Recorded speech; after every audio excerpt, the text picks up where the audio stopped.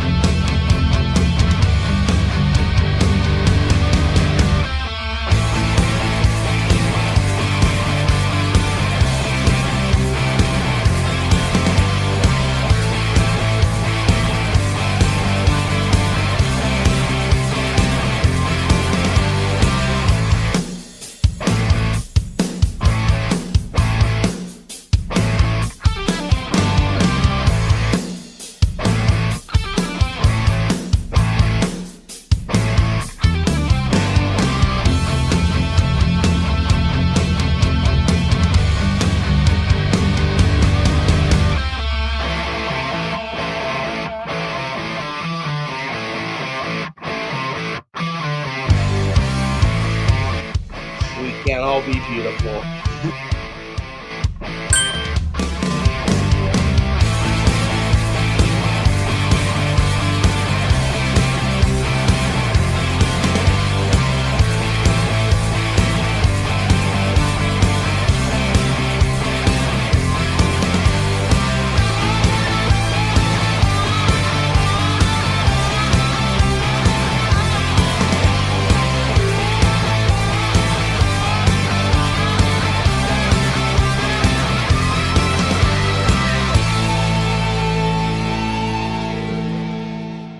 Put your seatbelts on and get ready for the ride. You're in the danger zone.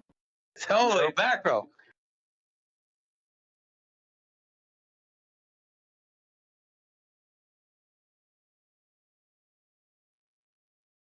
Holy mackerel. Danger Zone. Welcome, guys. Black Friday edition of the program. Appreciate you guys for still showing up. Wasn't sure we were, holiday and all. And I said, you know what? Hey, we got a Friday night crew that are enjoying this show. We are enjoying their company.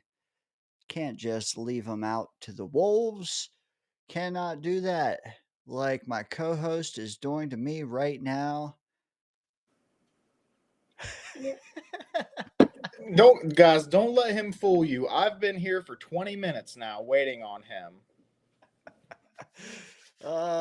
You know what? It's always a good start to a show and we can start with a little bit of laughs. Murph, what is up, man? Welcome. Oh man, what a week, what a day. It's been a good week. It has not too hard at work, had Thanksgiving off, got to spend it with my mom and dad, eat a lot, eat way too much, watch a little football, and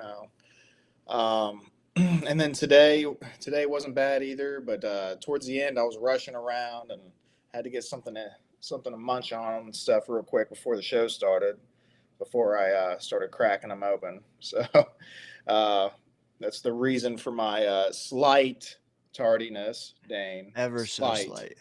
Ever so slight. Ever so sir. slight. But I'm here and I'm ready to rock, baby. Hell yeah, man. As we said, guys, holiday weekend, holiday edition of the show, second annual Black Friday in the Danger Zone. The team might suck. I don't know if even 90% of you guys even want to hear about this Falcons game. If you do, let us know in the comments, in the chat. I do have stuff I can pull. But dude, looking around, man, it's hard because most of the content I see is like a tiny nibble of Falcons, and then boom, draft talk. It's like it's like that's fine and all, but like a month or two from now, it's gonna get old. Like, so I'm kind of torn. Like, how much prep It's do I put? inevitable. It is, but like at least flesh out the week, like I don't know, that's just my style, I guess, is talk about the game, whether you like it or not, and then the second half of the show, do that, but it does not seem to be the move. Is all I'm saying. Um, so yeah, let us know, chat, how much you want to hear about these Falcons. We got Kirko chains coming in, but before we get to that, Murph, you talked about your week. I'll say my week was splendid as well, man. I am in the midst of a 4-day weekend, so yeah, it does not get much better than that. Just come flex on us. Okay. Let's see how it is. Boom. Yeah, dude, nice. First one I've had in at least 6 months, so it's cool. Had yesterday off, today off. Could have had better football games, I feel like. Maybe that's a hot take, maybe for later in the show. But on paper, I thought they looked good. I just thought when you started watching them, they were very tiring. Maybe it was the turkey. Maybe it was the turkey talking. Maybe But we're just tired as Jets fans. could be, could be. The only thing I'm not tired of is this chat. They are they're still filing in. I appreciate you guys. Spike the like button. We got our eye candy co-host here looking spiffy. So if that's not worthy of a like button, I Looking don't know rough. what is. Looking rough. Dude, we're gonna turn the page here in a minute, and like it's gonna be Christmas, and then New Year's, and then 2026. It's like, oh, Super Bowl yeah, Sunday is a holiday. I don't care what anyone says. facts, facts. Um, As a matter of but fact, I might run for president just so I can try to implement that. Super Bowl Sunday is a holiday, and the following Monday is a federal holiday. Everybody has to get off. yes, I'm down. Sign me up. Just stop all business. I am down to Monday anyway. All you're doing is answering emails, right? So yeah, as my phone vibes. Um, yeah, man. Let's well, you know what we can discuss? We played the Falcons, Murph. We played the Falcons. Let me Did we pull play the Falcons already? or I'm sorry. Oh man. Yeah. Yeah, I guess I'm glossing over them, man. Yeah. We played the Ravens since we Yeah. last spoke. Different bird. Yes, yes. Let me bring that onto the canvas here.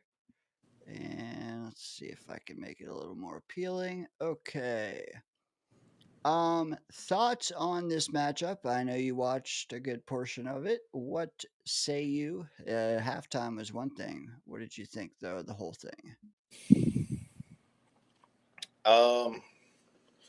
It was about what I expected. We just plain and simple got beat by a better team. Um, and what's bad is we got beat by a team with a struggling Lamar Jackson right now. And I think that if it's pretty plain as day now that this past 4 weeks or so, Lamar has not looked like himself.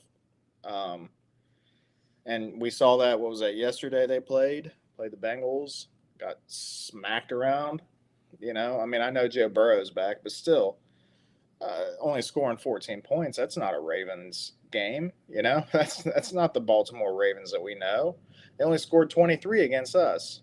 And I know a lot of people were like, "Oh man, our defense is looking okay." I think we're playing a team that's not performing at their best, is what that is. I hate to down us or down Steve Wilkes for what he's done, whatever. I mean, take advantage of the games that you're given. You can only play who's on your schedule, and when they're on your schedule. So either way, it was, I don't know. It was just a simple game. It's just like we just got beat by the better team. In my opinion, we looked a little bit better with Tyrod, but still, hey, we only scored 10 points, guys. So I mean, did we look that much better with them? So I don't know. And the Ravens defense really hasn't been all that great this year, so we should have performed better on offense. But one of the biggest things is I have some questions about some of the coaching decisions. I want to get into that at some point. There was some obvious errors and mistakes made this game, and I just this late into the season, I feel like it's getting to the point where it's unacceptable to see that. You know, Hey, especially in a sounds game that you can spicy. win, huh? Sounds spicy. I like Yeah. it. Well, this was a game. Look at it. We lost by only 13 points. Like, and I know only 13, but for us, that's a close game this season. That was a You winnable know, game. yeah, winning at halftime. Glenn came out of the tunnels and did an interview where he said, hey, the third quarter is where you got to watch this team. And then look, boom, look at the third quarter. like, Exactly. uh, frustrating. Henry scored twice. Brees Hall fumbled. I think multiple times, maybe one on the ground, one on receiving. Like, at least that's what the box score was telling me. I I remember don't remember one. twice. I just remember at No, the end. I Uh, the one at the end. At least it was a 17-7, I think, and that one was a backbreaker. I'll say that. yeah. But we would have Uh, never even had a chance to be in the red zone and had the capability to score if it wasn't for Brees literally putting this team on his back. So where we're going to chop him down, we're also going to plant the seed and say, hey, yeah, he was there because we would have never even been that close to the damn end zone if it wasn't for Brees Hall. I guess I can forget about my axe over there that I was going to use as a prop. Damn it. Yeah.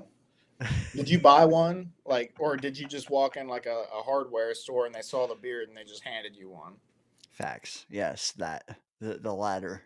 You just wore a flannel and walked into the hardware store and they're like, "Oh yeah, I think this is yours." Yep. They gave me a blue ox too. It's chilling out back. But yeah, Bill M chimes in. He says Lamar stats last 2 to 3 games are brutal. Yes, they are. They are. You could tell. You could tell he was hampered in this game. I mean, his mobility was questionable at times. He did run, not with the burst that he had. That he has. Um, I even thought that last night he looked a little more spry, if that's crazy to say. Like, I thought he was quicker last night, so he just needs time. Um, but yeah, we could have won this game. It was looking good at halftime. But at the same time, I think every Jet fan out there at halftime, um, every fan out there at halftime knew that the other shoe was going to drop and that these Ravens were going to do something in this game. I don't think that anyone thought that they were going to whimper through the second half like they did the first half.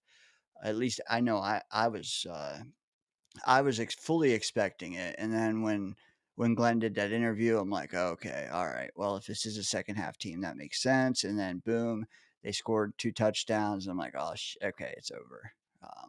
Yeah, especially once Bree started cooking. Don't get me wrong, but man, how many times are we going to fumble on the 1 yard line, man? I think that's 3 times this year. Yeah, and how many times are we going to go NFL football game without getting a turnover in our favor? Like we've had what one fumble recovery all year, no interceptions. Can we not make something happen? Because that puts more pressure on your offense. It's like, oh, you have a very limited amount of opportunities, and we're not giving you any extra, you know. And then our defense, like, if you're constantly having to hold them to 4 and out, it wears on them faster. But if you get a pick on a first down or second down or something like that, that keeps them fresh. It just helps in a bunch of different ways. We really have to figure out the turnover thing. What's up, DKB? Yo. Um, yeah, you know what? I was going to save these for more so when we're talking about the Falcons game, but let me just plug them in now. I think a lot of them are viable for this game as well. Uh, the Bijan thing we'll skip for now. But the second part of this, the Jets defense, Jets are the only defense that is yet to have an interception this season. Every other team has not one, not two, 3 plus. We have 0. It goes on to say the 2025 Jets are the only defense in NFL history with 0 picks, through their first 11 games of a season, they are also the first team in NFL history to have one or fewer takeaways in their first 11 games. So we can't even get multiple takeaways in a game. Obviously, we have 0 picks. Like, come on, it makes sense. It tracks. But regardless, we're making history. Murph, you talked about the takeaways. Like, but what what the hell do you do to write that? I don't know. It's crazy, man. The pick thing, you know how a lot of us, at least I've always kind of felt this way. It's like we're like cursed at quarterback, and I'm not getting into the Namath stuff, but like we have not seen good quarterback play for the majority of my life. Like I saw Pennington. I think I saw like a year or two of Testaverde, but I was like kind of just getting into my fandom then. But saw Pennington. I saw Mark Sanchez. I'm sorry, guys, that's not good quarterback play. Like he had a couple good games here or there, but played better in the playoffs than he did in the regular season. But God, he was not a good quarterback. Like he was competent enough, I guess, to drive a loaded team to the playoffs. Whatever. Anyway, and then Ryan Fitzpatrick. 1 year of Ryan Fitzpatrick that looked good. And that's it, man. So we have not had good quarterback play for the majority of my life, for the majority of a lot of Jets fans' lives. Well, another thing that seems to be a common thing now is we don't get a lot of interceptions. Under Salah's era, we did not get a lot of interceptions. We did have kind of the fluky Jordan Whitehead, like 3 picks in a game or whatever, but like we probably only had like 2 more picks the entire rest of the year. And, you know, I don't know. So that is becoming a thing with the Jets. And I don't know why. It's like we've changed coaches, we've changed defenses now, but it's still happening. It's worse than ever, if anything. So why is it that shitty quarterback play, no picks, like that is a recipe for failure as an NFL team? Like, you're not going to do well if you cannot turn the ball over and, you know, actually drive the ball down the field with a quarterback and not throw your own picks, of course. I don't know, man. It's something that has bothered me now for a while because there's nothing more exciting aside from getting a touchdown than when your team gets an interception. And we never get to see it. Never get to see it. So Bryce Petty fan. Hey, there was probably a point in time where I was screaming for put him in, you know. I think I was at one point. I'm not gonna lie. We've all been there because every quarterback that they put behind center absolutely blows. So we're like, well, bring in the next one. I'm already hearing some chatter. Put in Brady Cook. I'm hearing plenty of that now. And I'm not saying that people are wrong for thinking that. No, I'm not saying that at all, but yeah. Yeah. Let's just leave it at yeah. Yeah. Yes. Brady Cook. He is the savior we've been looking 60 years for, Murph. You know that? Yep. Yeah. Traveler. Straveler, Adrian you know, Martinez. There's always like a backup that everybody's obsessed with. McElroy for me because I hated Sanchez. I was a big McElroy guy. Dude, now I see him announcing or broadcasting college games. I'm like, man, he was the guy to right the ship. Yeah. Okay, maybe not. Maybe not. But Brunel, when Brunel was our backup, I was like, put Brunel in. Like, I was a dude, big Brunel guy back in the day. yes. How could you not, man? Lefty number. Dude, I loved him in Jacksonville. Loved him. He was legit, man. He was. He was. Yeah, just people are just with us, man. So many games we should have gotten an interception by mistake. It's crazy. How can you not connect it to the football gods? I don't know. The one takeaway we did get was out of the country by a guy who was a Jet for like 10 seconds at that time. You take away that, we have 0 in America. We have 0 by guys that were here in training camp. Yeah, it's crazy. I don't know. Crazy. I feel like if I was playing defense with my probably running like a 5.5 40 right now, I feel like I could cause a turnover of some sort. I don't know. Just I don't know. Get your hand up there and deflect the ball. You never know. It might end up in one of your guys' hands. Or do we not practice punch outs in practice? I don't know, man. It's crazy. I think I would take a 50-year-old Peanut Tillman right now on this team. Why not? um, Oh yeah. yeah. Welcome, guys. I see more and more of you are filing in. I appreciate you guys tuning in again. Black Friday, not an easy Friday night show to stream, but we are here.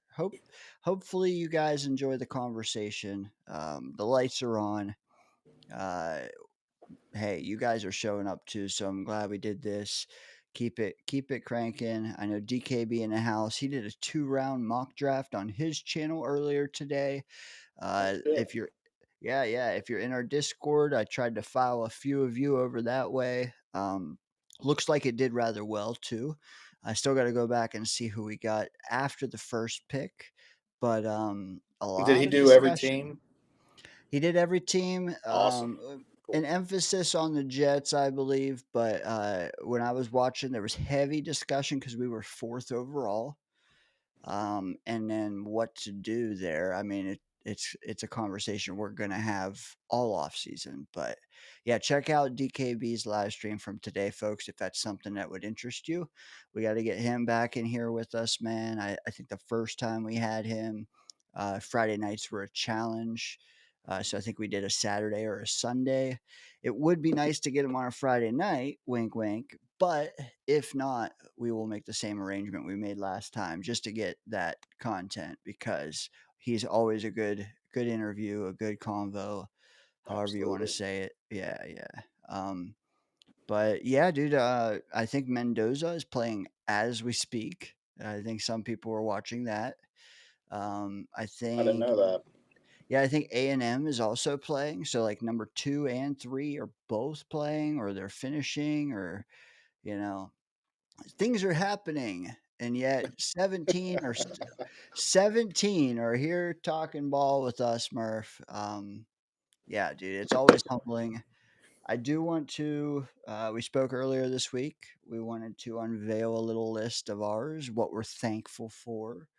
I do want to get into that, but I just wanted to mention to folks the call in line is pinned. Kind of want to get, if I could, man, could I get a caller maybe to buy me some time on that next segment? That would be the bee's knees. I like how You know, you proposed that idea like 3 days ago to me, and I'm rushing around this evening trying to get everything done. And part of the wait was me trying to get that ready.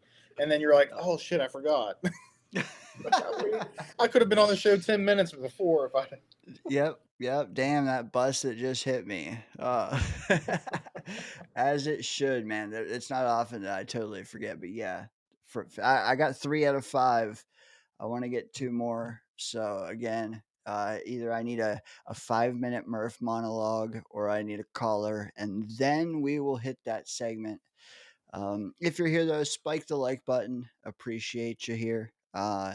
Talking ball, just chilling. Black Friday. Did you guys get anything good on discount this morning? Did have a turkey coma? Just whatever you want to chat about. Let us know. Murph, I threw that first graphic up there. Let me grab another one. May or may not be, too wildly interesting, but at least it's something that we're offering here. Let's see. See if I can make it larger. Okay. So yeah, this week we are playing a guy this fan base knows rather well. His name, Kirk Cousins.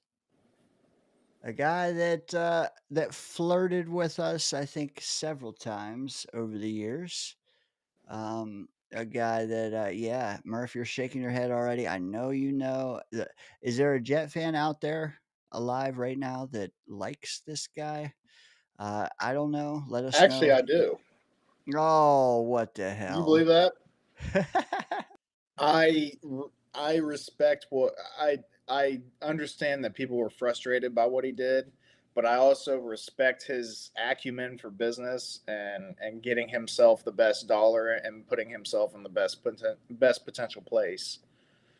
So I get it. Like, dude, you got to put yourself in these guys' shoes at some point. They got families they got to think about. They're trying to get generational wealth so they can set their families up for boo yourself.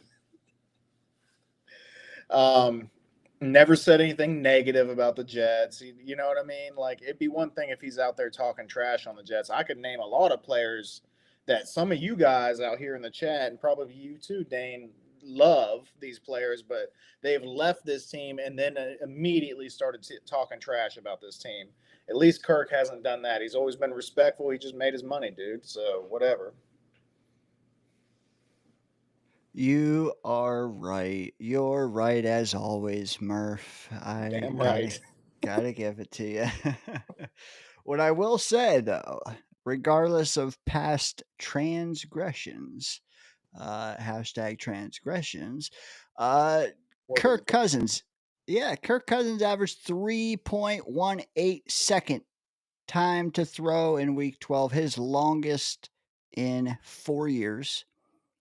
Now, he recorded a 21.7 extended dropback rate, also his highest since 2020. That's a long time to throw, man. And it goes on to say, he still did well in those scenarios, but the matchup is the key thing. The Jets have allowed 58% completion percentage on passes with over 2.5 seconds to throw, which is quite well. They have allowed 10 touchdowns and, yeah, 0 picks. We know that. So low completion percentage, but we do give up the explosives here and there. So I guess what I'm trying to say is if Kirk's taken a while and they do sometimes lead to big plays, not all the time, but they do explosives. What do we need to do? Is it as simple as, hey, Will McDonald, Jermaine, you got to get to the guy this time. You got to close out plays. Is that all it is? Um, I think that Will McDonald or Jermaine, I think they would have had a better game if they weren't playing the most elusive quarterback in the NFL. You know, um, so you kind of chalk it. You don't even really factor in the Ravens game into those statistics. But I think that somebody that's a bit of a statue like Kirk, I think they can eat, man. It just depends on, maybe I really don't know how the offensive line for the Falcons is doing this season. But if Kirk was able to stand back there for over 3 seconds every pass, they must be pretty solid. So I don't know. We'll see. I'm interested to see how that plays out. I am with you. Is this game, and I'm just randomly spitballing here, is this game which Garrett Wilson out, Drake London out, backup quarterback versus backup quarterback? Is it as simple as saying, hey, this is Brees versus Bijan? No, it's not that simple. It's never that simple. Um, Defenses, you can't forget about the defenses. And ours hasn't looked all that great. Although if you look at some statistics, we're not too bad. I think I was looking at it earlier, and we're like, I don't know, 14th or 15th in the league in total defense. Like, it wasn't as near as bad as I thought. I think 10th in passing and like 23rd in rushing, which is not a good sign for going up against Bijan Robinson, who's arguably the most talented running back in the league. And I said most talented. I didn't say he was the best. I'm just, he's very talented running back there. But I think Brees is a talented running back in his own accord. The thing is, are you going to use him right? Are you going to take some pressure off of him by actually having a pass game? Because if they start loading 8 in the box, there's not much you can do as a running back. No, and is he going to finish plays? Jesus Christ! Hey, 2.8. The dude was 90% of our offense, and he fumbles He was. one time, and he gave us. I will say 75 yards receiving, 2.8 yards per carry. But yes, but I'm with you. He was all we had. He is all we have. Braylon Allen this week announced out for the rest of the season, shutting him down. Done. We already figured that. Yeah. Garrett Wilson still, I don't even know how long away, but longer away. I would probably shut Garrett down for the rest of the season. It's a knee, dude. You don't mess with the knees. I would not. But I see your side of things. I do. I'm not dying on the hill that I would not. But I would not. Because we just have too much that we need to see. If he's healthy, he plays. If it's me. But you're probably right. I mean, we expected Braylon to be shut down. He was shut down once things got closer to happening. I would like to see. I get what you're saying. Like, I would like to see the trio, right? We want to see Garrett out there with Mechie and Mitchell. I want to see what that looks like, because you kind of want to know what you need to build on. Like, do we need another stud there? Or is Mitchell a good wide receiver 2 and Mechie's a good wide receiver 3? Like, if they slot in there and they all work together fine, then, maybe we have something there. But I get what you're saying, but at the same time, I'm a very play it safe kind of guy. And Garrett's here for the time being, dude. Like, he got a new contract. I know, so did Sauce, and he went out the door, but they're not doing that with Garrett too. So I just want to play it safe with Garrett. I get it. I do. Even if he's healthy, do you hold him out? Well, that's the thing. He was healthy and he came back, and then boom, he got hurt. He re-injured himself again. That's what I'm saying. Like, even if you feel good, that doesn't mean you are good. It's better to play it safe, especially with stuff like that, like knee and hamstring, stuff that can linger like that. But I did want to bring up something, though, and you brought it up with Brees having 75 yards receiving, right? One of those slides that you had earlier said that it was talking about the motion, and like Mason Taylor is, I'll wait till you get it up here and then read it off. The Jets have used motion on 70% of offensive snaps this year, 6th highest in the league.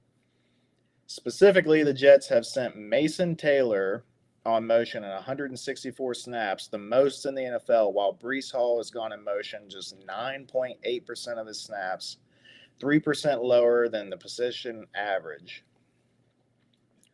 However, Hall has recorded 57.5 touch rate when in motion, the 2nd highest rate among running backs this season. I'm going to leave it there.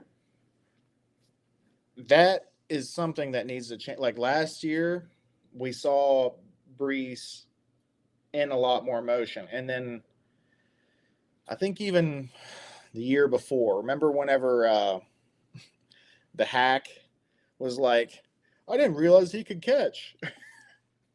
Like, I vaguely remember that, Murph. God. And then they just like spammed it. Like, have you ever played somebody in Madden where like they found a play that worked and they just spam it and play that play and play it and play it, and you're meanwhile you're scrambling trying to figure out how to defend it because I don't know whether it's a glitch or whatever, the play always works. Well, that's what it felt like Hackett was doing as soon as he found out Brees could catch. He's like, oh, I'm just going to keep, throwing him the ball. And we saw him doing a lot of, in which they didn't do a ton of motion, but when they did motion, it was a lot of times Brees was leaving the backfield and going out wide.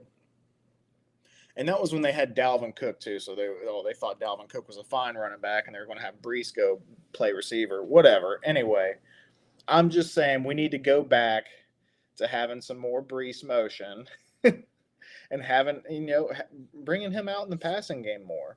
I know Dane is a big Isaiah Davis guy. Well, have him in the back, have both those guys in the backfield and motion Brees around, and throw the damn ball to Brees because it works, man. I mean, we see it. We've seen it a lot. It does work. So get the dude out in space. Let him move around. That's my little rant on it. I just the stats prove it. Come on, man. I am with you, Murph, and I think Brees is way more valuable in space. I just wish we would, tailor a higher percentage of his touches into space. Yeah, dude, 75 yards receiving is crazy. Very nice. Bijan through 12 games has 500 and some receiving yards. We ought to be able to get Brees into that territory right now. Like we already should have. Maybe the back half of the schedule we can. So yeah, it's not his lack of skill, it's his his situational whatever when he touches the ball. We just need to quit ramming him up the middle so much. Isaiah Davis though, like he's looked good as well. You've even heard his yards per carry, how well it's looked this year. It was the best on the team last year. And if I remember correctly, Murph was telling us to dial back that hopium because he only had like 60 touches last year. But here we are a year later, and it's still over 5 yards a carry.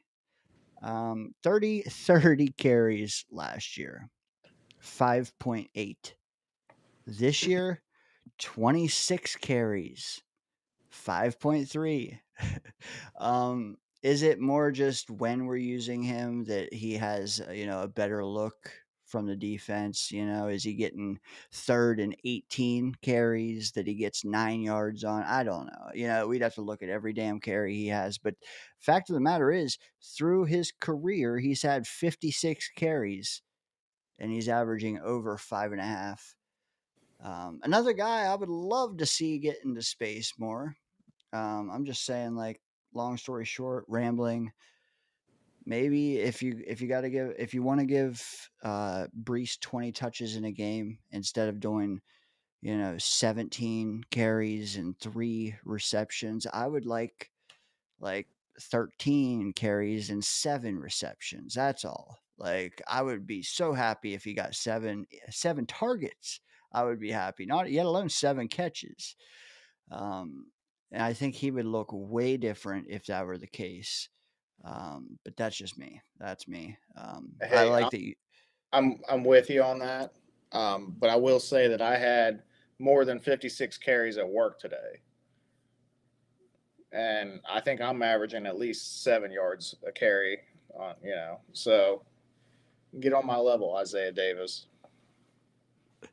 You're killing me. You're killing me, Smalls. Granted, Chat, I was using a dolly. Murph, I did. We teased it. We mentioned how come with your Thanksgiving list of thankfulness, whether it be Jet related or Jet content related, whether it be player, whether it be coach, whether it be GM, whether all 5 need to be pointed at our owner, however you want to spin it. I told you bring a list. It sounds like you did. I got a list, as well. What do you think about us going round like a left, right list thingy as the chat cooks it up and maybe chimes in on their own what they're thankful for this holiday season. Hey, I spit it out. There you go. Now there may be some overlap. We might have the same things on our list for all I know. But yeah, we can go back and forth. I like it, sir. Well, do you want to go first or do you want to go second? I'll go first. I'll start us off. All right. So the first thing that I'm thankful for, and I'm not going to get into it too heavily, but I'm thankful for the fact that we seem to have hired an OC that has potential. And I worded it that way specifically because I'm not saying that he is a finished product yet, but I have seen potential in Tanner Engstrand. And I think that if you get him the right personnel in the building, that this guy can cook. And as long as he keeps learning on the job and learns from his mistakes, I think this dude is going to cook. As long as we get him the right personnel, quarterback. But yeah, that's the first thing I'm thankful for in the Jets universe. I like it. I like it a lot, Murph. I do have some really good ones I'm going to save for the tail end. I'm going to try to do these in like appeal order kind of thing. First up, I am thankful for the GOAT on this team, Austin McNamara, baby. Call me crazy, but I love this kid. The I love leg him. himself. The leg himself, Legatron. Maybe we've already went down that route. I don't know, but yeah. Love this kid. When we reach fourth down, it sucks. But if you have a guy, especially when it's at midfield, but when you have a guy that can pin the opposition inside the 10, inside the 5, like this kid is he ought to make a Pro Bowl this year. Call me crazy, but I know you had hot takes with the net average. He's up there in that too. But like we should be talking Pro Bowl now. Kid is exceptional. We found him for nothing. We got rid of a highly respected guy who is exceptional, and we replaced him for cheap labor that is exceptional.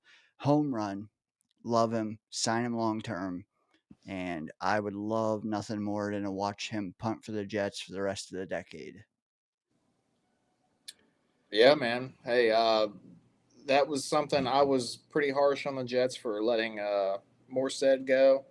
I thought Morstead, even though he's gotten a little salt in the beard, I think that he was still a fine punter. I think he was a excellent dude to have in your locker room and everything like that. But they turned around and snatched up a dude that he's young and he's learning, but he's already making an impact. At least in special teams, for this team. So hell yeah, man. The second thing that I am thankful for, and this is pretty simple. I wanted to choose a player, and you chose a player, so that was good. And I actually didn't even think of that. That was a good one, Dane. I'm thankful for Garrett Wilson. He's one of the few OGs, I'm going to call him OGs, that we have left now.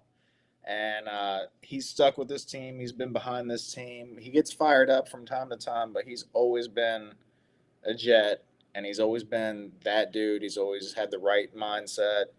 And I'm excited to see what the future has to hold for him as a Jet. Hopefully it hasn't been like the past, but maybe we can get a quarterback in here and Engstrand can dial it up and we can see a 1,500-yard Garrett Wilson season in the future, But the dude's super talented and he's a great dude, so I'm thankful for Garrett Wilson. That is a very, very strong choice. I don't know if yours are in order, but that is up there, man. That's a good one. No particular order. Okay. All right. Chat, chime in. What do you think of Daniel's takes so far? He hasn't said Brees, so they ought to be good. Um, I'm just kidding. I need to stop that because I am warming up to the guy. But anyways, uh, enough about me. Ooh, I gotta save that for last. You know what? I'm just you kind of teased it in your first question, which is why I didn't really comment on your first one much. Angstrand, love the guy. Think that it's an improvement on what we had in the past. But for my answer this time, I'm gonna go just the totality of new vibes. Um, I think that a lot of the new staff is a vast improvement on what we had before. I don't think they all are. Don't get me wrong. But also I don't think we're done. I don't think this is Glenn's dream staff. I think this is his dream staff that he could compile in his very, very first hiring cycle. Hurry up, everybody's gone, pick from the leftovers scenario. But I think this spring he's going to fire some guys, and we all have opinions on who they should be, but he's going to find other guys that are expiring contracts or fired or that he wanted all along and they couldn't come last year. All I'm saying is if we ran it back with Sala and Ulbrich and even Douglas, who I like, the totality of that, where we'd be right now versus what we got now and where we are now, at least there's fresh vibes coming. There's even better ones ahead. It leaves you in a state of mind of, hey man, maybe the light is coming out of the end of the tunnel. If we ran it back with Salah and all them, I don't know that we would be thinking that. I think we'd be thinking we were 4 or 5 years away. Right now, we're thinking we're 1 or 2, maybe 3. But yeah, I am thankful that we did clean house last off season, and I do like who we brought in, and that might be a hot take, but I'm thankful for that. I'm not sure I'm jumping quite on that train yet, and I'm going to get into some stuff here later, and I teased it earlier, but we're going to finish this beforehand. So, um, the third thing I'm thankful for is a little bit on the same train as you, but not. We're not talking coaching. I am thankful for Darren Muji's trades, specifically Darren Muji's trades. This guy has already made an impact on this team with his trades alone. Now, you can argue his signings, you can argue his draft picks, whatever. Time will tell with those things. But the trades are already making sense. They're already working out. Guys like Jawan Briggs, that's a dude that I'm happy is on this team, you know. Getting all the draft capital that he did for a couple of our studs that were just kind of like fizzling out here. He sold them high, right? He still got them, sold them while we were able to get something out of them. Oh my God, I'm forgetting. The Mechie thing, that Adonai Mitchell, like these dudes are already making an impact, and thank God we got him when we did because Garrett Wilson gets injured, and Did you say Reynolds was Harrison injured for a Phillips? little while, huh? Harrison Harrison Phillips. Phillips, yeah. The trades are making sense, and he's not giving up a ton for guys. And for the dudes he's sending out, he's getting a good bit back. So I'm thankful for Darren Muji's trades, and Jarvis Brownlee, that was the other one. Yeah, starting nickel now, and he's been playing his ass off. So hey, I'm all about some Muji trades, and I'm excited to see what we get in the future. I'm excited to see how he handles the draft and like trading within the draft. So, yeah, I am thankful for Darren Muji's ability to trade. I like that. Murph, I do feel, and I love that take. That is nice to, to sliver it that way. His trading acumen does seem rather enticing what he's brought in. I want to ask you though, does that include outbound players or only incoming? That's trades in general, everything, outbound and incoming. I don't love sending Sauce away. Quinnen felt like it needed to happen. Um, but he got a lot in return, you know? I mean, with the Sauce thing, it's like not only did you get the first round picks, but you got Adonai Mitchell in return, who is already making an impact on this team, and we needed a receiver at the time. Like we really like Garrett getting injured and everything happening at that time. We needed a receiver. It was beautiful timing. Um, so yeah, I think both the outbound and the inbound, I'm enjoying that. I like it. I like it a lot. That's a solid. Your list is shaping up rather nicely, sir. It's almost like you did this over the course of a few days and not all at once. Let Actually, I me did go it with 10 minutes before the show. hey, DKB brother. Appreciate you, man. Again, guys, if you haven't followed DKB, check him out. Especially if you enjoy live streams that are not, regularly scheduled programs. If you like all content, all hours, DKB is your guy. He'll pop in when you least expect him, and it'll be glorious. But all right, my next one, Murph. Ooh, you kind of touched on one of mine that I'm gonna save. It'll be my next one. But before I get to that one, I want to just say personally that my third thankfulness item on the list this Black Friday, this Thanksgiving season is for Daniel Murphy. Yeah, Hey, that's yeah. me. You're actually numbers 3, 2, and 1. No, I'm just Sounds kidding. about right. Co-host of the year. I've joked about it for several months now, dude. It's starting to really stick. I think it's accurate. I actually heard another creator the other day use that term, and I didn't say nothing, but I thought to myself, yeah, they haven't seen Murph in action then.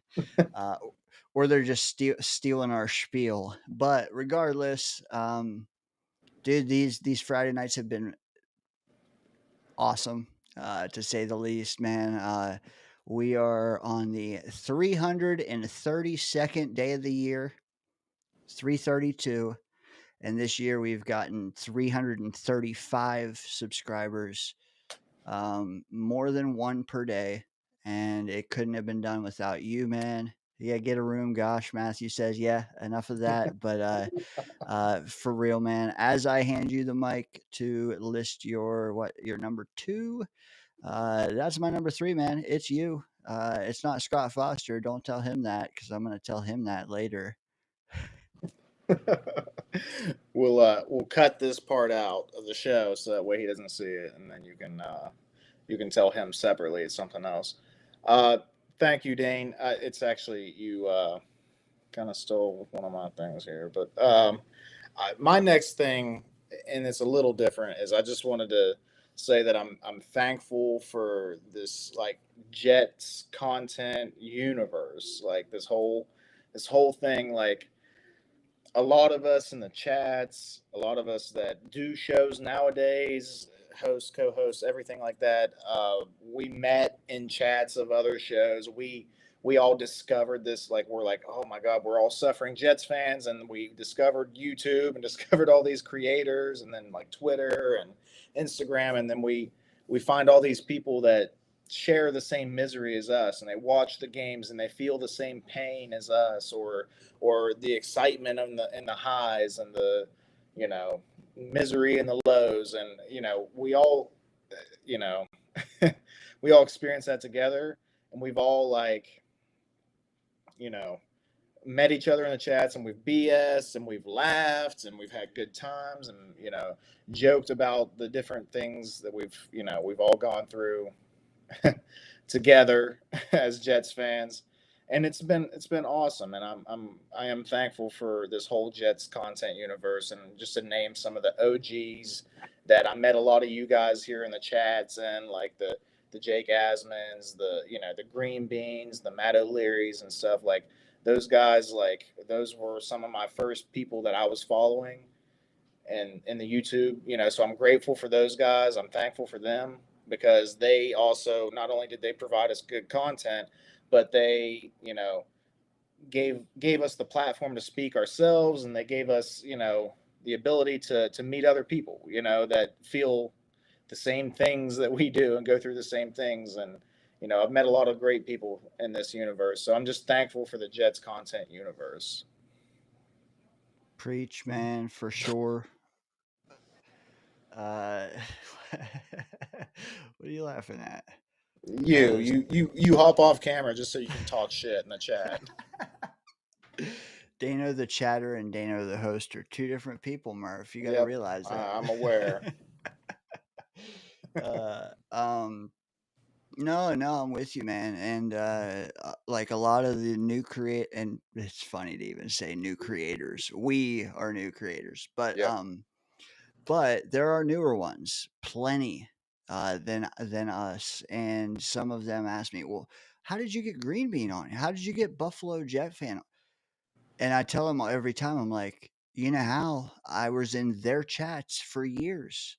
So all you got to do is start now and you'll be able to get them. Like that.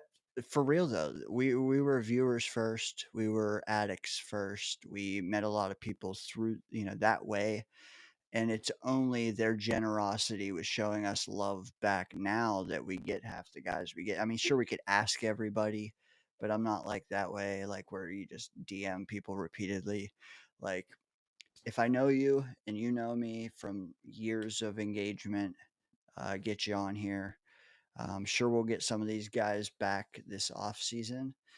But dude, in the meantime, dude, just having fun with you and this chat, who's probably roasting us back. Yeah, Jerry. Yep, broke back. Yeah. All right, moving on. But yes, I'm I'm going to with change my you. last one.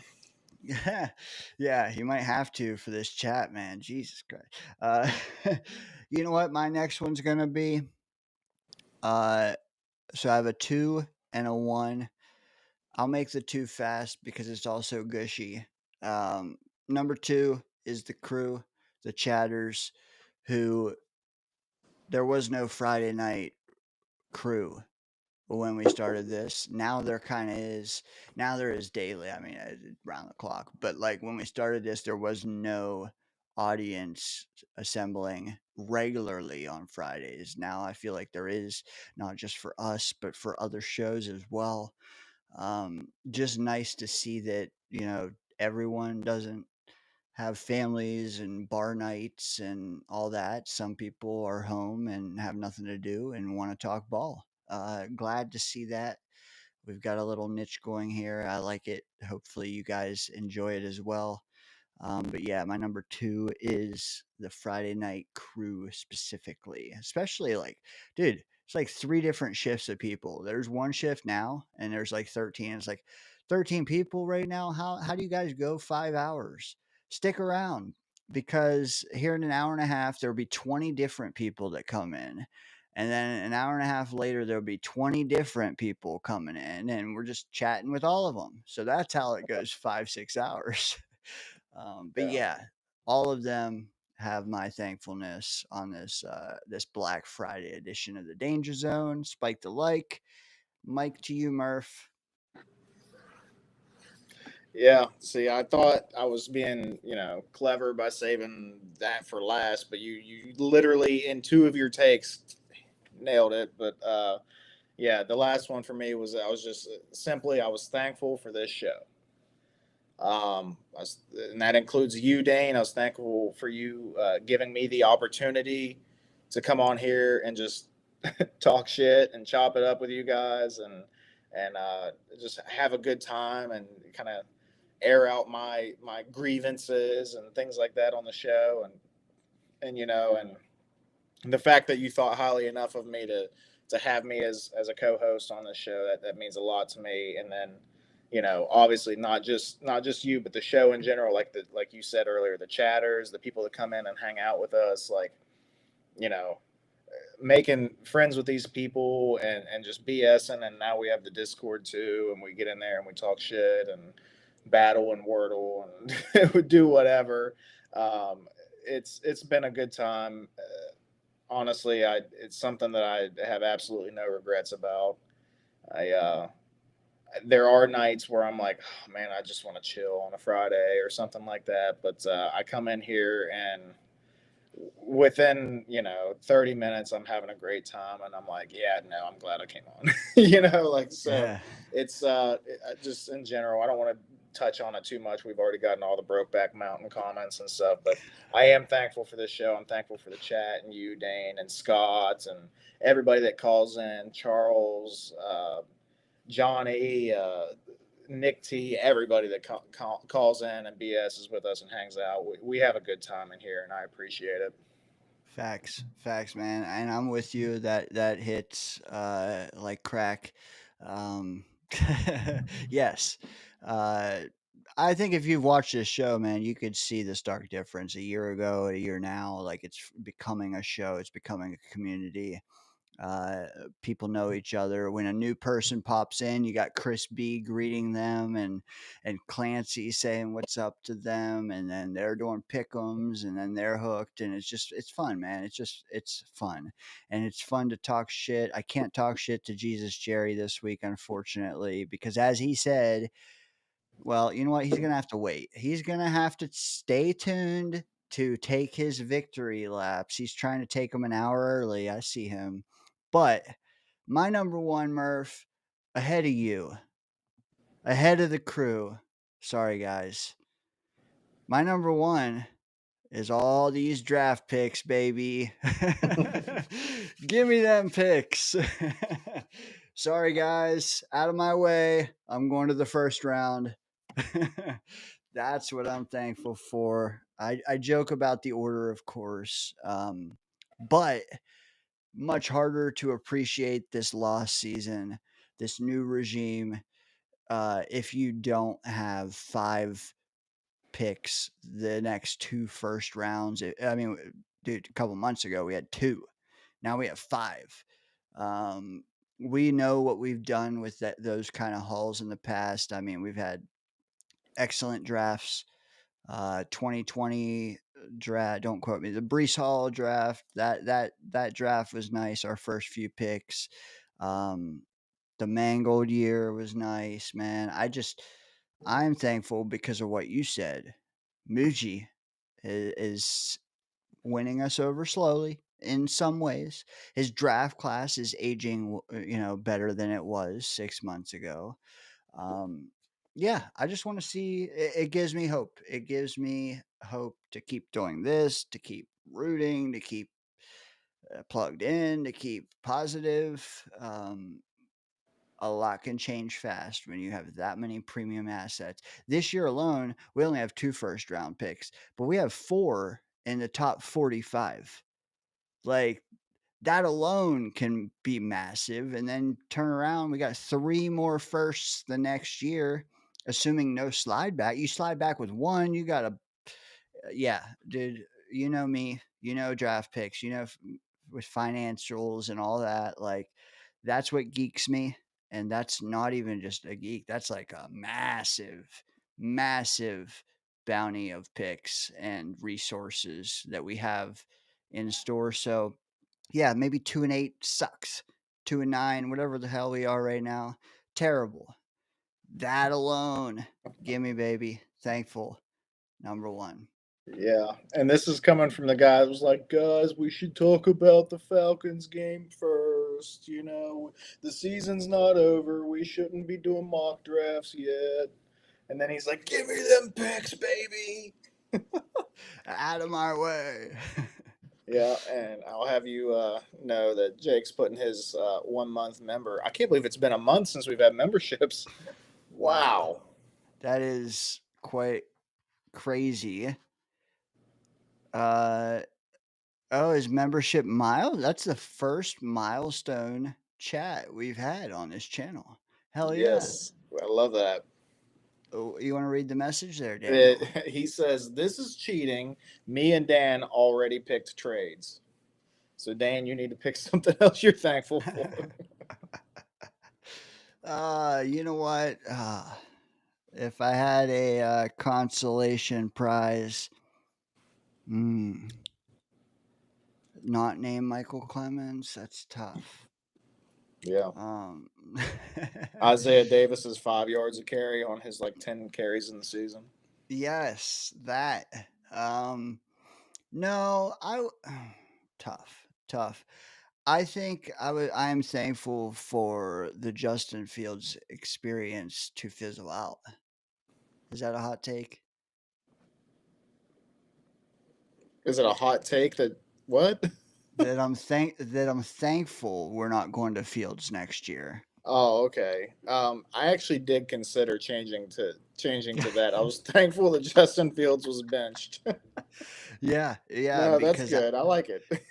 all right, because I couldn't do it again for one. I'm not saying that I'm thankful it fizzled out compared to like 6 months ago. I'm saying now, like I'm glad he was bad enough to force a permanent change than had he been middling and just staggered through to the off season and then he's penciled in his QB 1 or 2 again. Now we have to make changes. Like just Lysol the whole room. Lysol the whole QB room. Lysol most of the safety room. Like we have so many things we're getting intel on. And I'm thankful to be able to see Tyrod with a lot of the other guys just to figure out what other rooms we have to Lysol. We hated our performance in that Ravens game, but at the same time, it's what we were asking for mid football. That's what we were aspiring to get, and we did. Now, can Tyrod, I don't know. What do you want him to play great one game and win? I don't know. You can debate that all night. But fact of the matter is, his floor is higher than Fields, and the floor is what was sticking in my craw the most. Yeah, to me, I have a different feeling whenever Tyrod's behind center. Like I have a feeling of like it's like an offense. Like maybe it's not a good one, but like it feels like an offense where like when Justin Fields was back there, it felt just dysfunctional and you just never knew what was going to happen play to play. And it was nerve wracking to me.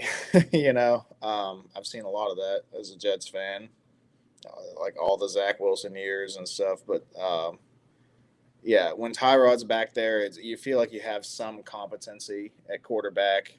He may not always make the best decisions and stuff, but generally he's going to keep you fairly safe and keep the offense at least somewhat competent and hopefully rolling down the field.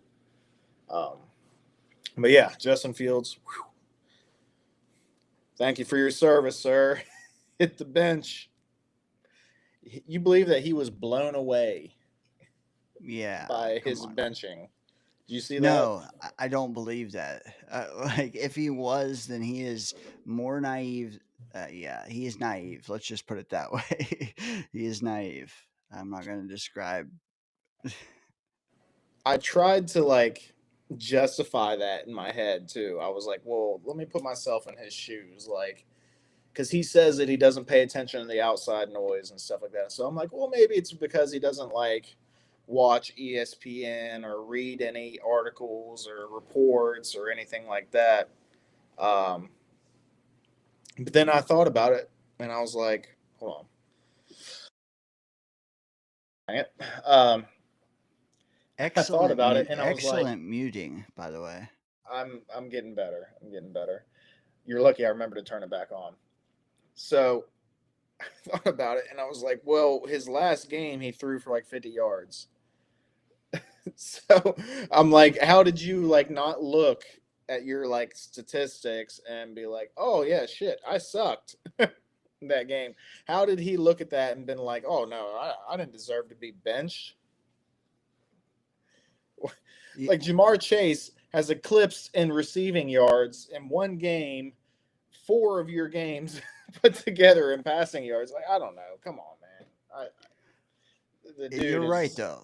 crazy. You're right. If you don't watch the national media, you don't listen to the press clippings, at minimum, you're watching your own film, right? I would hope. Yeah. Yeah. Because you got to be your own biggest critic, right? You have to try to get better. They say you should try to get better every day. What did Salah always say? 1% better every day. You know? Well, he didn't. Excellent question here, Murph. Segue into another topic. Oscar the Grouch, welcome back, brother. Haven't seen you in a while. Given what he's done so far in his career, would you ever entertain Jalen Hurts coming to the Jets, Murph? Oh my God, what a bum. Or would you prefer drafting a young quarterback and making that the prime focus? That's a good question, Oscar. It really is. Initial reaction is like, fuck yeah, we'll take Jalen Hurts. Like, he's way better than anything we've ever had. And, that may even still be my answer at the end, but I do want to work through this a little bit. Is Jalen Hurts what he is outside of Philadelphia? Is my question. Because Philly has had a solid team pretty much the entire time he's been there. They always have good offensive lines. They always have good receivers. They have good running backs. Like, everything seems to be legit. Not to mention Nick Sirianni, even though he has the most punchable face in the NFL, he is a good offensive mind, and he knows how to score points and get the offense rolling. And not to mention, they usually have a good defense, too, to back them up. So, is Hurts that dude? Is he talented? Is he, yes, he won a Super Bowl, right? Put a spanking on the Chiefs. But was it really so much him? Or, was it, I don't know. He's definitely better than anything we've ever had. Oh, my God, dude. It's even worse when he's younger. I swear it's even worse when he's younger. Oh, no. I wasn't sure you'd I almost recognize jacked him. my computer screen right there. I was like, is this too much of a deep cut for Murph? No. Okay, it's Sirianni. Yeah. It's even worse when he's younger. Oh, my God. Yeah, Anyway. anyways. Yeah, so Hurts better than anything we've ever had, so maybe you play it safe and go that route rather than drafting a quarterback, because we've never had luck drafting quarterbacks. So I worry that Hurts is not what he is in Philly, but I would still probably take him just to play it safe, because his floor has got to be better than anything we've seen in 15 years. Yes, all that. Oscar, I was joking when I said he's a bum. I was more so looking like, hell yeah, we take him. But it is like Murph said, flesh it out. However you want to say that. Don't flesh it out, but flesh it out. Take him with his floor and ceiling as is now, or draft who you hope has a higher one of both. Whew. Tough. Theoretically, you could do both. You could. Well, I don't know. Is he being shopped? Um, I've said it before. I'll say it again.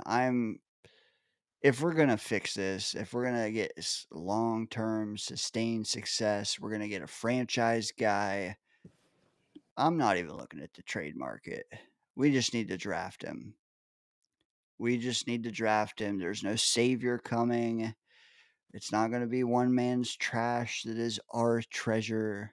I just don't believe it. I'm sorry. I don't believe it.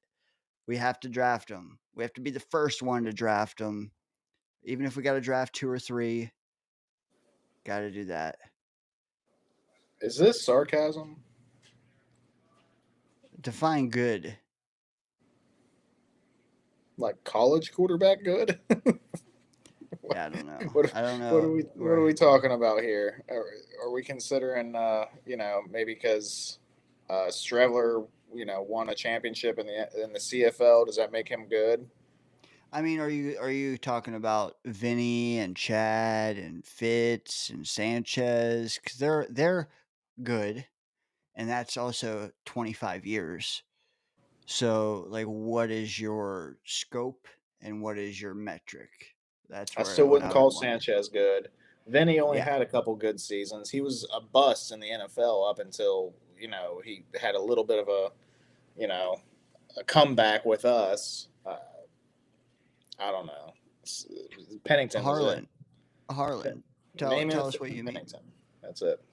Well, Harlan chimes in. He says Straveler was not a good jet, not good. I So was Harlan, I was being a who do smart you, ass. Harlan? Who do you mean? When defend that stance that you just had, where you said was that sarcasm or were you being legit? And if you're legit, who is your list of good quarterbacks the Jets have had over the years? Let us know. We will circle back. Uh, Oscar chimes in to our response to his question. He says, "Same here. I like Hurts, but at the same time, I really want my own young quarterback that we can grow and develop. It's an interesting conversation for sure." Later goes on to say, "I would be leaning towards drafting one if I'm being honest." Yeah, I'm with you, man. Um, I really want that 5 year cushion. It take 2 years to develop him, and then 3 years you got gold, and then you pay him, and you still got silver. like, you know, Yeah, I kind of feel like I'm leaning that way too. I worry that like Hertz would come here and Engstrand and company wouldn't know what to do with him. For him to be as successful as he's been with Philly. And that's not even a knock on Engstrand. It's just like I don't know that that's his style of coordinating is the same as what Sirianni's doing over there. I don't know. It might just be better to get your guy in there and develop him in the system that you want to run. yeah, yeah. I am with you as well. Um, Chris B chimes in. He says our New York Jets are winning versus the Falcons 2017. I don't know if you're watching it right now, Murph, but we're winning up 3. No matter what. Oh, he means okay. Never mind. No matter what, regardless of score, in my opinion, we will see Sunday how it plays out, baby. Chris B, mind you, has picked the Jets several times in a row on the pick 'em. Is this the week he's right, Murph? He's gotten it right twice. That he has. You'll find out whether I think he's right this time or not when we get to Pick'ems later. Facts. Shout out Scott Foster. Hopefully he joins us sooner rather than later. Um, Harlan chimes in. He says it was a legit question. Murph, Ken O'Brien was a good quarterback. Okay. Then he says, Was that 40 years ago? Testaverde would have been better if he didn't turn the ball over so much. Yeah. I still classify him as good here. He says Here. Okay. Fitzpatrick set quarterback records in his first season with the Jets, Murph. What did he do his second season? Harlan, that was for you. Don't ask me. That's between you two. But Ken O'Brien, Testaverde, and Fitzpatrick have been named. Semi-similar list to my own.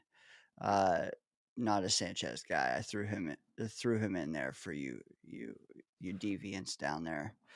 But we've had some good quarterbacks, but it's the number of which versus the number of years you're talking about versus the number. Yeah, like not enough, as Kendrick Lamar would say, not enough.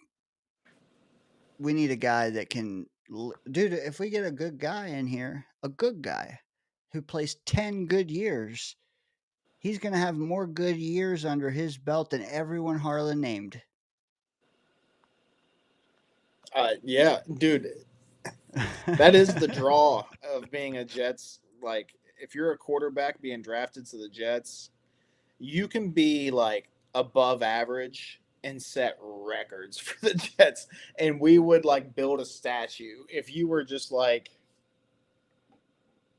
oh, I don't know, like I'm trying to think of a good barometer here.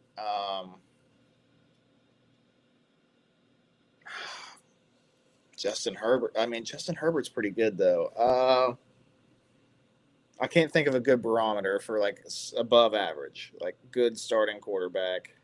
Tua? I guess, but he feels like he's kind of falling off right now. Look at the average though. Well, Yeah. he has he had elite weapons, so that's tough. Maybe like a Brock Purdy.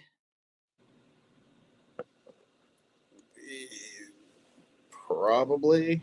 Yeah, Brock Purdy would probably set records with the Jets.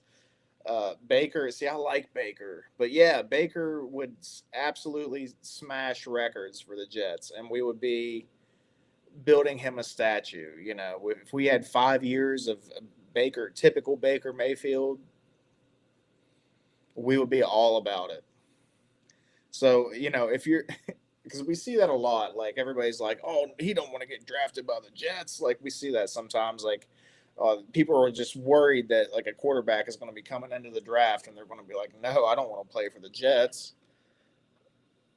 If you do play for the Jets and you are just slightly above average, you can be immortalized here. It's crazy.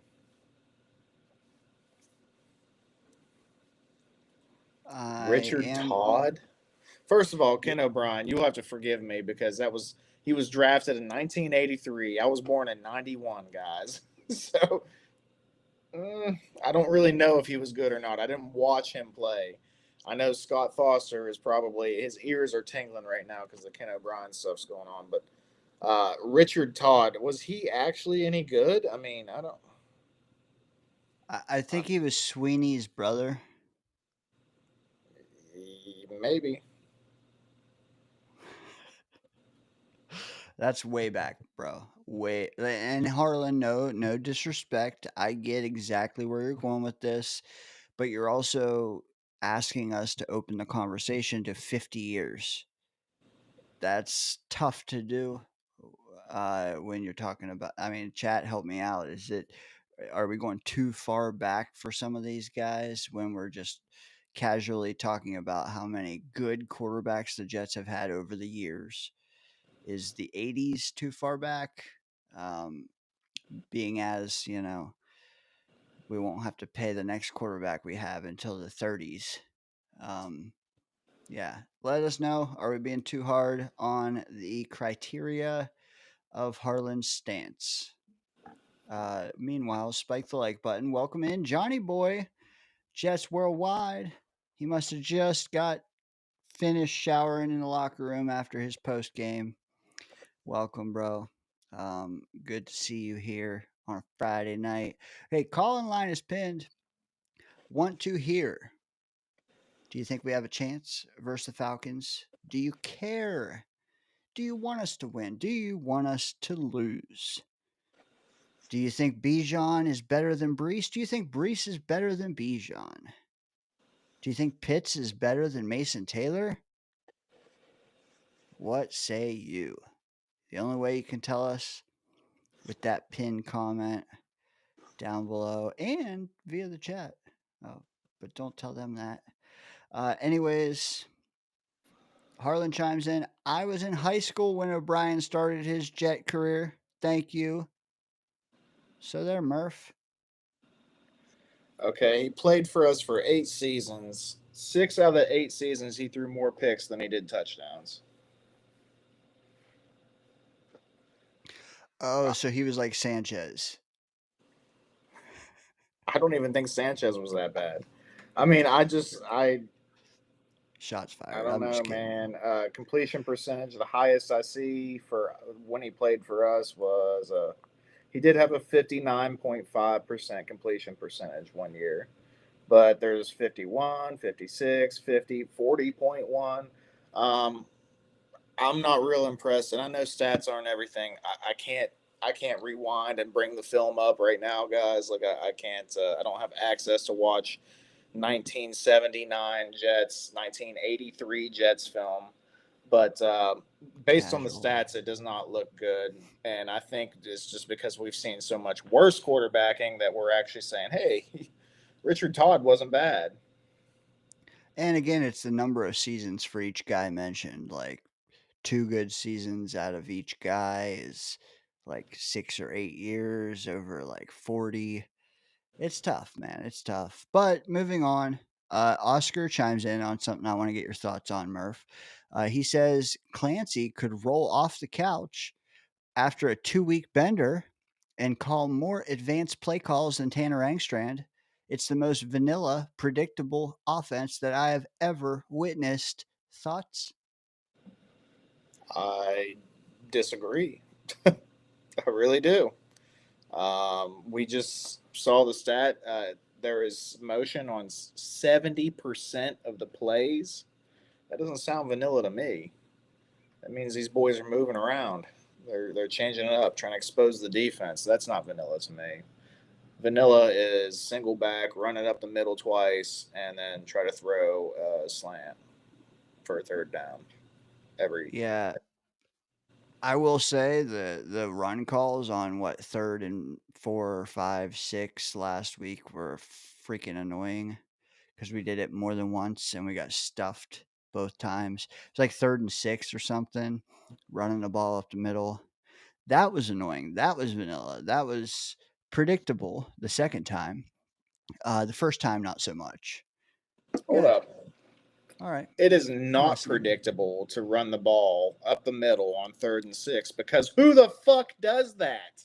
The What? second time it was predictable. The first, What are we? Who does that? So I listen. I've given Engstrom his props here, but what are you thinking? That was stupid, and he needs to learn from that. That is unacceptable. Oh my God, you have a veteran quarterback back there. You know you made the switch for a reason. Trust him to throw a slant or a hook curl or something to get that 5 or 6 yards. Running up the middle with your backup running back. What are we doing? The play calling was stupid as hell. And like I said, I like Engstrand, but I'm going to hold his ass accountable too. And that was stupid as hell.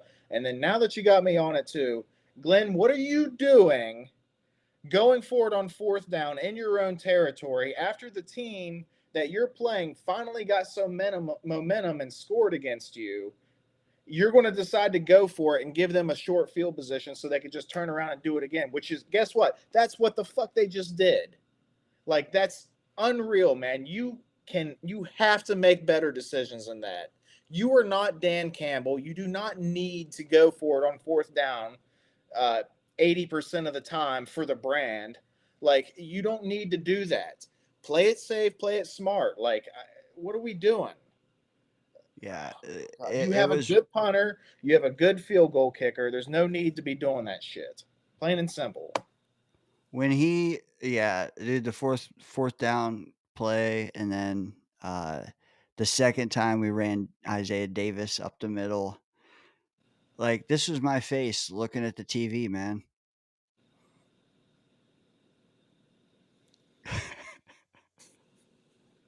I really have the urge to punch that guy every time I see him. Oh my I was God! just But looking yeah, at the TV like, I wanted to punch Glenn over that 4th down call, and I wanted to punch Engstrand over those 3rd and mediums running up the middle. Like, if you want to do that every once in a while, 2 times a year, to yeah, try to maybe hope that you catch the defense off balance, not expecting you to run it up the middle. I get it. Like, if you're trying to get a little cute and you think maybe, that's fine. Doing it more than once in a game with your backup running back, and I'm not trying to hate on Isaiah Davis. I think he's a fine player. I think he's a fine backup running back. well But said. you don't you don't do that with your starter, much less your backup quarterback. So I don't understand, man. And I'm going to put that on Engstrand, but maybe Glenn told him to do that. I don't know. But we're going to put that on Engstrand. That was stupid play calling on his behalf. But I've also seen a lot of things I like out of him, and I'm hoping this is his first year doing it. Hopefully he can grow, and I'm hoping the same thing for Glenn. But man, dude, we are what are we 11, 12 weeks into the season now? Like the We growth are. should have already been happening. So Marshall. I need to see less of these stupid ass, going forward on fourth down or mismanaging your time on the clock and stuff like that. I need to see less of that shit as the year goes on. Yeah, it's a lot like the quarterback position. We get some stuff, but then it's like we need to bring our floor up. Can that be the goal the next year? Same with Angstrom. Bring that floor up because running, dude. It wasn't even the only game we've done that in. I remember enjoying the fact that we converted like a 3rd and 8 very early on with Davis, whether it be preseason or very early regular season. That was cool. We should have just stowed that away and had it in the scrapbook, but here we are, just ruining that average. Anyway, Murph, got to get into it. Harlan chimes in. Richard Todd took the Jets to several AFC title games. Then Nutty Squirrel, friend of the show, super chat $1.99. He says, "Know your history, Murph. Thoughts?" Um, Maybe I don't know my history, but I'm sure in the fuck going to look it up right now because I don't think the Jets have been to several AFC title games. Oh shit! Uh, Just stirring that 3 in pot. my life. I mean, I don't know. Maybe I'm wrong. I could be wrong. And I will admit if I am. Uh, hmm. Let's see where we go here. Yeah, One Super I mean Bowl maybe championship. That's depressing. Uh, 2 AFC East. Oh my God. And all the years that we've been Jets fans, we have 2 AFC East titles. That's it. Insane. Insane. All right. O'Brien led the league in passing one season, Murph.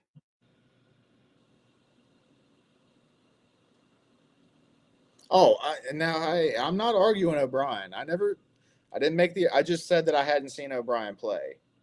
And I looked up and I've heard that O'Brien's was good and I've seen, a little bit of film and stuff, but so I'm taking people's word on O'Brien, but Richard Todd, I'm not taking the word on.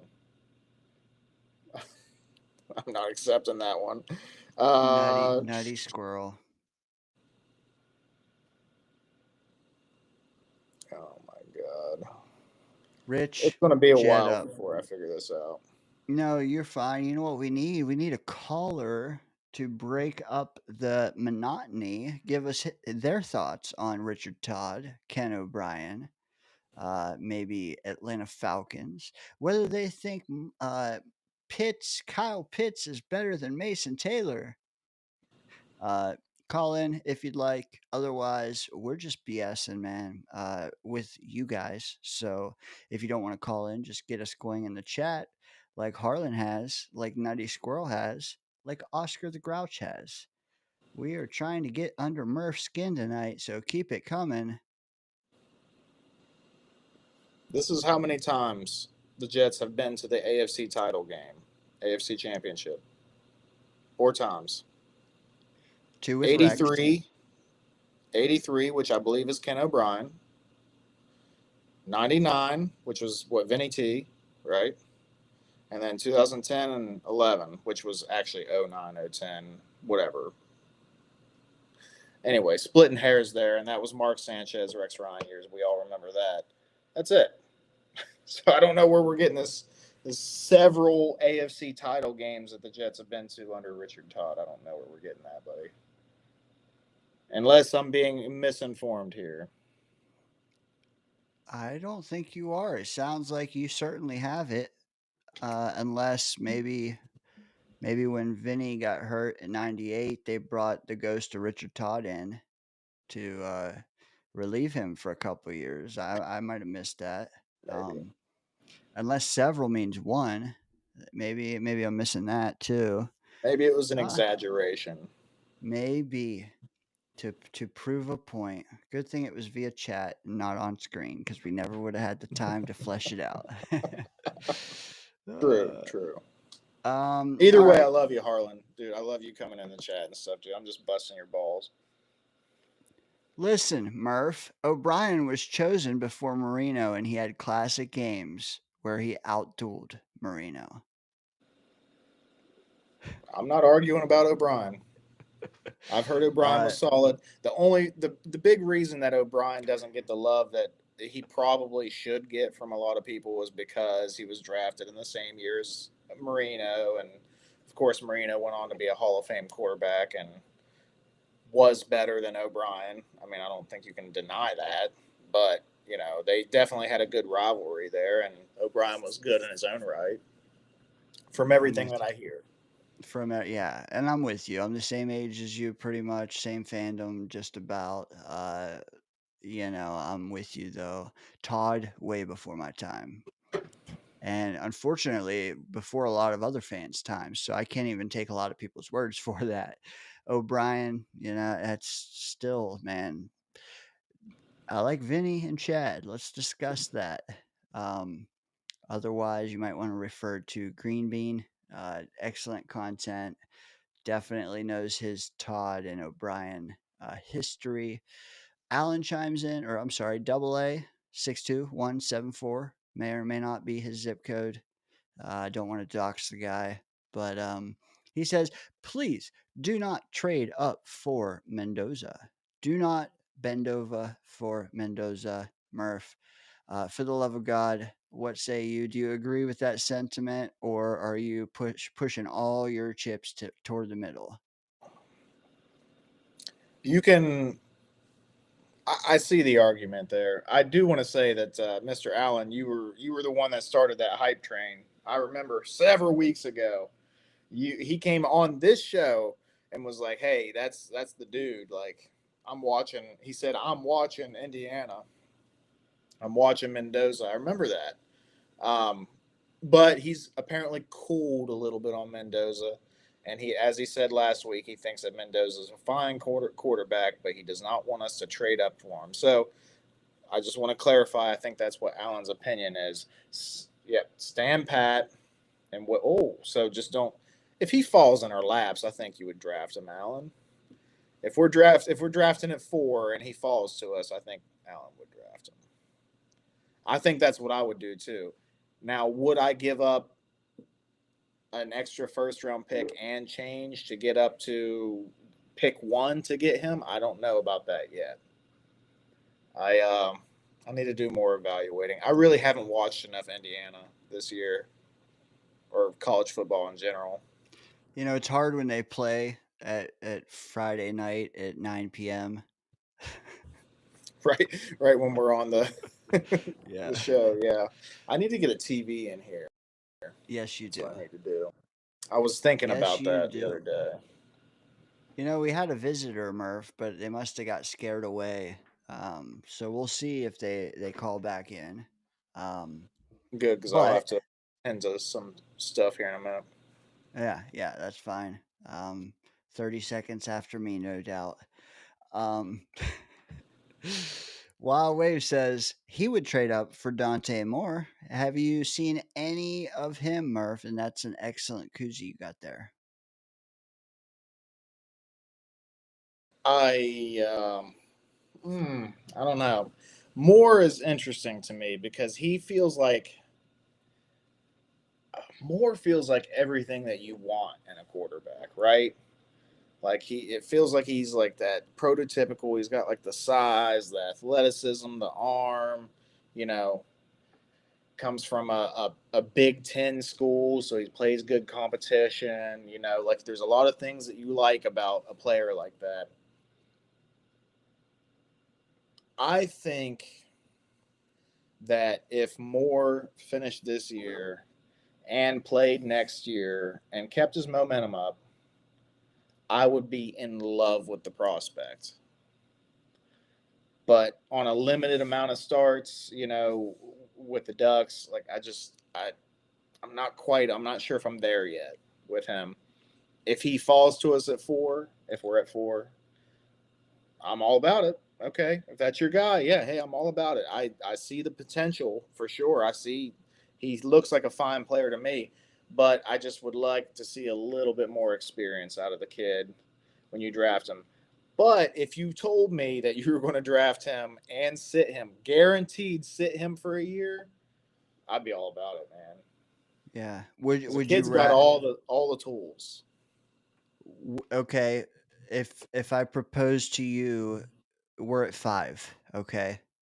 You can let him fall to you at 5 this year, take him, incubate him for a year, but you get no other game experience from him the next year and a half. Would you rather that, or next year, say we pick 5 again, you got to trade up to get him, say 2 ones and a 2, but you get the benefit of an entire whole extra year of game film. Is that extra year of game film worth an extra 1 and an extra 2 for you? Or would you rather say, stick and pick him now, and then if we don't like what we see, we can detour later? I I probably would give up the extra picks for that extra year of experience. Um, also seeing him, and You'd rather be sure. I want to see him without this guy. That's another thing. And I'm not hating on Dante. I'm not saying that he'll fall off without Sadiq. I'm not saying that at all. But we do see that sometimes. Like we saw that with Drew Aller, right? He lost Tyler Warren. All of a sudden he's now like a 6th round pick, where he was talked about being like a second, maybe even sneak into the bottom of the first last year. Right? He stays another year, doesn't have Warren anymore. All of a sudden the wheels are falling off over there in Penn State. So that's just another thing. Just that clarification, you know, seeing him with an out, because Kenyon Sadiq is a stud. I mean, there's no doubt about it. Damn right he is. Speaking of studs, there we go. Ducks, baby. Let's go. Oh, yellow. Right, Dane. Got the dogs this weekend. Cheers, boys. Happy holidays. Cheers. Thank you. Happy oh boy. Does Murphh even own a WVU hat? I got one over here somewhere, I think. I got those buried right now because they pissed me off. I haven't owned a WVU hat for quite some time, Murph. Scott. Yeah.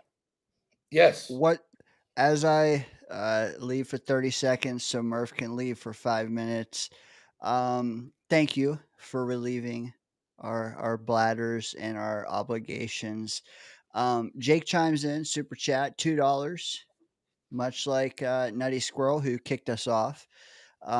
Jake chimes in. He says 2027 to me and the extra year. I don't know. Did you hear my hypothetical? Did I hear yours? Yeah. It's either stick and pick Dante Moore, pick 5 this year, or you can wait. You can see an entire another year of film out of him, but you pick 5th again next year. And if you want him, you have to trade up and get him for an extra 1 and an extra 2. Would that extra year of film be worth an extra 1 and 2 to you, or would you rather take your chances sticking and picking and then you can deviate later? Wow, it's cool that we get to decide Dante Moore's future. If I'm him, I'm staying in school another year. And maybe that's just the Duck fan in me hoping. But yeah, if I'm the Jets and I can get him at 5, if he comes out, which who knows if he is, and you don't have to trade anything, take him, but let him develop a year or 2 on the bench. That's which I think any rookie quarterback should get. So, and Murph, I got one disagreement with you. The most punchable face in the NFL is Sean Payton. Ooh, that's another good one. Anyway, And it's gotten more punchable as he's gotten older. He wasn't too bad earlier, but like as he's gotten older, he looks more like a douche. And sometimes you just my dad says he always looks like he's sucking on a lemon. yeah, for sure. How do you feel about? Okay, so I get what you're saying, and that was one of my things too. Was like if you picked him at 5 this year and you guaranteed me you're going to sit him for a year, I would be more willing to take that option. But you know how the Jets are, dude. We can't help ourselves. We start them right off the bat. So to me, I'm like, man, I want to just see him get another year of experience behind center. And here's the other thought about it too. Kenyon Sadiq. Like, he's probably going to the draft this year. I'd say he'd be crazy not to. I kind of want to see Dante Moore without Kenyon Sadiq. Well, we've seen him a few games this year without him. Yeah, I'm talking about like a good sample size of it, you know? Yeah. Well, I guess we'll see. Is Sadiq guaranteed to come out? I imagine so. I'm not sure what year he is, but he's a junior. If he's I've seen him projected to be in the top 15. I mean, how could tight end turn that down if that's legit? Mel Kiper's first mock draft that he did, he had him at 14. That was his first. That was a couple months ago. And Sadiq's only been killing it since, so I don't see him going lower than 15. Wow. Yeah. How man, that'd be dedication to the Oregon program to not come out, for a tight end. That's No how often do we see a tight end go in the top 15? I know we've seen a couple lately, but historically it feels like there's like one every year now anymore. Yeah, well, I guess maybe that's kind of teams are putting more importance on tight ends than they once did. They both have seemed to pan out too. Yeah. Well, didn't Loveland get picked before Warren this past year? He did, which is crazy. That was one of the big wow during the draft. We all went, whoa,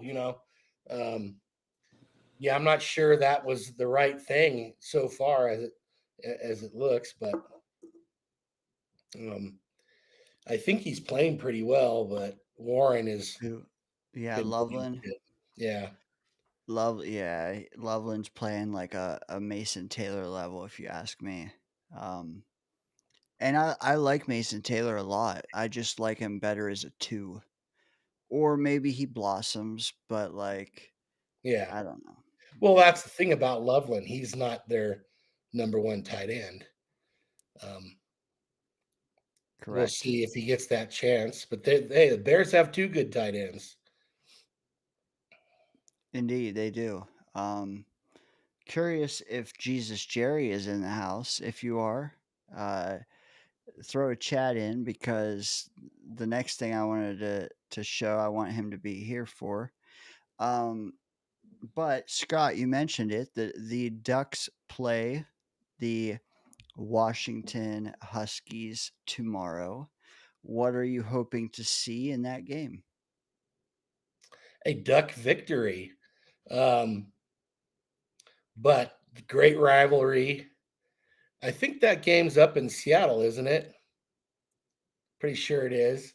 It's going to be Washington's solid, and they have some guys worth watching as potential draft picks as well. This game, it's such a big rivalry game. I don't feel like Ducks just going to walk in there and handle them.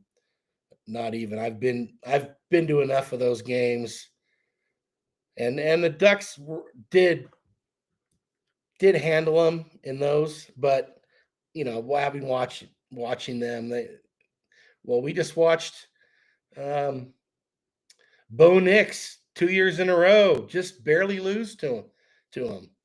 And Washington, one of those years, did go to the national championship game. But were both of those with Penix? I don't think they were both with Penix. I know the second one was. Oh, maybe the other one was. I don't recall for sure. Yeah, that all I know is I think it was 2023 when I first got plugged into them, man, and it was Knicks Penix. Those were great games. Great games. Hooked me. Unlike the Buckeye over here. Anyways, um, Well, I can tell you one thing because I've been to the Washington Stadium for one of those games, and it's gonna be lit up there. Absolutely lit. I like it. I like you using the term lit too. Um, So, you know what's lit? Actually, it's probably pretty sad. My son just told me when I was putting him to bed that he said, I'm a proud Mountaineer and a proud New York Jets fan. Oh, look at I Murph, was, so proud. I Speaking was of, like, oh. And then I was yeah, like, you're fucked. You're fucked, kid. I'm sorry I did this to you.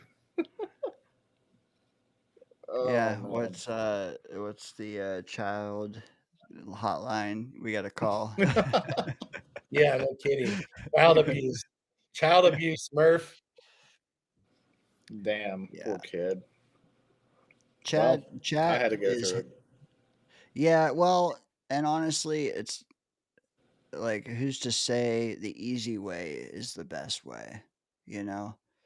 Um The eight. adversity builds character. Have you Yeah. heard? Have you heard the Johnny Cash song, "A Boy Named Sue"? Kind of what Murph's doing, man. He's gonna make that kid tough. Didn't name him Sue, but John, Definitely didn't name him Sue. No. But hey, what do they say? You can't enjoy the sun without the rain, right? You know, so we're experiencing a lot of rain, but man, when we get that sunny day, it's going to be the best day ever. We'll appreciate it I then. Well, you know what? One thing people in this chat appreciate, and that's a good pick 'em. Cue the pick 'em. There we go. uh, all right. Let's get into it. Scott, I'm sure we got some other things to talk to you about, but dude, this week's like half over, and we're finally getting to pick some games. It's crazy. Did not foresee how many games would be off of our radar this week until the schedule started playing out. And it's like, damn, maybe we should have pulled people on Sunday night at least. Anyways, we had very strong week 12 showing from folks around here. If you did not pick games last week, I think you missed out. Because get a load of some of these. ooh, Sheesh. Oh, you changed up the leaderboard. Oh no. Murph, where Yes, are you? Oh, there you are. No. I did. We are amongst the commoners now, Murph. And guess what? We are not pinned to the top. Scott's pinned there, mother effer. But the rest of us are down below. I felt it only fair for us to not be up high when we have folks scoring 700, 692, 691, 684, 6 Bill M killing it, all ahead of 2/3 of the panel. Yeah, now our feet are to the fire, Murph. No longer are we just competing with each other. We're competing with everybody. Scott, you have the floor for the next 92 minutes. Take your victory lap, sir. Well, I'll tell you what. I'm glad we didn't include the 4 games that have already been played. Now I would have got the Cowboys, but I don't think I'd have got the other ones. I think That's My exact same thought, Scott. If I'd have picked the first 4 games, I would have only got the Cowboys game right. I was considering the Packers, but I don't think when it came down to actually pulling the trigger, I would have done it. I might have got the Packers. I'm not sure. I didn't actually choose who I thought was going to win, but yeah, that would have been rough. I did bet on the Cowboys money line as part of a parlay, so I'm you know what, Rich? That's funny because on my college baseball team, that was my nickname, Guru. There are reasons for that, but anyway. Hey man, 700. You've had a hell of a month. I think your record over the past month is probably higher than that. I guess I should have been betting a little bit. Yeah. Yes. The graphic, the Dane wizard on the graphic. The reason his face looks like that is because of Scott's win record lately. Well, hey, Holy Jesus, shit. Gary was right there, and then last week? Who killed it? Ahmed. Yeah, Ahmed killed it last week. Jerry. So let's talk about Jerry for a second. Jerry started 2 weeks ago. He was maybe 3 weeks ago by the math. Dude, he climbed all the way to second overall in 3 week span. What it must be the long white beards that are synonymous with rising the leaderboards. I'm going to dye my beard and see if that works. I don't know, Dane. How did you do the week you dyed your beard? Oh, you know what? I think I went 13-0. No, but I will say the 12-1s, I believe, are either tied for or are the best single week performances we've had. Maybe Amid, I can't remember if he had 1 loss or 2, but 12-1 is no joke. It really isn't. Scott 700 is probably more crazy when you're talking about picking 120 games. Yeah, you need to be somehow mixing these into your parlays for sure. But apart from you guys, I just want to shout out like a Fly Guy, Clancy, Bill M, Modine, Havmo, Amid. You guys are all in the top every damn week, man. A lot of you guys already had top 5 performances again. All of you guys with 9+ wins out of 13. Not bad at all. Crazy, man. But not only that, like, look at this percentage. Every green percentage went up from the week before. Purple included. All of the entire leaderboard at the top rose. So, That's I a just good wanted week. to say, yeah, a good week. Let's go to the middle. A lot of these rose too. Now, WVU didn't pick, so he didn't rise, but everyone who picked went up. So you're getting closer to Scott, whether you believe it or not. Careful there.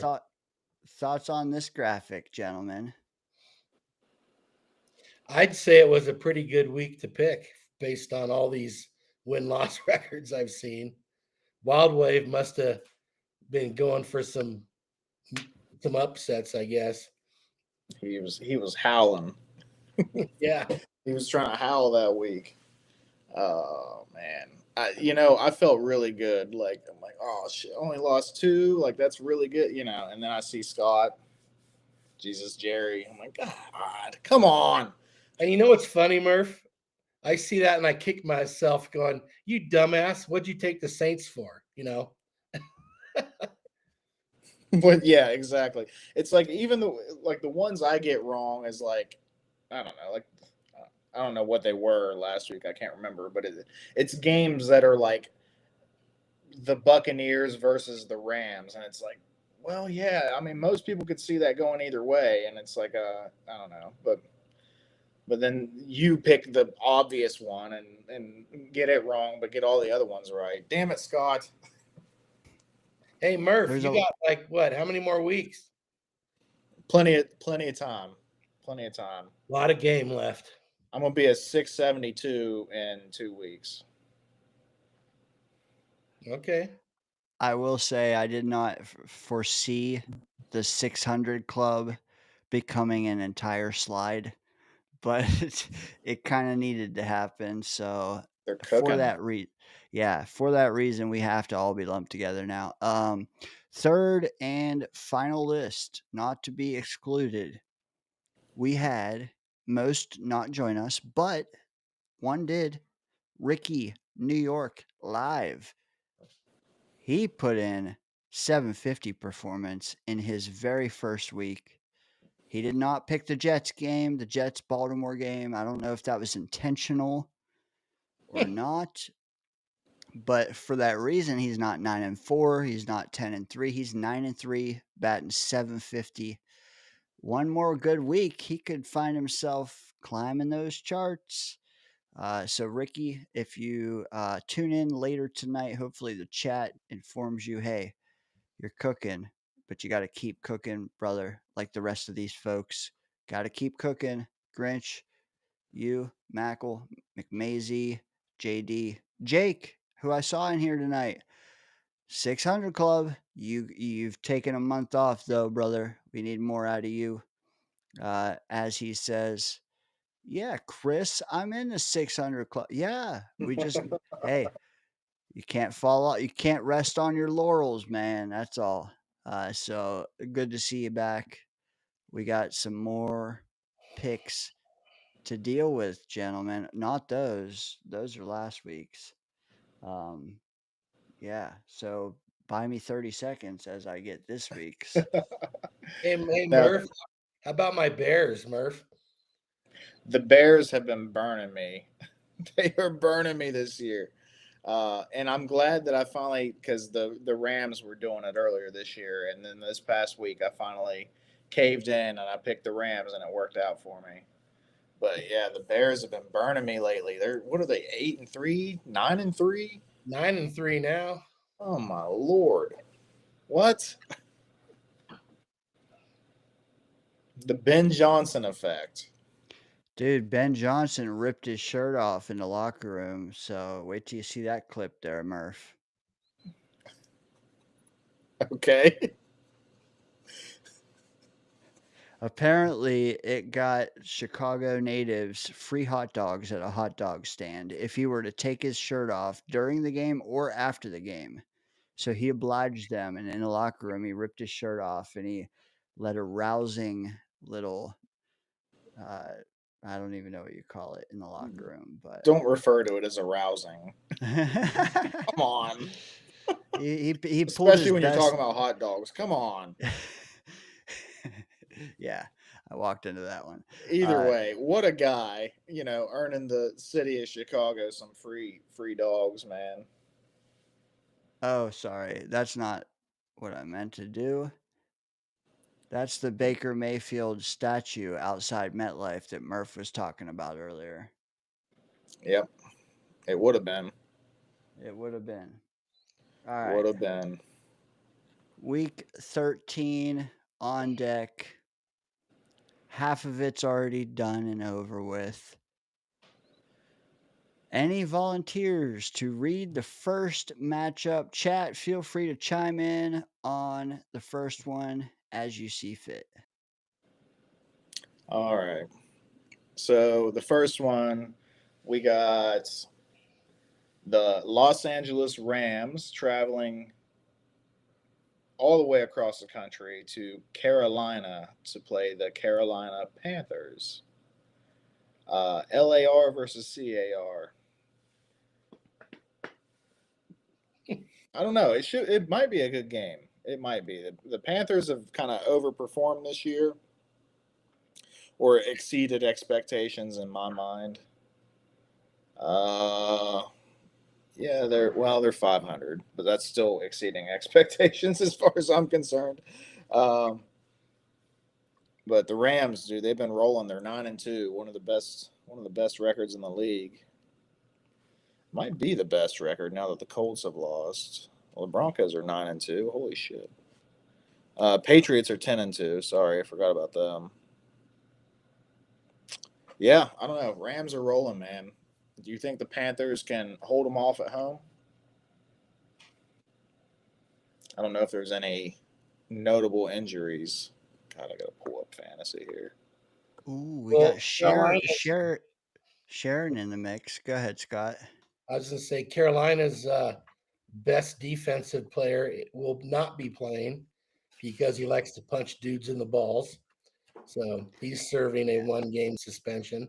Well, dude, punching a dude in the balls—that's wrong, man. You need suspended for that for sure. That Yeah. ain't right. No He's doubt. probably like, Coach, I thought he had a cup on. I was just kidding. Oh shoot. Give me the I'll take the Rams. Rams. I don't care who's hurt, who's not. Rams have a chance to take a stranglehold on home field advantage this week. So give me the Rams. All right. Yeah, I'm not seeing any notable injuries, so yeah, I'm going Rams. I think that's a lock.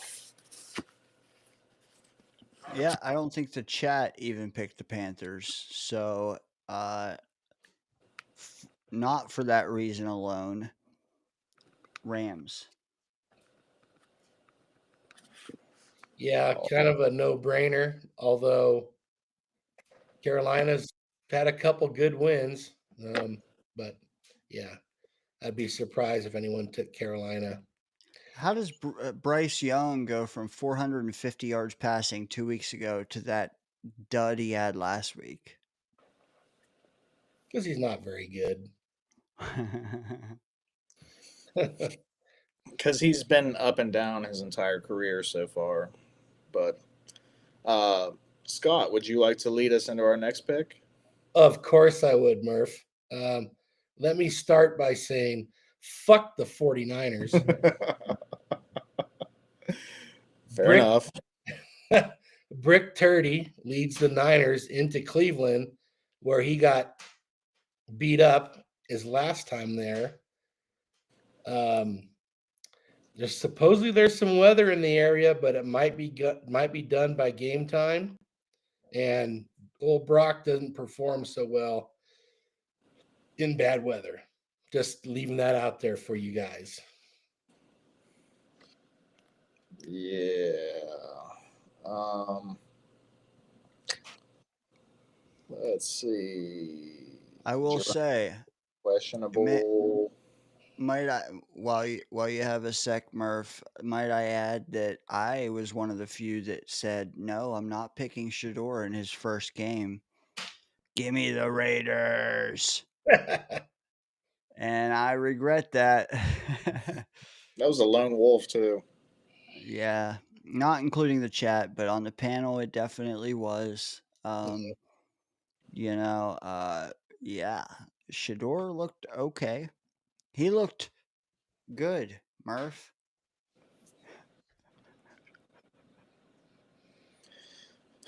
Yeah. Anyway, give me the Niners because Shador sucks, and the only thing good about defense or Cleveland is their defense, and Myles Garrett getting 25 sacks this year. But Brick Turdy going to have a rough game, but Niners are still going to pull it off because they're the better team. I was really hoping you were spinning that another way, Murph. But I need to realize I'm no longer competing with you, sir, for second. Oh, ouch. Well, Tell that to your 3 losses last week. Okay? no, hey, I'm competing for like fifth now is where I was going. Oh, my bad. Yeah. No, but you're right though. Give me the Frisco, which they hate to be called, from what I hear, the Frisco Niners. For sure. I think they win by 7+. Isn't that like some kind of like oil that you use in your like when you're cooking Frisco. Crisco? That's Huh? Crisco. Crisco. That's what I'm thinking about. That's what always pops up in my head whenever you say. But Crisco. Frisco You know what? is a town in Texas and is a town in Colorado. Wow. Anyway, in 2023, the 49ers Super Bowl year, they went to Cleveland and got punched in the mouth and lost. The best unit in this game is the Cleveland defense. Give me the 49ers. That's what I thought. There we go, Jake. I wanted to take them. I just couldn't do it. You sure love that 49er team, huh? Oh, God. I had to live around. Well, you know, Murph, it's like living around a bunch of Steeler fans. Same idea. I believe it. It's awful. Yeah. All right. Are we in lockstep so far? Did you take San Francisco? I did. Mhm. Okay, just making sure. Nobody's howled yet. Speaking Nobody. of Pittsburgh, I'm seeing plenty of that Mike Tomlin fire chatter again. Dude, how much Kyle Shanahan chatter did we hear too? And it's like, I don't know. I just feel like this shit flares up and then it dies down. And it's like some of these fan bases are spoiled. Anyways, D'Amico, not on the coldest seat either. Travels in to the Charles Gorman led Colts. No longer the RCA Dome. Couldn't tell you what it's called now. But they have Charles Gorman. They have Sauce Gardner. They have a hobbled Daniel Jones. They're trying to hold on to these last straws that they're a good team. That's not just a Jonathan Taylor team. But yeah, you have Houston at Indy. What say you guys? Divisional clash, if that makes a difference. And Daniel Jones is clearly hobbled. If you've seen any of the practice film this week, Fractured fibula. Like that's one of the main bones that go down your like the calf part of your leg. It's not the big one, but it's the other little side one. Fractured fibula. So that's not a joke. I mean that's a legitimate injury. That's something that is going to linger. I'm actually shocked that he's going to play through it. But he's not even listed questionable. Like he is 100% going to play. So we'll see how that goes. Texans are 6-5. So, you know, they're hanging in there still, even though they've had some struggles. That defense is legit too. I don't know if I'd put it up there with the Browns, but they get a lot of pressure too. Will Anderson and company out there doing their thing. The Colts, they've been a wagon pretty much all year. Jonathan Taylor's having an incredible year. Michael Pittman's having a good year. Tyler Warren, rookie year, has been sensational. This is actually tougher for me than maybe some others because I can already see I don't want to say the script because I don't believe that there's a script in the NFL, but like I can already see, you know, the Colts are rolling all year. Oh, Daniel Jones gets hurt. He's trying to play through an injury. They falter. They lose out the rest of the year or something like that. I could see it.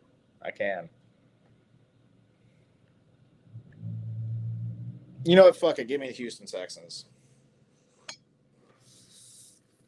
And I might be howling here. you know what? Might I add, as easy as last week was, I think we're gonna have some 500 teams, some 500 performances this week. There's a couple on here that are going to be tough. I think this one is right up there with the toughest of them. Murph, you went Texans. Give me the Colts. Now it's on Scott to decide who's howling. It is. And this game, I'm going to go with the best unit on the field. give me the Texans because their defense is the best unit on the field. Oh, I thought for sure I was howling that game. Holy shit. That's where I was thinking too. And here's the thing. Daniel Jones, he's going to be limited in his mobility. And he is a mobile dude, but like your leg is half broken. Like you're not going to be running around like you normally would. Will Anderson and company, they've been getting after the quarterback all year. I see it being a rough game for Daniel Jones. If the Houston Texans can slow down Jonathan Taylor in the run game, I can see a path to winning this, especially if Davis Mills is starting. Is he? No, I think Stroud's back. James back. Buddy is back, which maybe if- that's not a good thing for them. Yeah. And hey, if Daniel Jones has to sit, at least they have a first round quarterback behind him waiting. Can you imagine? That's how little they think of him, that they're going to play Daniel Jones with a broken bone in his leg. Good Lord. Wow. Give me I'm going them- to stick. give me I them already Colts. said it. I'm going to stick with it, though. Yep. I think it's a down to the wire game. I just like home teams when it comes to that. Agreed. Not that it'll stay that close, but it's shaping up to. That's all. All right, that's Houston. They're kind of pulling it together mid-season now. Well, beyond mid-season, but kind of when you want to be. So we'll see. They were getting close to falling apart there Yeah. a few weeks ago, and it's like they're like, nope, not happening, and they've held on. So you got to give that team a little credit for the grit. You could attribute it to Davis Mills starting, but that's a conversation for another time. Moving on. hey. Might I add Sauce Gardner versus Nico? We've seen that. We've seen how it shaped out. Let's see it again. But also Matthew says AR is apparently out for the season. So damn, I guess we don't have that to fall back on. He's out for every season. He's right where the Colts want him to be. Oh yeah, they want no part of him starting anymore. They've seen enough. Yeah. So, oh god, moving on. We have the New Orleans Saints. They're going to go marching clear over to Miami to play the Miami Dolphins. A-Chain has had a pretty solid season. They haven't had Tyreek Hill for a while now. He's been out. They were reeling earlier this season. They've won a few since. But the Saints, one of the worst teams in the NFL. Two bad teams. Who's going to be the better of the bad? I could write headlines, Dane. Come on. Let's be honest. Hey, Give me good. go ahead, Dane. Give me the Fins. Period. I picked the Saints last week. They burned my ass, and I just want to stop the bleeding. I feel like I need to be fair too, because I'm pretty sure, and let me just clarify here. Why is he not on the top part of the page? Anyway, I'm pretty sure that Alvin Kamara is out. He is out. Yes, Alvin Kamara out. Also, Chris Olave is questionable, so I don't know if he's starting or not. But just something to keep in mind. I have not checked the Dolphins, but it doesn't matter. The Fins are taking it. Yeah, I got to give the Dolphins a little credit. They've kind of pulled it together also. As much as I wish they didn't, but give me the Dolphins. All right, we have a lock there. Miami. Saints might have the worst roster other than Tennessee. let me table it for a second and just ask you guys, as Jet fans, we're hoping for the Saints to win, right? Well, it depends whether you. I mean, what about the tank? I mean, if you're looking at that, Well, yeah, the Saints pick 3rd, and Miami is 10th. Or do so we that's what care? you're. Yeah. Either way, I guess tank or just hatred of the Miami Dolphins. You want the Saints to win. Yeah, absolutely. Well, we should have brought that up during the Texans Colts. Good Oh, reason for the Texans to win. Yeah, can I change that? No. All right. mm, So that I don't was see a your line. good. I was trying to look for the line. I can't find a line on the game off of a quick Which, search. But which game? yeah. So next game will be Scott. We're skipping the Jets game. Oh, okay. So it's the Arizona Cardinals invading Tampa Bay, where Murph's doppelganger plays quarterback. Baker? You, you guys look a lot alike, Murph. Do we? Less with your beard, but was Dane ready for this? No. My number would be 9 if I was Is to pick. that Bubby Brister? Well, I can tell you it's not Mark Sanchez. Carry on. Anyway, I don't think there's a whole lot to talk about with this game. Kyler's on IR. I didn't realize that. Yeah, and they've been better offensively since he went there. Anyway, Interesting. I don't see how Tampa Bay doesn't show up after the mess they were last week. Give me Tampa Bay.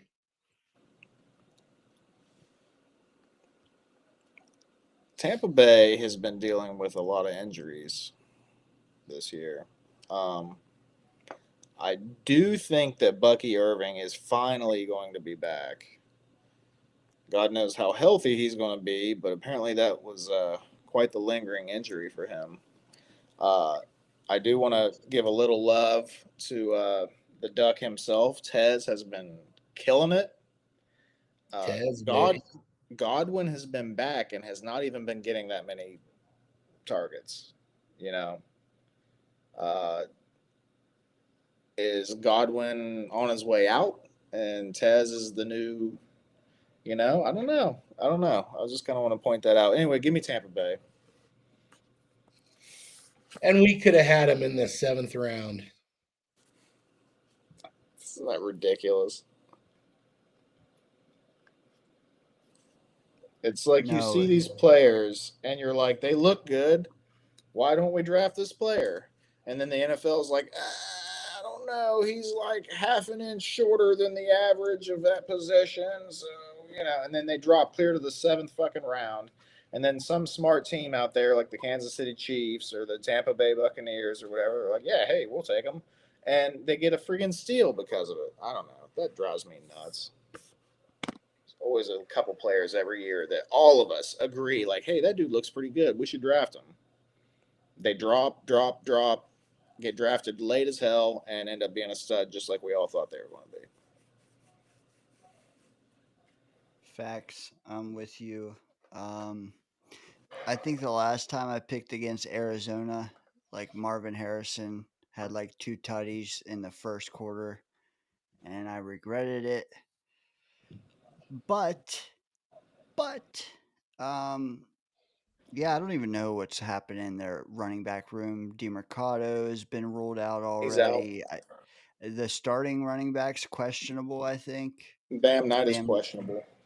yeah. So, Michael Carter show, baby. has that mattered to them? No. Does it matter to me? No. Give me the Bucks. Yeah. Fair enough. Fair enough.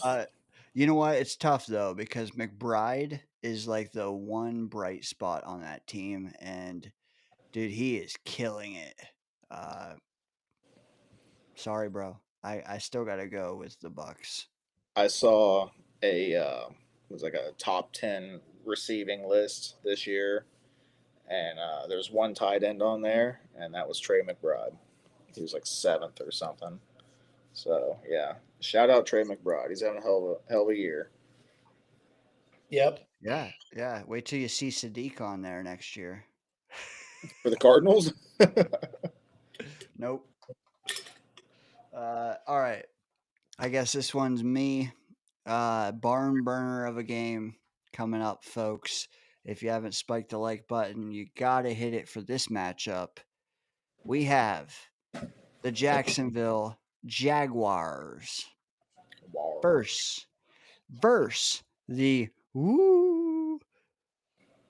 Cam Ward led Titans. If you know, you know. I've been I've been picking home teams. I don't know if I can do it this time, folks. What say you guys? I mean, it's another divisional clash. I have to touch on that a little bit. Okay. I'll have you guys know, and I know I've said it on this channel, but I'm just going to remind you, like, hey, I was a big Cam Ward guy. Like, I thought he was the only like draftable quarterback this year that was worth drafting in the first round. I thought he was gonna, potentially be a stud. He had the most potential to be a stud. It's been rough, okay, guys, and yeah, I made my little like, ooh, Cam Ward, like. And at the time, like, yeah, because that's what it looked like. It looked pretty rough. Now, last week, Cam Ward actually had a decent game. I think he ended up having like 24 fantasy points. And I know fantasy's not everything, but I'm just saying, like, hey, maybe it's a resurgence. Maybe he's finally getting it.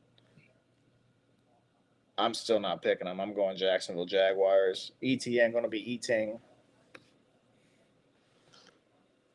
Yeah, I think Cam Ward got some of that garbage time love that Fields got a couple times this year.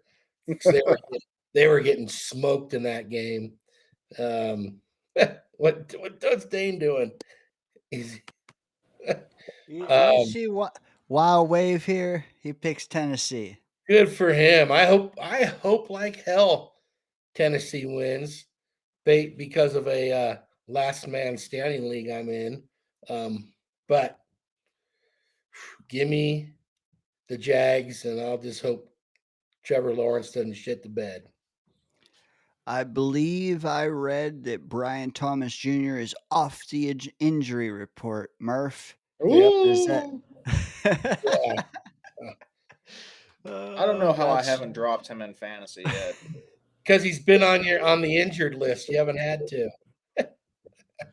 Yeah. Well, Yeah. it's like there's been times where I've been so dinged up and between bye weeks and everybody being injured, I've had to start him. And I'm like, well, even as bad as he's been, if he gets me 6 points, it's better than anybody I can get in a 14-team league off the friggin' waivers or something, So I don't know. I haven't dropped him, but I have him in both my leagues, and it's been horrible. Murph, you excited Matthew Smith earlier when you were glazing over Cam Ward. Would you care to read this comment on screen for us? Cam Ward 6 TD game, not happening, Matthew Smith. I know you're like the biggest Cam Ward fan out there. I get it. And the dude's talented. I'm not saying his career is over. It's a rough rookie season. He needs some help over there. But it's not happening. And Jacksonville doesn't have a bad defense. Like, their defense is solid. Yeah. It's hard for a rookie quarterback to be on a shitty team. I mean, that is a tough job. Mm-hmm. We ass, he says. We ass. Yeah, Cam Ward in a presser says, Oh, we ass. We are we ass. You know what? They may not win another game, and that's a real conversation people are having right now. Do they win another game? Much like our thumbnail, do we win a second home game this week? We'll get to that. But did the Titans win a second game at all, or you know what? Maybe a third, wherever they're at. Sorry, I don't have Well, and DayngerZone. that first game they won was an absolute miracle. It took all kinds of crazy, weird shit to happen in that game to get a win. Facts. Wild Waves chimes in. He says Beachy J wouldn't make a difference. LMAO. Yes, correct. Bill M chimes in. A stiff wind excites Matt. Meanwhile, I Dana's remember going being with. 18. Give me the Jags. Jags. Make it unanimous. Now we're getting You into too, some Scott? better games. Huh? Well, I got the Jags. Okay, everybody Jags. I figured. Jags. Yeah, we got some Lock. good ones though on deck. We do. The next one is not mine though. It is. All right. We have the Minnesota Vikings and 9 are traveling to the Seattle Seahawks to face Mr. Sam Darnold and Mr. potentially record-breaking JSN. That's what all I've been reading about. JSN on pace to break Calvin Johnson Jr.'s receiving record this year. Any thoughts on that, boys? That'd be something if he did. Take me by surprise. Oh shit! JJ McCarthy out. Concussion. Yeah. Yep. Brosmer. The Bros. Brosmer. Oh my goodness! You might as well just Brosmer. chalk me up for Seattle right now. I don't even know who the hell this quarterback is. Brosmer. Come on, let's be real. I mean, Vikings look like what a happened? way. What happened to Carson Wentz? He's been out. He's been injured. He's on IR, I think. Yeah, Yeah. it's another quarterback that gets dinged up a lot. Yeah. Because he runs like he's a fullback, and you need to learn to slide, son. Boy, another one I'd love to see Minnesota pull off the upset, but I got to go with Seattle. The game I won't be able to watch. Uh-huh. I don't care. This one, no. I was going to say, I don't think you really want to. Yeah, no. Is this the Darnold Bowl? It is. Oh, Darnold revenge game. Yeah. I think that actually, I joked about it last week. I forget who it was. The Revenge Bowl, but this week I think it does matter. I think Seattle just puts their boot to neck and just stays there. JSN, like you said, is on a torrid record pace. They're in Seattle, 12th man, something I want to experience at some point.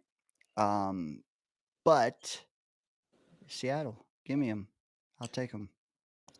How bad do you think that Minnesota is regretting not re-signing Sam Darnold right now? I don't know. Brosmer might be him. Come on, Dane. Brosmer could be the next Brady Cook. Bro, yeah. I can already see the bro jerseys. He makes under $1 million a year, by the way. That's or what like Brock one. Purdy was making. True. Scott, is it moving Seattle? on to the one-time great AFL rivalry and one-time great NFL rivalry. Raiders, Chargers. Boy, I don't know. What can you I heard people saying Tennessee's the worst team. Raiders might just be the worst team in the league. They're pathetic. Give me the Duck quarterback led Chargers. Quack, quack. Quack, quack. That's kind of whack. No, but yeah, I'm on board with that too, man. Some of these teams are just so bad that you cannot pick them. Like the Tennessee, L.A., New York Jets. They're just so bad you can't pick them. But yeah, I'm going with the Chargers, even though they have cooled off a good bit. They LA. started strong, and then Herbert just started getting beat up because that offensive line is just not. It's in shambles right now. But Yeah. even with an offensive line in shambles and Max Crosby standing across from him, I still believe in the Los Angeles, formerly San Diego Chargers. Is their rookie running back questionable or out for He's this game? not playing. For sure. That's what I heard today. You talking about the Raiders? No. Oh, No. I was going to say they both have rookie running backs. What's his name? Omarion Hampton. Hampton. Oh, the dude that you were super high on beginning The of the one I year. drafted. Yeah. Najee Harris on IR, Hassan Haskins on IR. Holy shit! Yeah. Yeah, they're Vida- banged up at Is running it back. a Vidal game, I guess? One more, and then you get Hampton. I think so. Okay. Yeah, it's after Omarion Hampton ankle was ruled out for the contest. Yep. So Vidal, Got Kamari you. Vidal. Vidalion, making me cry over here. Chargers, for sure. The chat's all over it too. Chargers. Dude, the Raiders O line. Oh my God, they're gonna get Geno decapitated. It's insane how much he's getting sacked. Yeah, Raiders blow. Yeah. Murph, what say you on that one? Hey, the Raiders, the team, blow, comma, Murph. I just want to point that. Hey, Or- I'm Just want to point that out. I Or will say I picked the Raiders last week and I'm regretting it. Go ahead. or Murph, throw cheerleaders in between Raiders and Blow. That would work. Okay. Okay, that would work. Do they have cheerleaders? They used to have some great cheerleaders. I don't know these days. I can't keep track of who has cheerleaders anymore. All I know is the Cowboys do at this point. They might have We used to. showgirls now that they're in Vegas. Who knows? Like, Well, the Minnesota Vikings have dudes. Or did they follow through with that after all the backlash? not touching it. Oh shit! Am I Hey, up? as Jets fans, we have beer leaders. Okay. There you go. Cheers. JT says pause. Jets do need to bring back the flight crew for sure. Oh yeah. Bill M, LMAO, facts. Is this me? I think this might be me. My first game that I went to, 2010, was the Vikings at the Jets Monday Night Football, and I was like 6 rows up at the goal line, and I was like right in front of the flight crew, and I may have missed points of the game due to that. What year? We had a good flight crew. 2010. 2010. Oh yeah. Oh, dude, it was such a good game. I mean, we had a lightning delay and stuff, but other than that, it was a good time. Brett Favre and the Vikings. They had Randy Moss for like a week. Oh. That was when he got shuffled around between like 3 or 4 teams that year. Tennessee Super was chat. one of them. Yeah. Tennessee. Oh, I forgot he was in. Yeah. Briefly, right? Yep. Yeah. Jake chimes in, $2 super chat. He says, I got the Raiders this week. I choose ultimate shame. Brave man, Jake. You're in the right place. Fellas, put the lone wolves in the chat. for old Jakey boy. Okay, for Jake, yes. Is that round out our selections here? 3 Chargers. Yep, Yeah. Oh yeah. Is the next one me? it is. Yes. Okay. We're getting to some almost prime time affairs. You guys get the prime timers, but I think this one is as close as you're going to get to one. Buffalo traveling all the way into America to face the Steelers. You got Josh Allen versus, I assume, Aaron Rodgers. Messed up wrist and all. Yeah, all indications are that's the matchup. You got, I don't, is there any storylines I'm missing here, guys? Keon Coleman, comeback game? Is that how you frame that? Did I do that right? I guess. Yeah, Rogers is back. Though I just was finding that real quick. Another quarterback playing with a broken bone. Doesn't matter. They're still boned. I'm going Buffalo. Oh, well played, sir. You know, you also got some QB2s that are getting in there. We've talked about that make the team look better. You got QB1s that are playing that are hurt. It's just a weird year. You're going Buffalo, Murph. I do feel like they're probably the favorite, but they are in Acrisure Stadium, So stupid. So dumb. Heinz Field. Not There you seeing go. any notable injuries other than Curtis Samuel's on IR. I mean, whatever. Well, Scott's hot take, be damned. Well, you know what? No, Scott, what say you? Man, this is one of those games that the Steelers just pull off somehow. And I don't want to pick the Steelers because Buffalo's back is against the wall. But you know what? I got to go with Josh Allen and the Buffalo Bills. Alrighty then. Buffalo for Scott. Now, Oh, we almost had him. there's only been one lone wolf on the panel, and that was Dane. Yeah. Already. You Which know what? one was that? Oh, the Colts. Yeah. Yeah.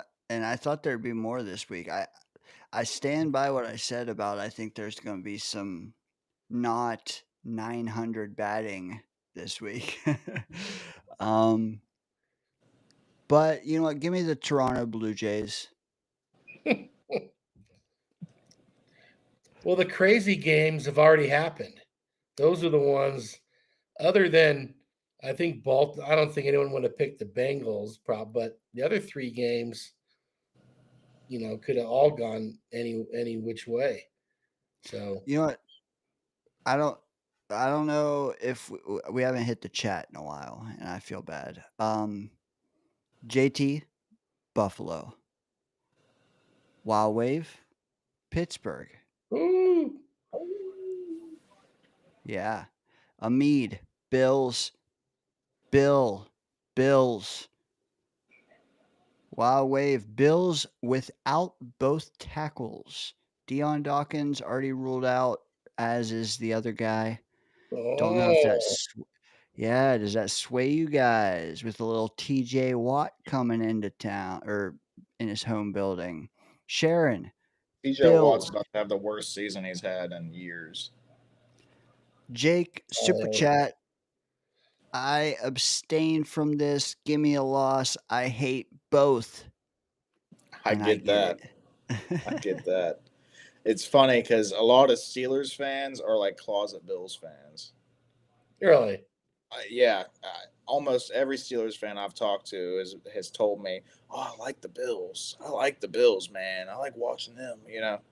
Because Steelers have been mid the past few years, actually longer than that, and they are all like closet Bills fans. It's the weirdest thing. Huh. Is it though? I see a lot of similarities between Josh Allen and Ben Roethlisberger. I mean, rape aside, yeah, I guess. I mean, Yeah, aside from that, bathroom scandals aside. yes, thank you. Yeah. Aside from that, they try. Alleged. Sorry, Yes, alleged, yes, fellas. yeah. Jake, I get it. I don't think you really want us to give you a loss though. You got to pick one way or the other, or you're just off the slate. By the way, Jake, pick a tie, then you'll get a loss either way. There you go. Watch them tie. Question. Right. A question from me for the panel. If someone commented on our live stream from last week, that video, and gave me picks for Thanksgiving and Black Friday in time, should I have accepted them? No, because none of us are picking those. Okay, I'm just going to guess that whoever did it will be thankful you don't count them. I think they went 500. I wouldn't count them. Just because, we haven't included the preview on the video, so no, we're not going to count the. We've been excluding Thursday night games all year. Thank God. Yeah. So we're just going to keep it as it is. The precedent has been set. I like it. We got some. Okay, Bill. Jake took a stand. He says Bills. Okay, I understand it, Jake. But moving on, we have Sunday Night Football. SNF. We got the 9-2 Denver Broncos traveling to Washington to face the Commander-in-Chief Commanders. Is anybody excited about this game? No. Yeah. Other than watching some Ducks perform on the field. Bo. Yep. Jaden is out, as Scott was just alluding to. Luke McCaffrey, IR. Deebo Samuel is healthy. The thing about the Broncos. Eckler, IR. Yeah. Broncos play to the level of their competition every week. So this game will probably be closer than we're thinking. You look what they did with the Jets, look what they did with the Raiders, and then they go and they beat Kansas City. But I'm gonna stick with my Oregon quarterback. Go Broncos. Yeah. This deep into the season, I'm not going to allow myself to be swayed into wanting to have a lone wolf. If it's not there, I'm not taking it. I'm going Denver here. If Jaden Daniels was playing, maybe you could convince me, but I can't. No. Yeah. McLaurin's active, Murph. Okay, who's throwing to him? Oh, another duck. So he can throw some ducks? Yeah. I thought Scott, when he said duck quarterback, I thought he was going with Mariota. I forgot about that. Who was in Eugene last weekend, Dane? I'm sure you saw some of that. I saw him personally, got his autograph. Yep. Getting to the Hall of Fame. Yep. Yes. So just to clarify, $150. Yeah. You take you both take the Broncos. Yes, sir. It's a long flight It is with a very punchable face. a very Um, beautiful face. Yeah. give me that punchable face, I guess. Yeah, I don't know. I don't know if they took the right running back or if they got the right value at Harvey. He's been a slow burn, but it seems like it doesn't matter who they have. Um, they might even trot out Olandis Gary in this game, but give me the Broncos. What a name. Oh, Ruben, bring the duck back. Ruben Drones, baby. Ruben Drones, that's a name. Did he play for the Chargers too? He was drafted by the Lions. Then he had some good years in Denver. Then he played with the Giants. But The he was Giants. he played for Oregon when my dad was there. And my dad said one time I bumped into him and it was like I ran into a brick wall. So the guy was just hard. Yeah, That's how he played. I bet he Whoa. was. Must have been a stiff breeze. By the way, Bill M., we appreciate the shit out of you helping us out with some of this injury stuff because I try to look, I just briefly skim over like fantasy and see like, but it doesn't give me the whole, like, it doesn't tell me linemen, it doesn't tell me defensive players, and I just try to give us an idea. But that it helps whenever you guys put that stuff in the chat because, we can't keep up with does. everything. Let me ask you this: as we're making our way to our final two games, if you could go back to the 2023 draft, because I'm just thinking of Surtain, and it piqued my interest. I saw this earlier. 2023 draft: Will McDonald or Christian Gonzalez? Are you happy we have McDonald, or would you swap that now, knowing that we traded Sauce?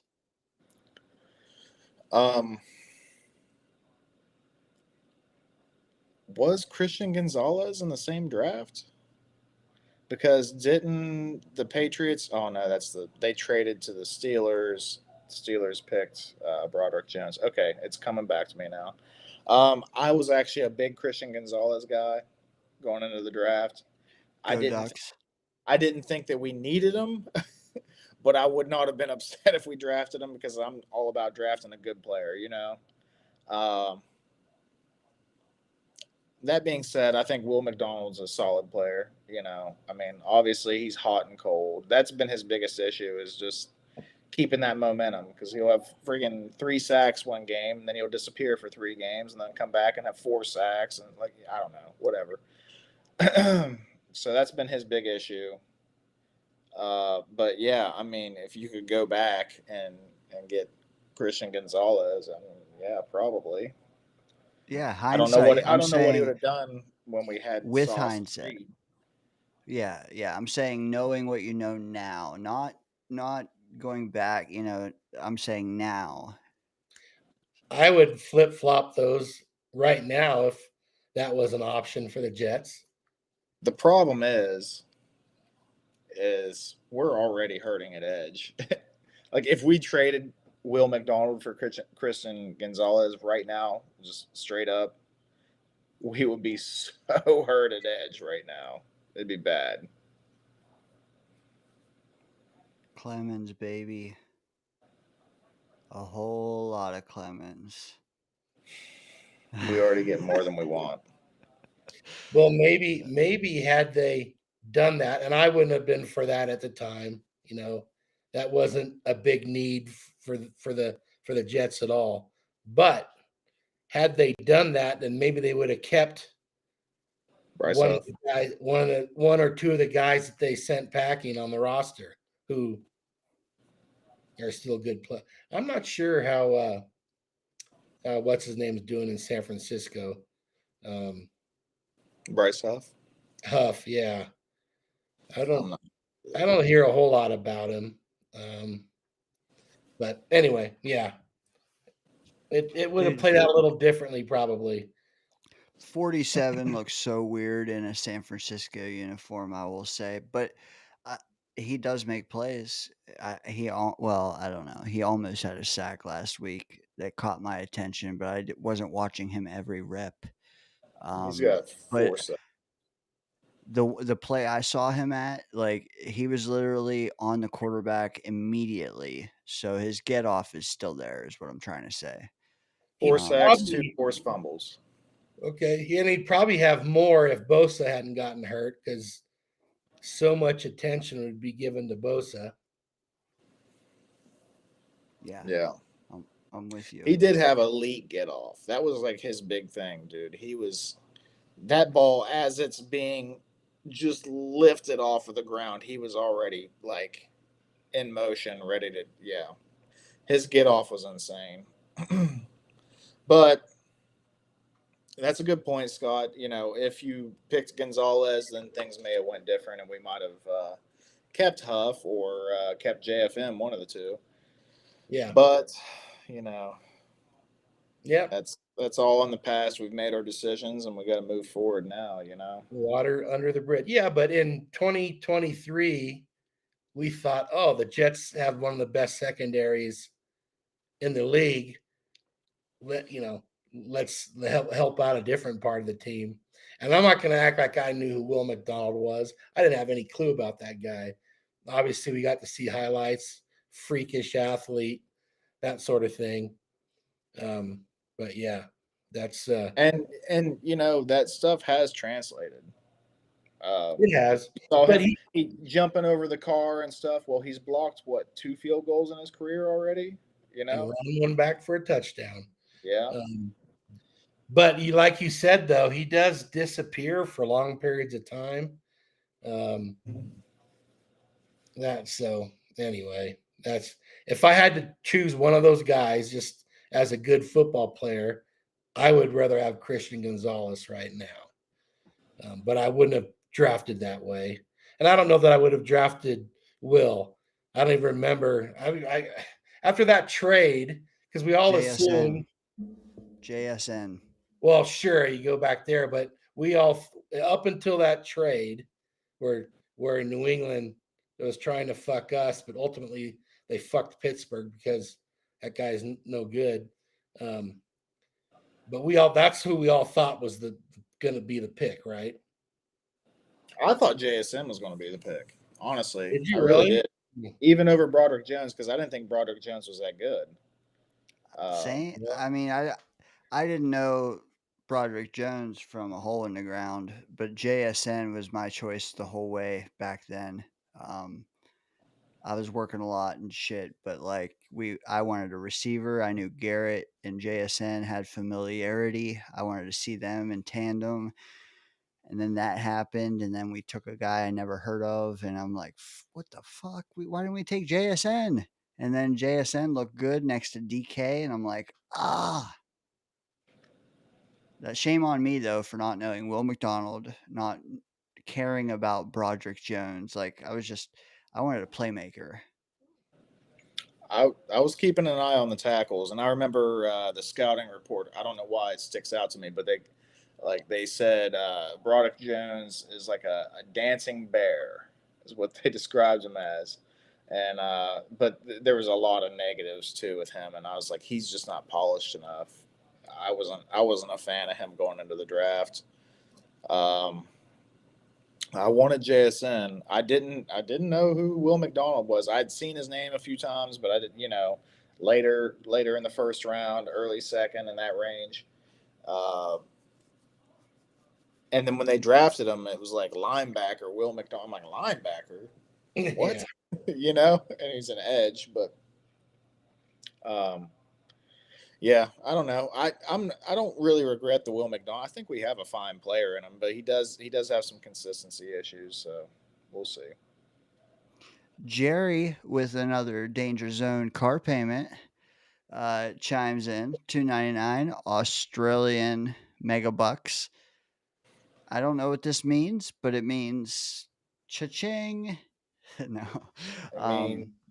He's dead on this convo we're having right now in the middle of Pick'em because he's trying to put his picks in and we're making him wait for the final two. I think that's what he means.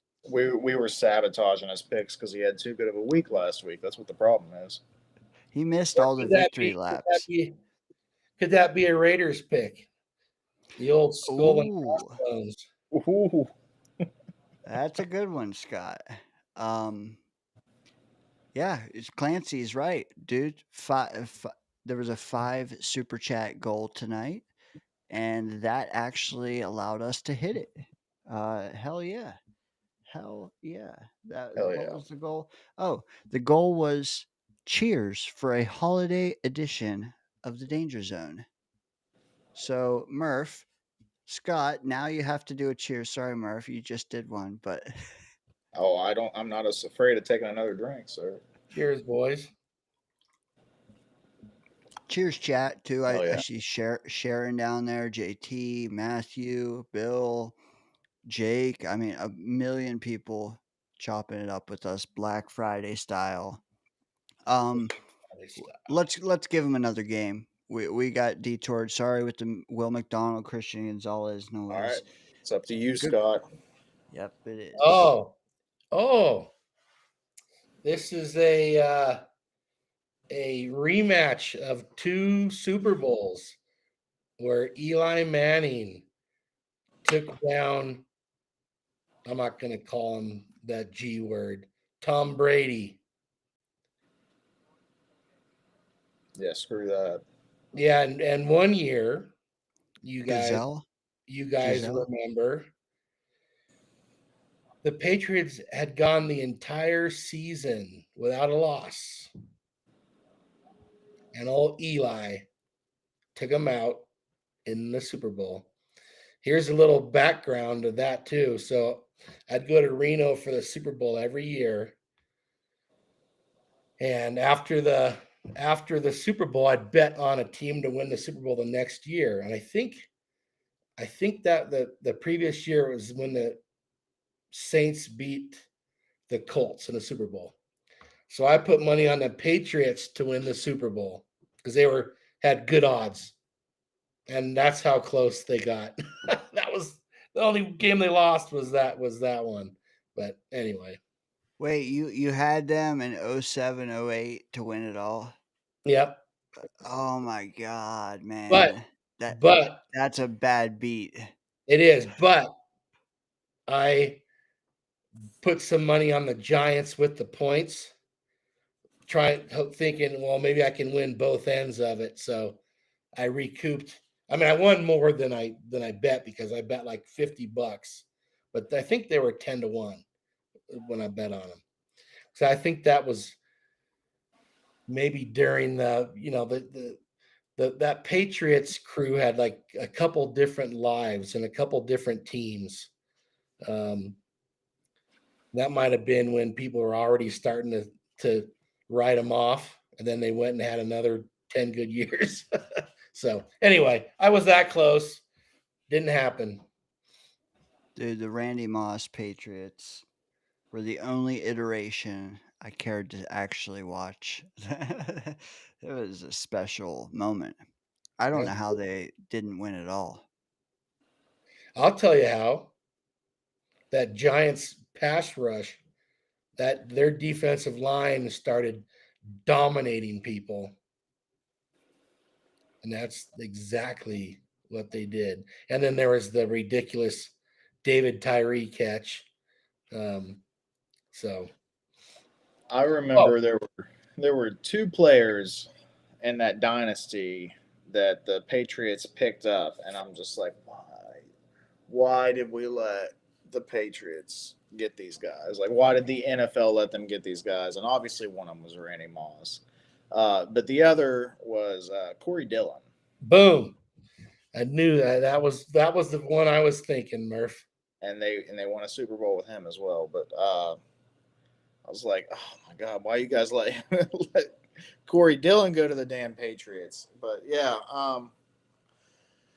regardless, the past is the past, and it's almost like we're repeating the past because the Patriots are like 10-2. 10-2.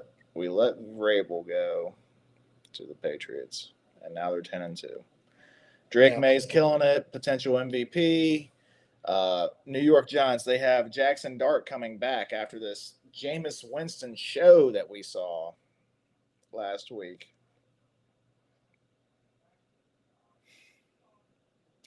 I don't think I can do it. I want to, but I can't do it. I got to go Patriots. Yeah, just think, Patriots make the playoffs. Their coach gets coach of the year, and their quarterback gets MVP. Oh my God. Yeah, give me the Patriots. You sure you guys I don't? think Stafford's the MVP with time to go, but right now it's Stafford. You don't want the best position group in the game? Who's that? Oh, The Giants D line, like you took Dude, Houston. they've Oh. underperformed. Yeah, no, I take the whole unit, not just a position group. What's the difference between a unit and a position group? The unit's the entire defense. Oh, Than, the entire side of the ball. Okay. All yeah, right. yeah. Fair. That's what Fair. I meant when I say that. Houston. All right. Well, I'm with you, Patriots. Hey, Dane, just to clarify, you did go Denver. You did go Denver, right? I did. Yeah. Okay. I might not have, but I do now. I want to ask Scott though. He's so duck quarterback oriented. What's he gonna do when Denver plays the Chargers at the end of the year in January? That's gonna be one to watch. You In guys have Denver? to. I think it's in Denver. Yeah. Well, you know what? I Duck might versus Duck Prime. I might be at that game. So, you know, I don't know. I don't value one team more than the other, but Go Ducks. I think if the Chargers had stayed healthy, they would have been the team here. But I'm going to say Denver. I will probably be picking Denver when we do that here in a month or whenever it is. All right. Final game of the week, guys. I hope you submitted all your picks. If you haven't, you can still submit them either now or after the show in the comment section. You can list them all. That's the easiest way for me to get them all, but I can still find them as long as you put them here and you don't delete them unless you're JQuest last week, who I know was here and see people talking to him and I can't read his chats. I don't know if he deleted them later or if it's just YouTube being dumb. But maybe he's got you blocked and doesn't know it. He might. So you can't see his picks. You know what? It wouldn't shock me because I'm a blockable guy. Wouldn't be the first person to block Dane, I'm sure. Not at all. I get it, guys. Dane's got a punchable face too. I do. Yes, I do. Not quite Sean Payton level, but definitely up there. Definitely not Sirianni level either. Okay. No, I'd rather just pull Dane's beard than punch. I don't need to punch. I'd do one of those. I don't know, Scott. You're going out with yours. I feel like I need to start combing mine out instead. Well, of you know, I decided to let this start going because it's the final push for the ugly Christmas beard contest. So I need to get a little more bulk to it so I can hang more shit in it. I see. Said the blind man. I need a Dane Pez dispenser that you just like pull on the beard and it kicks the Pez out. Like, is this the longest beard in Jets content history? Ooh, maybe. It's gotta be close. It's up there. It's up there. You passed me a while back. It's all about length, baby. Anyways, final game. Final game of the week. We have the Dirty Birds. Ugh. What's that? Right? Oh yeah. The Jamal Anderson, dude. Shout out Jamal Anderson, beast. Name you don't hear every day. No. And very, very good. Coming into MetLife, we have the Kirk Cousins led Falcons, who I wish were led by Penix. I think it'd be a better game, but whatever. Kirk Cousins coming in, no Drake London, all Kirk, Bijan, the Pitts versus the Jets. Tyrod, take two. Mason Taylor, baby. Brees Hall, no Garrett Wilson. Tyrod made the offense look better. Adonai Mitchell, Mechie starting to cook. Will they carry it on? They're at home. They're against a 4-win team at a conference. It is a winnable game, whether you want to say it or not. It's a winnable game. Do they win? Do they want to win? Do they care? Does it matter? You could have conversations for days no matter how you spin this. Long story short, who wins this game, fellas?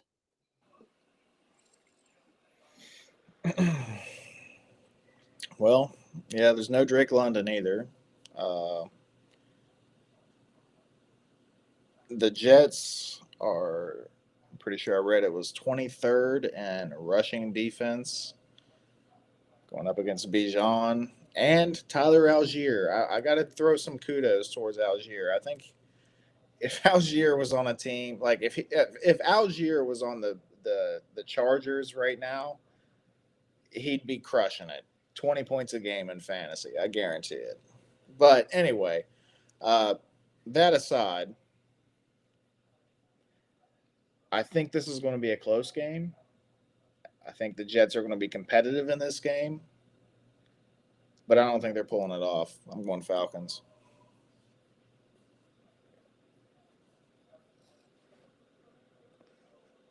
Dane, want me to go or you want to step to the plate?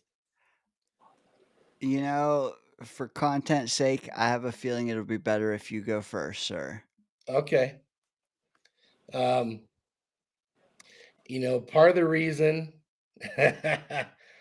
of the reason I took the Saints to beat Atlanta last week is because I heard you guys know who Brian Finneran is.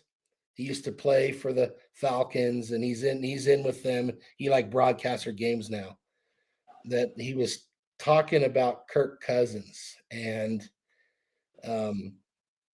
he was saying that they kind of don't like stuff he was doing last year because remember he got hurt, but he wouldn't rehab. He wouldn't do what it took to get back.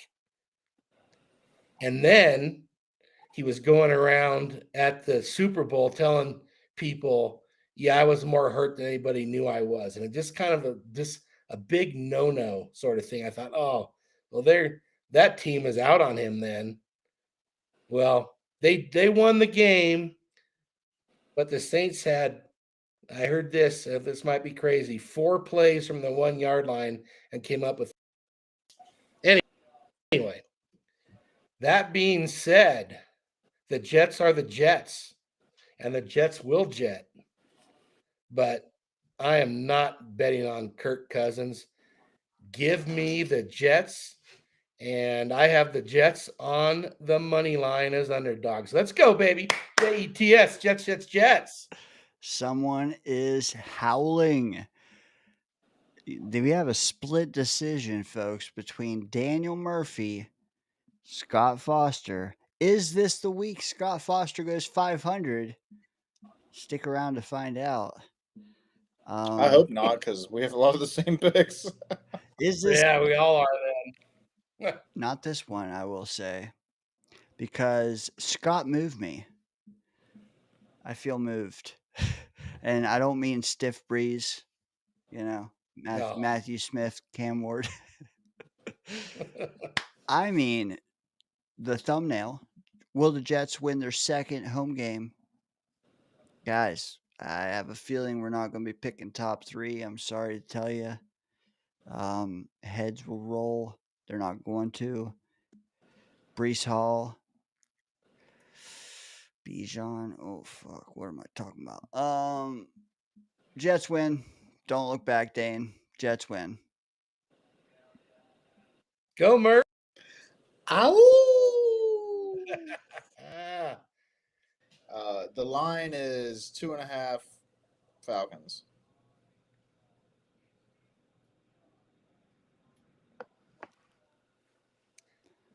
So I can take the Jets plus 20.5, right? I'm sure you could find somewhere to do that. I did do You that might be able to last do week. that.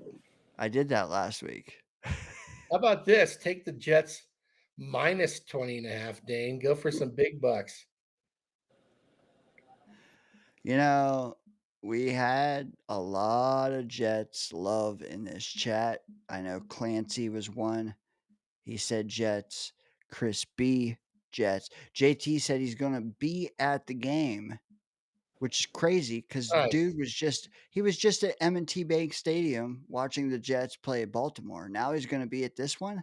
What? Did he go to the Cincy game too? JT's out there killing it. It's a bad season to do that, but Well, he's probably getting tickets cheap anyway. hell yeah. So what is the lone wolf count, Murph, on today's episode? All right. I have one lone wolf. Scott has 0 lone wolves. And Dane has 1 lone wolf. I thought so. Hey, Dane, go back and change your last pick. Make me a lone wolf. You had your opportunity. I'm kidding. You know what? Your arguments are just too compelling that you always convince one of the two of us. God, I need to give the argument before I pick my teams. You gotta make up some bullshit. I'm kidding. I'm kidding. Of course, dude, most of these games could go either way. Jets, Falcons, Colts, Houston. What was the other lone wolf? No, That one. that was just those two. Yeah. Colts and the Falcons. I'm not upset Colts. about having my lone wolf betting against the Jets. I'm sorry. It's No, that's a good worked point. out pretty damn well for me all year. Good point. We'll circle back to this. And I did bet them. I think I did bet them to win. Browns. I think I bet them to win the Browns game. I didn't. I don't think I bet them to win the Cincy game though. So No, I didn't. so, but that was the only time I think I bet them to win was the Browns. Oh, No. first game of the year is Steelers game. I bet them to win too. Did we even do this for week one? No. But like I actually placed a bet that fucking game. Oh, yeah. Well, let me ask you this, and obviously we're all going to change our answers, but like Jets Saints next week, is that one where you would lean Jets clearly, or is it more of a pick 'em, or do you think it's just if we lose this one, it doesn't matter? Right now, I would lean Jets, but depending upon what I see this weekend, that could all change. Yeah, subject to change. I'm leaning Jets right now. That's how bad the Saints are. I think we're the wrong. fourth wrong. worst. I'm the fourth. We're the fourth worst team in the NFL. Miami. Oh, it is okay. It is Miami. Yeah. That's Either my bad. way, we're the fourth worst team in the NFL right now. It's the Titans, the Raiders, the Saints, and then us. And Raiders and Saints, you can flip flop them. Yeah, I don't know where I heard that, but I did hear Atlanta, New Orleans back to back. Yeah, that's wrong. When we do play the Saints, it'll be in their place. It'll be Christmas week, Murph. Yeah. Maybe we'll be gifted with a win. Ho ho ho! Well played, sir. Yeah, I don't know. We only have a couple home games left. It'd be nice to give the home crowd more than a 1-7 season. uh, but or a 1-8 season. I don't even know this year because the international game. Um, yeah, 1 week at a time. Obviously, we'll see. We still have a lot of football to be played. 6 weeks worth. We also have a lot of pick'em left to play. So if you're in the chat and you're like, "Oh man, I'm still batting 520," you could still win with 6 weeks left. That's like what 100 picks almost. You just gotta like, I don't know, screw Scott up. Help me out. We gotta mess with Scott. Make it harder Scott's on him. kneeling on the rest of the season is what he's doing. He's I am glad I didn't go back and look at his like November standings because I'm pretty sure it's like 900. Should I quit picking games till someone challenges me? Just to make sure I stay at 700? Too So late. you basically have no lone wolves. Oh, you guys are as big a part of that as me. That's true. It takes 3 to have a lone wolf. Yep. Hmm. Cheers again, boys. Cheers. You know what? I'm shocked. Not a single person in the chat has wanted to chime in on any of this conversation. Really? No callers. Meanwhile, I look around and all these channels have callers. Nobody wants to call us. All the usual suspects haven't been in tonight. Yeah. Nick T, Well, I haven't seen him. I haven't seen Charles. I haven't seen. could be a lot of family stuff going on tonight still, Haven't seen Modine. Yeah, I don't know where Well, Modine's Dean's been a little quiet lately. Hopefully he gets his picks in. Hey, yep, he will. He puts them in after, which is almost more appreciative because the comments help, drive engagement and all that. Although I will say the live chat's been killing it. Like 1,200 messages the last couple Friday nights, 1,200 a piece. Crazy. Hell, Uh, Clancy's 600 of those. and Crispy, he's a chatter for sure. Mhm. We will see. Crispy says, we will see with the remaining games for our New York Jets, and we will see with our Jets' future offseason, etc. What do you guys think of that comment? Yeah, I mean it's hard to tell what's going to happen. Like he said, we'll see. We have to see what we're going to end up drafting at to kind of know what the strategy is going to be, and then Yep. also we're going to have to see who's even going to be in the draft. Who's declaring, who's not. And we have no idea who they're interested in or not interested in. I'm pretty sure that I read somewhere that Muji has gone in person to see Mendoza play a couple times this year. And I think even Dante Moore he's going to go see too. Which, of course, it's not just Dante Moore he's going to go see. With the Ducks, Yeah. he's probably watching Sadiq and plenty of other guys as well. But yeah. Yeah. It's easy to forget we have that Colts pick. Like a lot of people say, "Oh, we're out of the Sadiq market because he'll be drafted in the teens." And we're going to draft in the single digits in the 20s. We have no idea. Okay? Like, do we slide back with our first pick? Do we trade up with our second pick? We don't know. We have no idea. So, like, the idea that people think that anyone drafted or projected in the teens is off of our market, off of our radar, out of play for the Jets is asinine. You Would know you what? agree? You know what we do know? What? we now know that Muji is not afraid to do something that's not on anybody's radar. Yeah. I hope like I didn't do this because I'm hopeful. Like I didn't pick Houston because I'm hopeful. I did it because I actually do think they're going to win. But I hope that my theory on Daniel Jones and the Colts sputtering out with him being banged up, and and they've even before he got banged up, they've been kind of like struggling the past few games. Like I hope that theory's right, dude. If they like lose out the rest of the season, that'd be so great.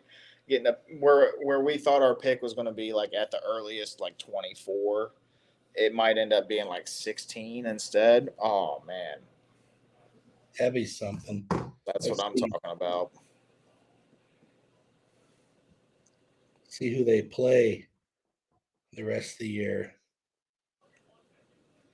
They probably play the friggin' Titans again. They probably do, or maybe even twice. Have they played them yet? I think they have. I think they have played them once already. All right, Colts. So they got the Texans, Jaguars, Seahawks, Niners, Jaguars, Texans. Those are all losable games. Every team that they play is above 500 in their win record. Yeah, so no gimmies there. I'm telling you, my theory. I hope they beat the 49ers ass, though. Sorry, I don't care about draft position. Yeah.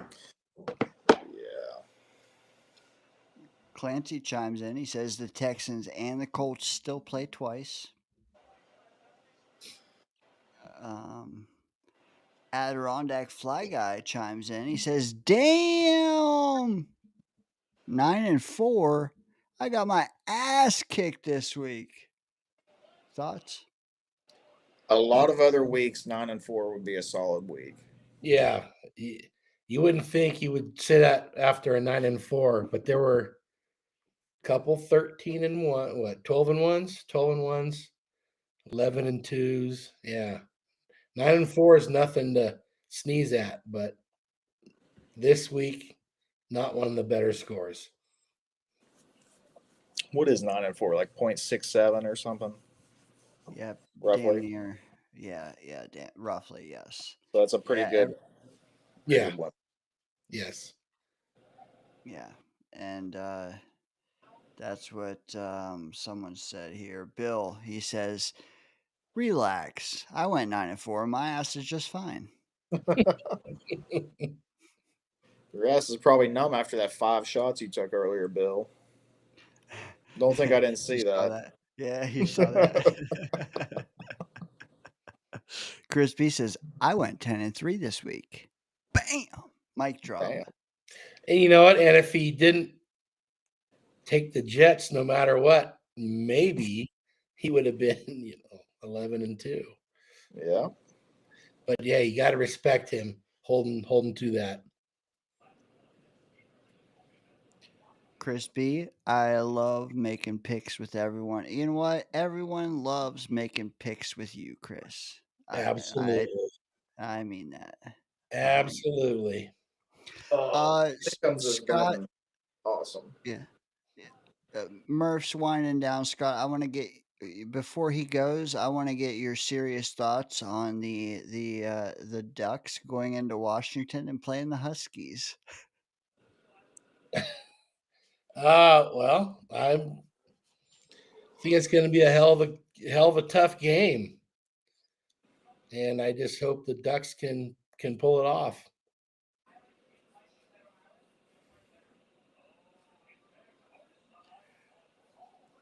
Murph, I got a little trivia for you. Unless you want to talk more about that game and make Murph listen to some squirm good college football stuff. Trivia sounds amazing, Scott. how did Black Friday get its name?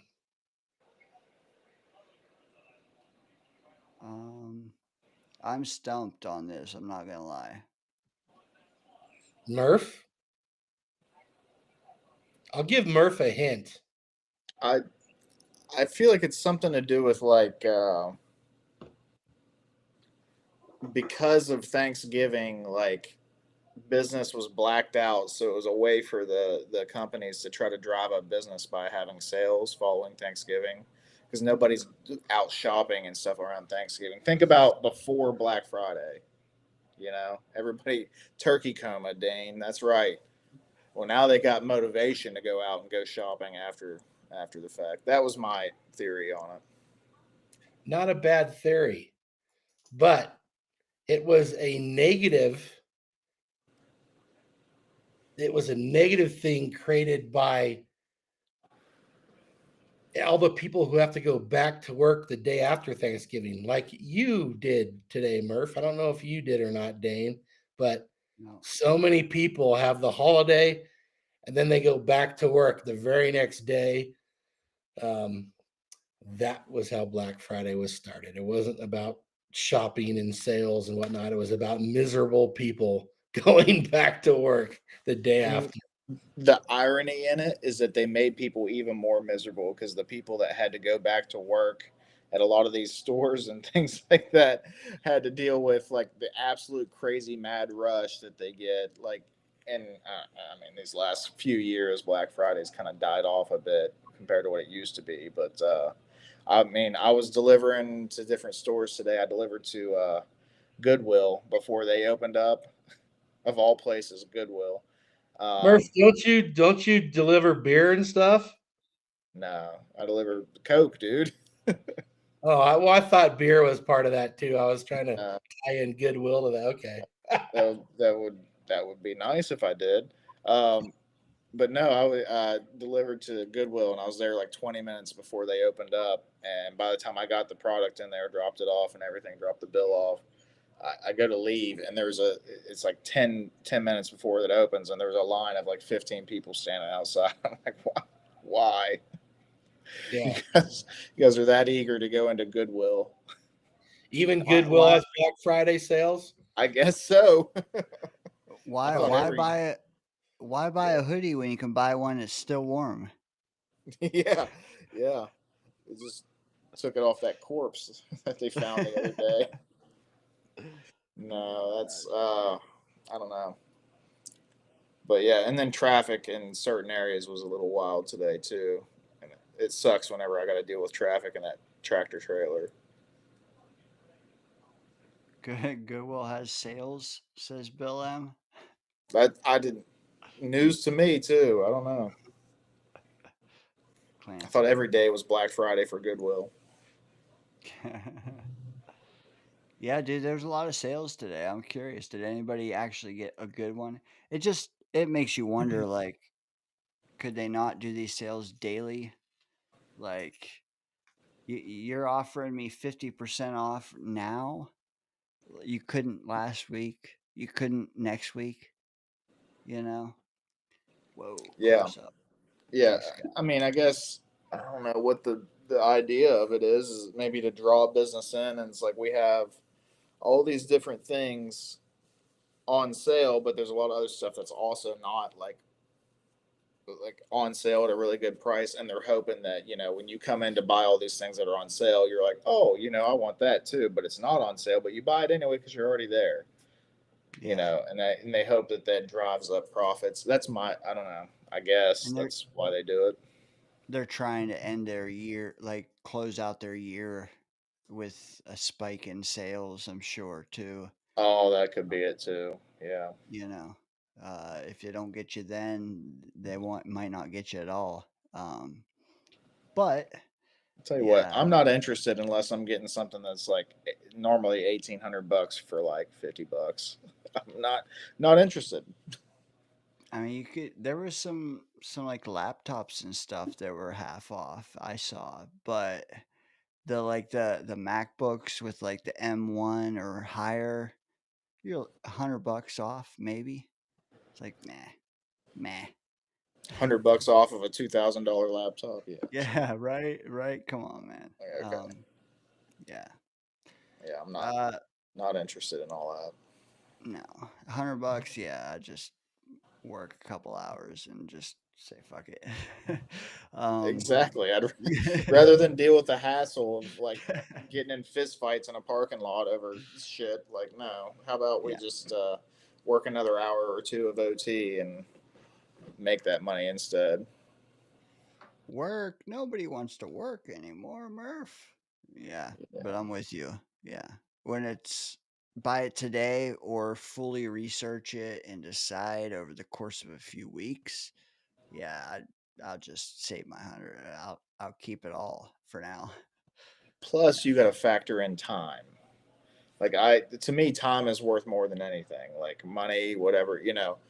And if I'm thinking about like the fact that I went to somewhere and stood for an hour before I can get into the store, and then it took me another hour or so to get through the store, get what I wanted, get checked out, get out.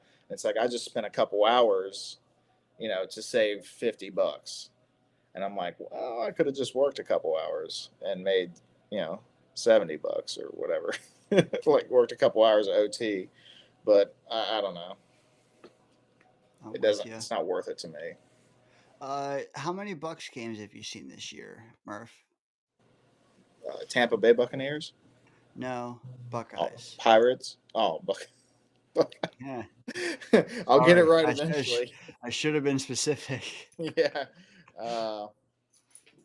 I have watched Lay down. 2 parts of 2. I haven't watched a lot of college football this year. I I want to know watched your the thoughts. Texas game, the first game of the year, Texas and Ohio State. I watched that one. Arch Manning looked like shit. Hmm. Honestly, Julian Sayin didn't look all that great either, but That's where I was going. he's kind of caught fire as the year's gone on. Though he's gotten a lot. He's improved, I guess. But and then I watched some bits and pieces of a couple more games, but I haven't sat down and watched a full game in a while. I thought just Scott was getting a refill. He's gone. I thought he was doing like a really good like impression of like a statue or something over there for a minute, and then I was like, "Oh shit, he's frozen." I didn't even see I must have been frozen because I missed that.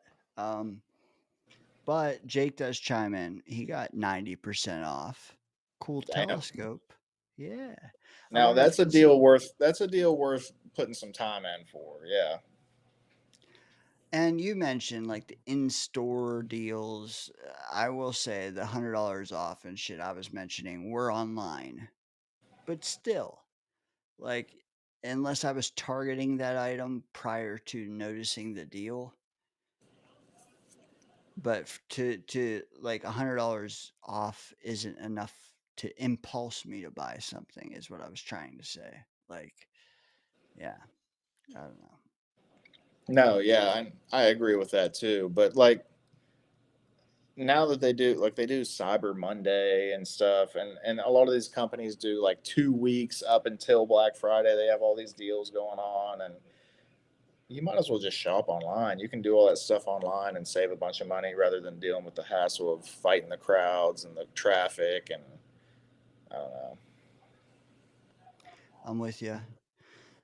Murph, I know it's been a long week for you. You got the kiddo this weekend. I just got a caller on the line, so I'm going to give you an opportunity to bow out if you so choose, or else you may get locked in for another 90 minutes. I can't promise you won't. Ain't happening. Ain't happening. I'm tired. Yeah. All right. Anyway, thanks everybody for coming and hanging out with us tonight, doing pick-ums, everything else. Little bit of a slower night. I think everybody's busy with their holiday stuff still, but we always have a good crew in here regardless. So appreciate you guys coming in. Amid, Jay, Clancy, Jesus, Jerry, Bill M. Like you guys were. Chris B in here. Yeah, you guys were killing it. So I appreciate you guys. And Dane, Scott, I appreciate you guys as well. It's always good hanging out. Yeah, I don't know. everybody have a good weekend. Watch a little football. And you're just gonna leave me hanging out on the camera, huh? I saw you grinning over there in the thing. I wasn't even gone. I was just Jake does chime in. I just want to get this off in case it's targeted at you. $2 super chat from Jake. OL7 homework. $2. He says, I was talking Goodwill, dude. F the stores. Is there really Black Friday Goodwill sales? People, there was 15 people outside of Goodwill this morning at like I don't know when they open up at 10 o'clock, I think, and so 9:50. Yeah. All right, final answer. Jets. Falcons at Jets. This has nothing to do with Pick'em. And yeah, what's the final score and who pops off? I'm gonna say 23-20 Jets, or not Jets, Falcons, and Nick Folk misses his first field goal. Figure I'd throw a take in there for you. Sorry, This is Johnny. his first field goal of the year. Sorry, Johnny. You know what? It's coming. It's coming. Bijan, Brees, who looks better? They're both going to have good games, but Bijan gets the edge. Brutal take, says Bill M. For that, I say good night, Murph. One missed field goal. Oh, no. Woo! Oh. All right, guys. Love you guys. Have a good night. Happy holidays, brother. Have a good one. Peace. Woo! Look at this guy. Later, Murph. Look at this guy. What's up, brother? How are you doing? Internet went out there for a bit. Is that what it was? He said you froze. I didn't see it, so I must have been preoccupied or frozen myself. Well, my silly ass thought both you guys froze, and then I realized, oh shit, it's me. So every now and then I have to unplug it and plug it back in. It might have come back on its own, but I get impatient. Yeah, you got to give it like a 30-second power off, let it power back up. It's like 5 more minutes. It's Yeah. annoying, but you're better because of it, right? Exactly. Hey, to live where I live and have internet is just pretty cool anyway. Seems like it. I don't know how much longer you'll be there. If you're still exploring. I'm exploring, but it's going to take the right person to want to buy this place because it's a 1-bedroom house. So, I'm considering maybe renting it and buying this other place, but I don't know. I'm settled in pretty good here. So either way, and I got my big rock out there to go sit on and have a beer, a cup of coffee with that view. It's like, I don't know, that every time I think about leaving that, it's like, you sure you really want to do that? So anyway. Fair. But if you rent it, hey, you could change your mind and rent the other one and come back here. Yeah, the other one that I'm thinking about though, probably wouldn't be able to rent because it's out there more than this place is. So we'll see. Bill M says, did you know there's a moose at your window, Scott? There could be. There's been a bear right by the window. Haven't had a moose yet. Have had some mule deer right there. But there are moose in the area. What, buy me 30 seconds. Can you Sure. tell me what you think of this game? Like, I do feel like we got to give them a little more about the Falcon game before we totally go off the rails. For me, which quarterback plays better? Then which running back plays better? Then which defense plays better? Do you have an opinion on any of those three spots? I think the Jets defense plays better. The quarterback, the running backs, flip a coin. I'd like to say Tyrod because I'm not high on Cousins, especially after hearing what I heard, about his shit last year. But hold on, there you go. Yeah, I think the Jets are gonna slow Bijan down. I mean, he might hit a home run, maybe even two, but I don't think Cousins is gonna march the Falcons up and down the field. And I kind of think the Falcons are in the tank, and the Jets are playing better than they have been.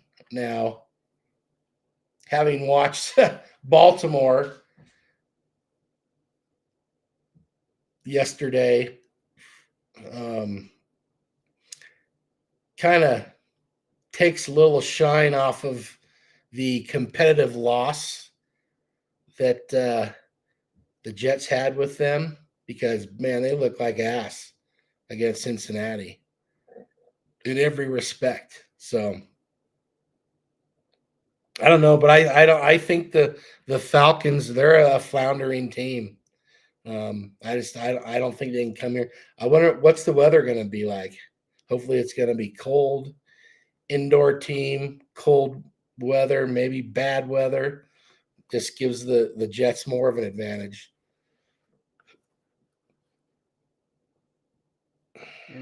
That's a good question. I'm looking now. But It'd be nice to get some elements. yeah, is Brick going to have a little inside information after having been here with some of these guys? I hopefully for him, his Brick team, especially Johnson? his defense, not that Brick, want to show up for him. But cold and rainy, there you go. I think that's a big advantage for the Jets. Anytime it's cold and rainy and you're playing an indoor team, I got to believe that's an advantage. So, Are you hoping for that, JT, or that's what it is? oh, yeah. Yeah, I forgot. I totally forgot the Jeff Ulbrich angle of this game. Yeah. You're right. That's a big one. Big Yep. one. Let's see. I'm going to look at some weather right here. Ooh. Oh, shit. It's showing snow in Cleveland. Oh, shit. I might be showing 21% chance of rain. Oh, and then it says definite rain, 46 degrees in the Meadowlands. So a lot of rain games. Rain in Tampa Bay, rain in Tennessee, snow in Cleveland. So could be some ugly games. Does that make you apprehensive about any of your selections, sir? The San Francisco Cleveland game, because Brock Purdy is bad in bad weather. And Cleveland's defense is good as it is. So,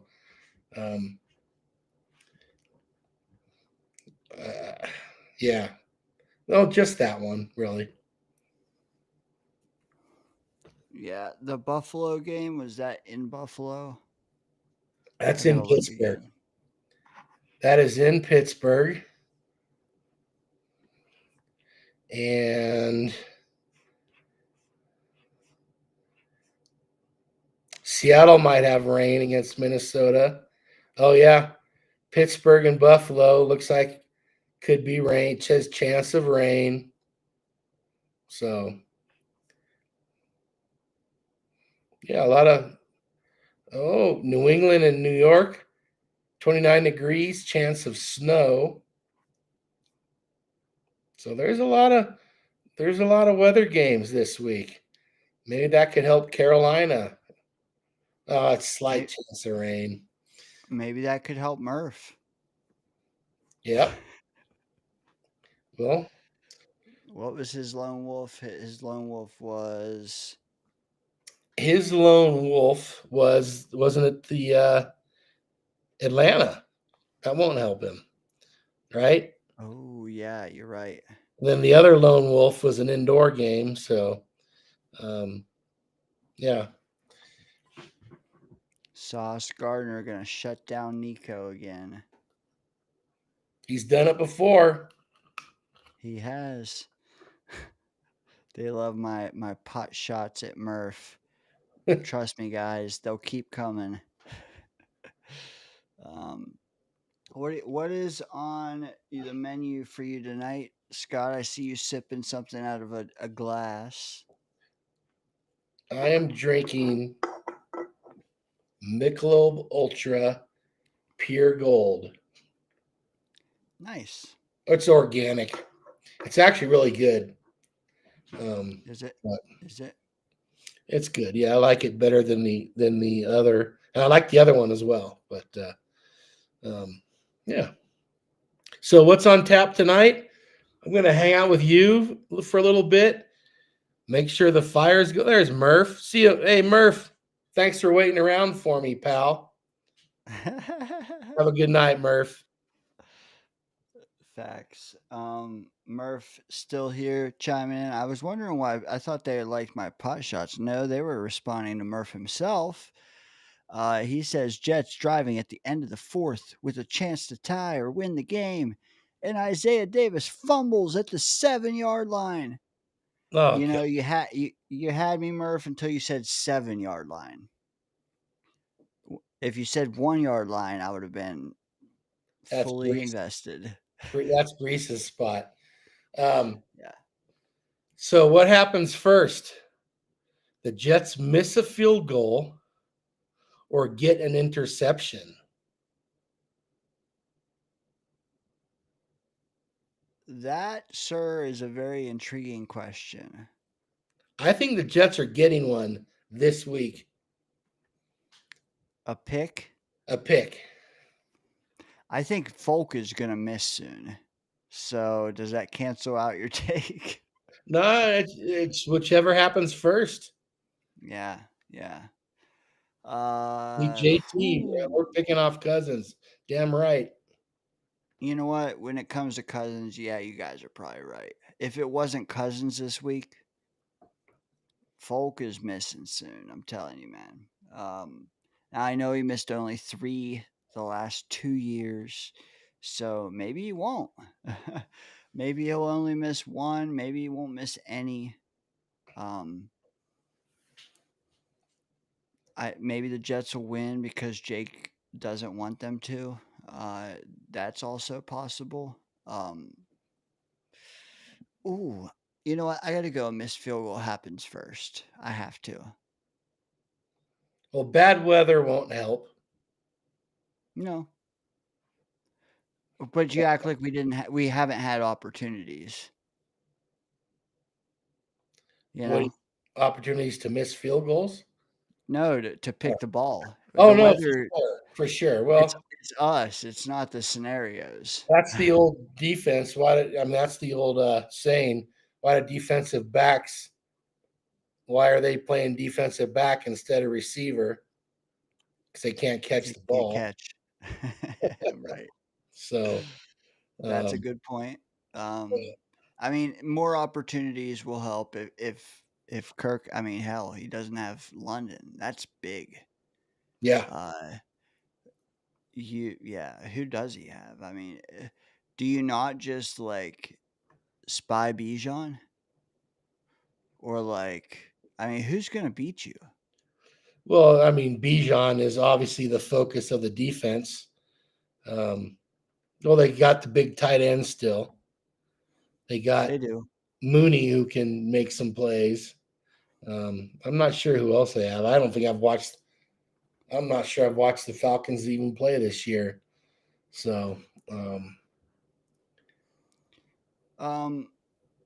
Brownlee is questionable. I expect him to play. I mean, we'll see. Obviously, who's doing the picking? That would be another. That's more a question for you, Scott, because you believe there will be picking. well, it could be anybody. I mean, it could be a deflected ball that pops up and Clemens catches it. I mean, who knows? For bonus points. Who Who's makes the doing? interception? Yes.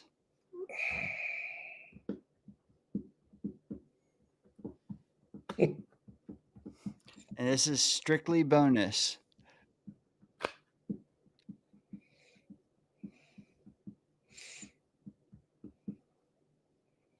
Tony Adams.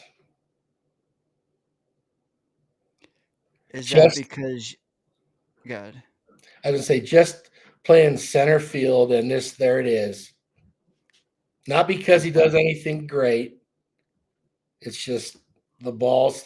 Remember Sauce's interception last year against Jacksonville? Something like that. do. Something Okay. like that. We got a Brandon Stevens prediction. We also got we got a Jermaine. We've also got a Jermaine. Scott. Yeah, Jermaine. That's a hot take. Scott needs to be institutionalized. I think that's what you were laughing at. Yes, exactly. Gun to my head. Gotta make a prediction. Give me AZ Thomas. Or wait, is he out? Fuck. I don't know. Who's CB2? It's not Stevens. Whoever's playing opposite him, I got. Murph says if Clemens gets us our first pick of this year, I'll quit watching football the rest of the year. Would that Murph, be I'm funny? sorry. I gotta write this down, Murph. I'm sorry. Yeah, that would be incredible. I don't expect it to be on the D line, but you know what? I'm kind of hoping that when we do get a pick, it leads to a second and a third. Am I crazy? Maybe. Hey, this quarterback can throw him. So I think his arm is still not what it once was.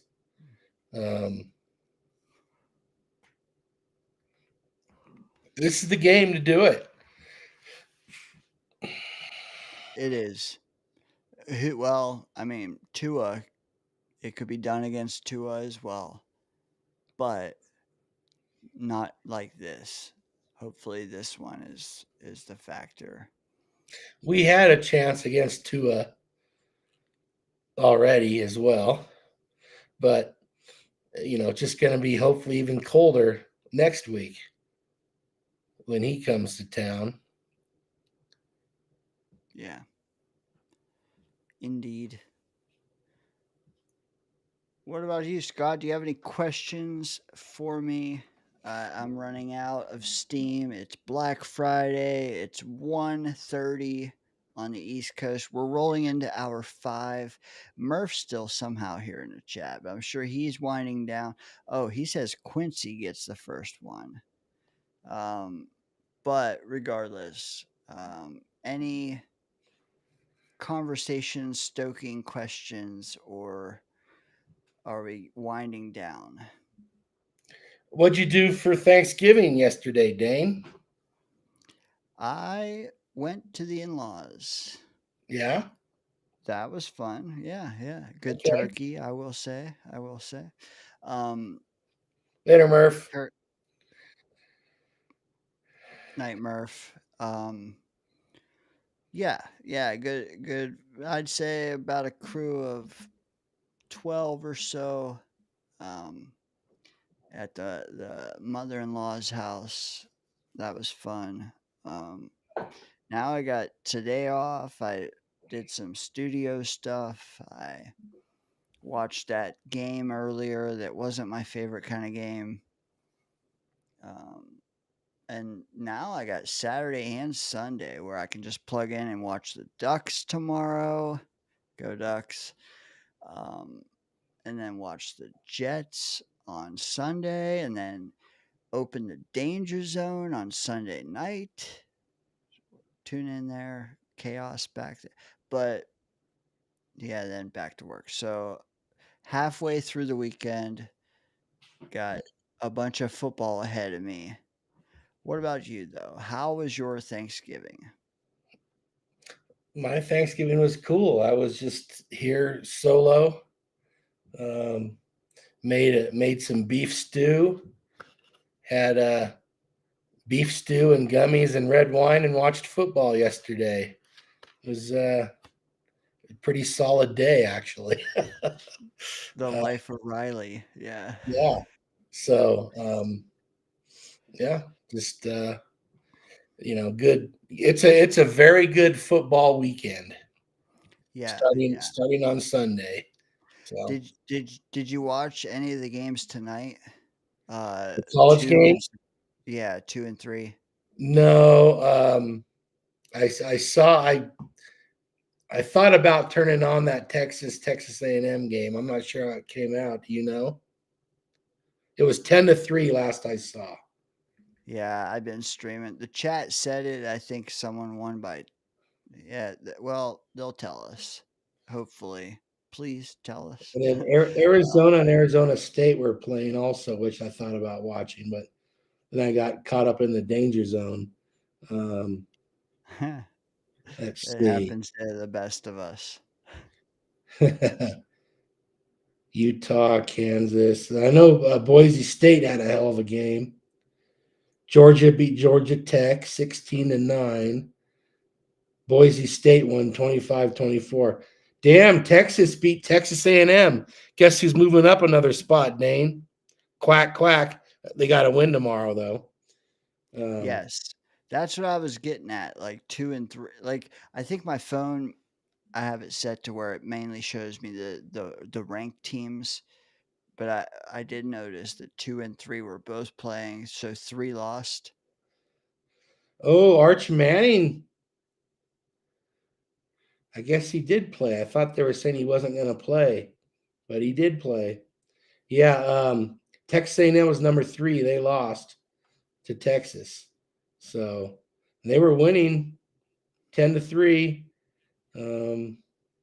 Yeah, 27-17 Texas. Arch, baby. I'm down for moving up as long as it doesn't push us into Buckeye territory. Well, It shouldn't, though. if they move up enough, they can get a bye, which didn't really work out last year because they had, but that won't happen this year because unless Ohio State somehow loses still, but Ohio State's going to have a bye this year. Yeah, they're a buzzsaw. I don't know who that means they would play, what seeds, but I'm hoping to be on the opposite side of the bracket. Yeah. Yeah, I'm We'll not see. sure. I'm not sure how they do it, but I think 4 teams have buys, right? So they got it. I mean, they got to be right there if they do it as the top 4 teams, and that has nothing to do with if you win your conference or not. I'm not sure, but they're what 5 right now, aren't they? And they should hop Texas A&M if they win. So I would think that's a buy. Yeah, Are they not 6 and then going to 5? let me see. I thought I saw maybe that wasn't in the maybe that was a different ranking that I saw that. Maybe. Yeah, because there's AP and there's. Yeah. I'm pretty sure they were 6th though, and Okay. now they should move to 5th. But that means they would play what 4th, 4 and 5 play each other. Okay, let's see the playoff rankings. Yeah, they were 6th. Well, I don't know. Man, Texas Tech is ahead of them also. I don't know who they play this weekend, if they even play. Yeah, they probably need someone else to lose. But then again, they could have a convincing win against Washington, and if Texas Tech struggles to beat somebody, they could maybe just hop them anyway. But yeah, They're moving on up. That's I- got to be, you don't win. You don't win in Seattle tomorrow. Doesn't matter. yeah, true. 12:30 Eastern or 12:30 Pacific. So 1:30 my time. Yeah. Go Ducks. Go Ducks. Indeed. Guys, if you haven't seen Dante Moore, tune in tomorrow, 3:30 Eastern. What's up with DeCorian Moore? Is he going to come back yet? Like, is he coming back at all? I don't know, man. I thought I heard something. Neither one of those receivers are going to be back. Man, that's rough. Because, like, most people that have seen Dante Moore, haven't seen him with him. It's like, So that Jacorian Moore, you know his high school story? I don't. He went to the same high school as Garrett Wilson, and the coach says he's a Garrett Wilson. He's good. I'll tell you that. So, and Murph saying, "Oh, I need to see Dante without Sadiq." Man, wait till you see him with Moore. I know he's missing his top receivers. Yeah, people don't realize how good DeCorian Moore was with him. Yeah, Wait and see. Wait and see. yeah, and like I said, we've seen him without Sadiq. Not for a whole season, of course, but I'm with Murph still. If they draft him, put him on the bench for at least a year. He doesn't need to get out there and play right away. Indeed, I'm with it too. Hell, even if it's Mendoza, I want to sit him a year. Yeah. Call me crazy, but Moore needs it. Mendoza, I think that's more the New York market. Yeah, I don't know. These guys need to be way ready before they're ready. If that makes sense. That was for years and years and years. A rookie quarterback never played. That's more of a recent thing. I mean, occasionally someone like John Elway or maybe a Dan Marino. I don't think he was the starter when the season started, though. But that was just the way you did it. You sat behind an experienced player for at least a couple years. But not anymore. We live in an impatient society. That we do. In the thick of it. What do you make of this comment, Scott? The verbiage is interesting. He said, Havmo 63 chimes in. He says, "Hey man, what is up? I've been detained, brothers." Oh, well, shit. Dane can probably talk to you about that because I've heard a story about him. I have been detained a time or two, Havmo. I hope yours was not as long standing as mine was when it didn't need to be. But hey, man, get your warrants taken care of. Were you detained by ICE? No, no, but I've seen that Adirondack. Yeah, you got iced. I hope you're okay, Havmo. Bill M. Havmo, you okay? Detained, we're stuck on the word detained. Hopefully, you mean by like some in-laws Or and a not. or a fine young lady. There you go. Bill M says he was detained once, but only once. I've been detained a couple times. I mean, iced. Havmo says, yeah, man, we have a foot of snow just arriving. Been doing shit, should have been done already. Had all summer and fall to do it. Sounds like a green bean story. Okay, so it wasn't the boys in blue. It was the mother in nature, it sounds like. And the procrastination. Yeah. Yeah. It was Green Bean likes ice, but I think he likes ice baths. So yeah, He does the polar bear thing. he does. He was doing. I don't know that he still does, but he was like a every day or every night or every morning a plunger. Yeah. You Hmm. ever do that? You know what? I did it in Lake Tahoe once, only because I had a wicked hangover, and that cold ass water kind of snapped me out of it. I'll tell you that.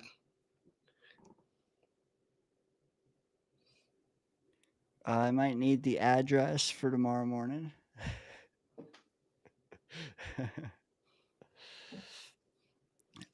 Fair. I've never done it. I have not, but I don't know that I would. No, I wouldn't just do it to do it. That's for sure. You ever sleep in one of those snow caves that you carve out of the snow? No, You know who has? green bean. Snowball. Seriously? Is that how he got his name? Maybe. I know that he told a story once, and I'm sure he would tell it too, where he went on like an excursion with his son or something, and they did it for, to say they did. Just for And fun? yeah, pretty much, pretty much to say you did it. It's intrigued me. I think I would do that. Like if it's 10 below zero and you got to carve out this, in the snow, and it's keep you alive, man. Well, sure, if you had to do it to stay alive, but just like, hey, let's go build a snow cave and spend a night in it. I've been lost. I've been lost. I was lost in the woods overnight when I was 14 years old. Um, didn't have to build a snow cave. It was July, but got cold at night. Tell you that. That was I got a lot of mileage out of that story. Writing essays and things. I I would imagine that 70% of the snow caves are because of a broken down snowmobile. I could be wrong, but like if you have dogs, they're not breaking down, but snowmobiles, yeah. Well, and Um, don't go off on a snowmobile by yourself. Always have someone else because they probably both won't break down. yeah, that's the thing about them. Like they're lifesavers until you rely on them too much. Uh, for sure. They're a lot of Eh, fun, no question about it. Okay, Crispy chimes in. With Penix lost for the season, the Falcons due to injury, will Atlanta keep using three tight ends? We will see how our New York Jets do against possible game specific game plan versus Falcons, especially without Drake London. Yeah. Um, for me, coin flip game. You? Yeah, pretty much, but I give the Jets the edge. I think that the Jets defense is gonna shut them down pretty well. I really do. I mean, it sounds like they can focus a lot of attention on Bijan. Yeah, well, I hope they're gonna do that. Either even even if London was playing. Um, so Which he's been cooked. I mean, I looked at his stats like the last 6 weeks. He's had 100 yards or more in 5 out of 6. Yeah, That's a lot saying he's out. it is. It's their second best weapon, really.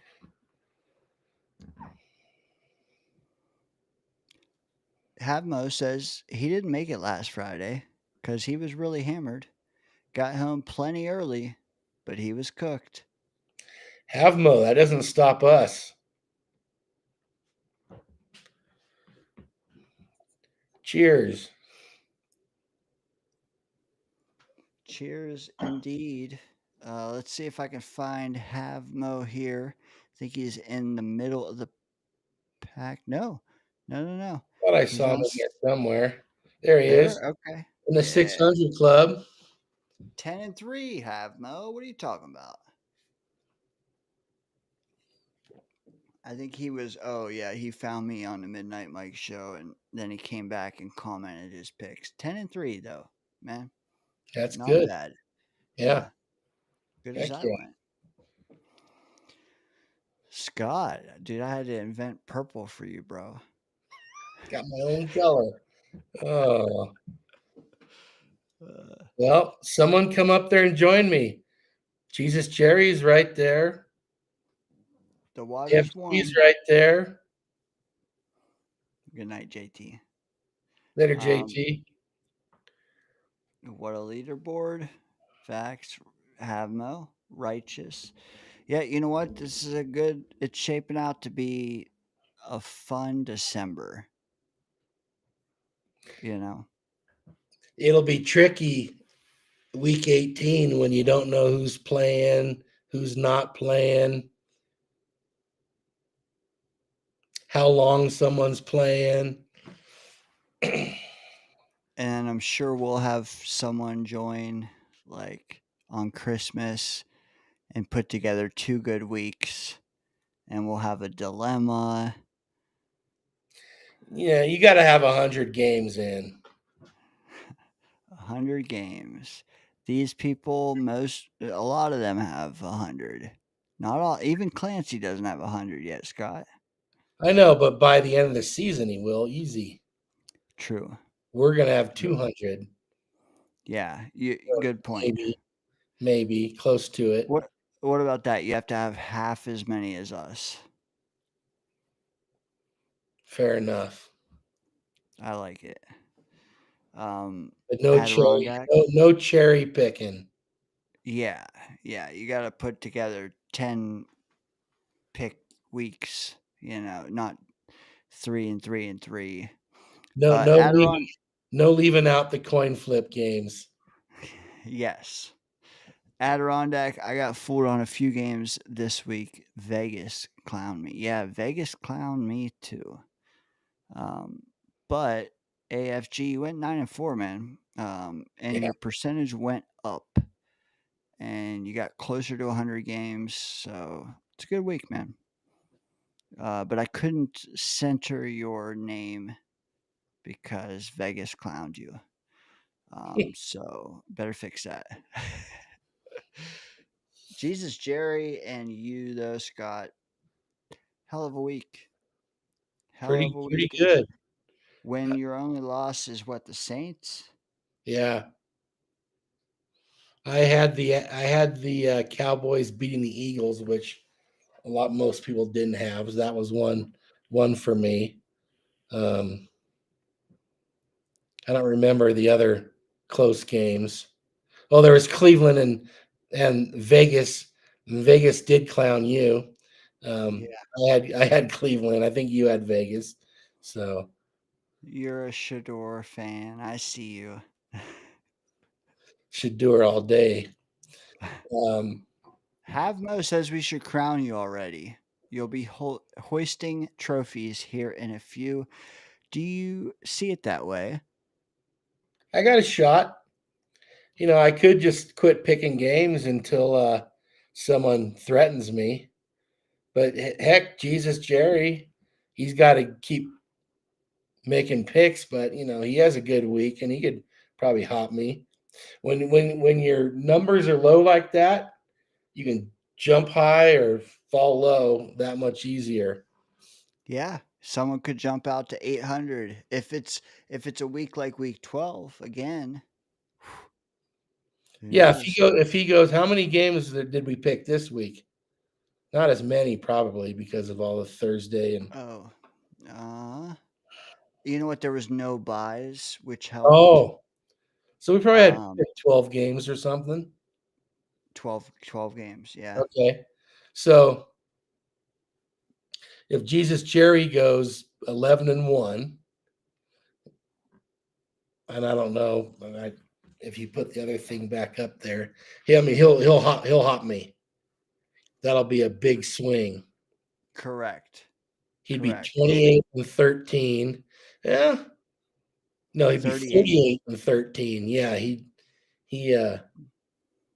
Assuming you don't also, well, even so, you could have the same week and he'll jump higher. yeah, because he's picked less games. So Yeah. yeah. So we'll see. He might But he he was might go 50. 6-6, then he's gonna drop real low. I mean, he was 15-11 before this week. That Yeah, tells you how high he jumped with a right. 12-1, you know, like Yeah. so yeah. You've replicated a few 1 and 2 loss weeks. That's why you are the safe bet. Fly Guy's been there Yeah. pretty consistently. Clancy, Bill M. If I had to bet on one beating you, ooh, I don't know. I think I'm gonna go with Dano. That's a bad bet, Dane. Now, how would these numbers look if we picked them with the spreads? That's a whole different can of worms. Bad. Yeah. I don't know about you, but most of us would be batting about 400, I think. Yeah, I don't know. I mean, I've hit a couple parlays this year betting just spreads, but yeah. But if you had to pick every game with the spread, yeah, it'd probably be under 50%. Yeah, because think of how many 12-point spreads we picked that are easy wins. That are every game is a coin flip. Then Well, the thing is, if you walk into a casino and you want to bet on some games, you're not betting on all of them. You're betting on a few that you like. Here, we're betting on all of them. So we get hammered quite a bit. yeah, Oh, I mean, Jake calling me out, and he's letting the Raiders lead the way. You poor bastard. Dane tried that last week. hey Scott, I just want it to be known that I'm only 5 behind you, even though it looks worse than that. It's One been bad close. week. Yeah. Dude, the piranhas are circling as soon as you have one bad week. You were at the top of the leaderboard for 1 week, I believe. Yeah, I think so in the beginning. And then we got more games yeah, see the problem is we're only picking 1 or 2 games apart. So if I'm 5 behind, that's going to take a month to catch up at this rate. Well, you could start trying more upsets or who yeah. I hope I do it on a week you don't go 12-1. Well, I think there's some good upsets to pick this week. In fact, well, half of them already happened though. But like I said, I bet on the Jets on the money line, and I got the Texans on the money line to finish off my parlay when I had the Cowboys on the money line. So that's my underdog money line parlay. Got one leg in. What do you think of Chris's idea that we will see an undefeated perfect week by someone? Ooh, that's tough. You have to pick them all, of course. Right. all the ones we pick.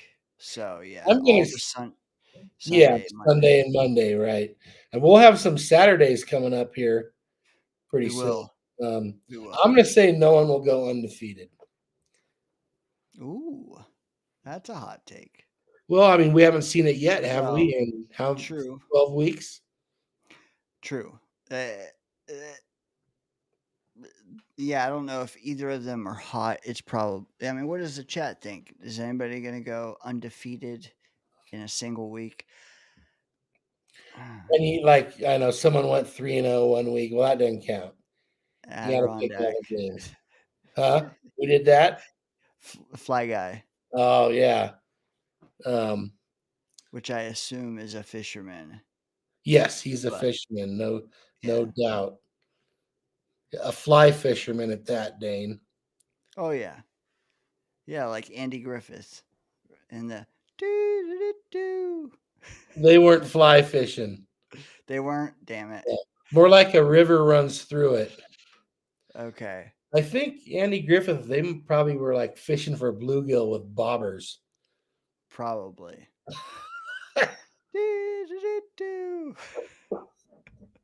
I got a couple bamboo fly rods right up there. Scott, didn't you? Jesus Jerry wants to know. Didn't Scott say there was Milli Vanilli on the weekend? What? I don't know. I don't follow. There's Milli Vanilli. Yeah, halftime show of the Raiders game. Cheers, Jerry.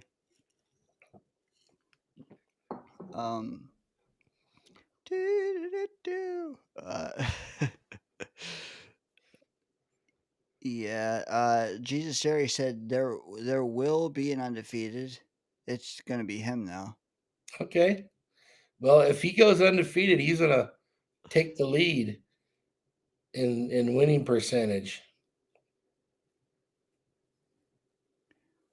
Amid says Milli Vanilli. If that helps figure out what Jerry was saying at all. I don't know. I didn't follow that one. A Milli Vanilli weekend. I know they were talking about Tanner Angstrand being a little Milli Vanilli with his play calls. I don't know what Jerry meant though. Clancy says, "Look at that beautiful scoreboard." 684, Clancy. Not freaking bad. Better than mine. Not too bad. That shit ain't purple, but it's not too bad. I was waiting for that. There you go. I love it. Now, we all got to bring it.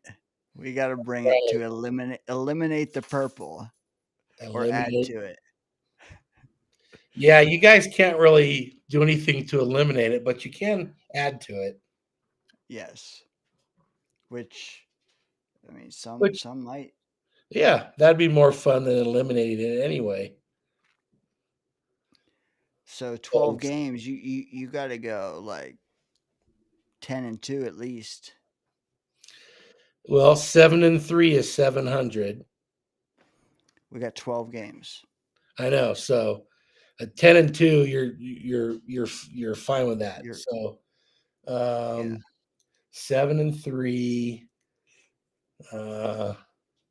Yeah, probably if you went 11-4 without doing too much math in my head.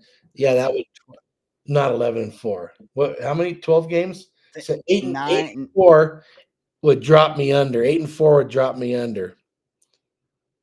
9-3 would be 750. And 8-4 would be 667. So yeah, 9 at least. I'm like Tony Gwynn trying to hit 400, man. Just every at bat counts. Yeah. Or Brees trying to get 3 yards of carry. Hold on to the ball when he's going in the end zone. Yeah. Yeah. So that's my goal. Try to stay in the purple. Yes. Fuchsia forever.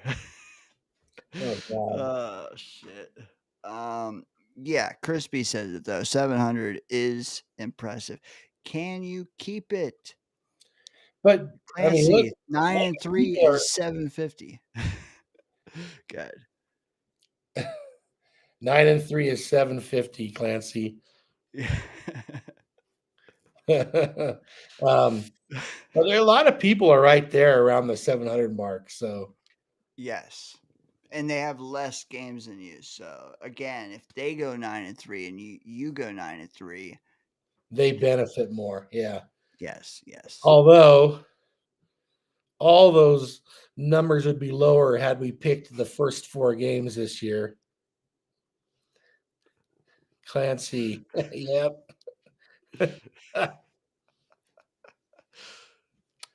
Come on. Oh, jeez.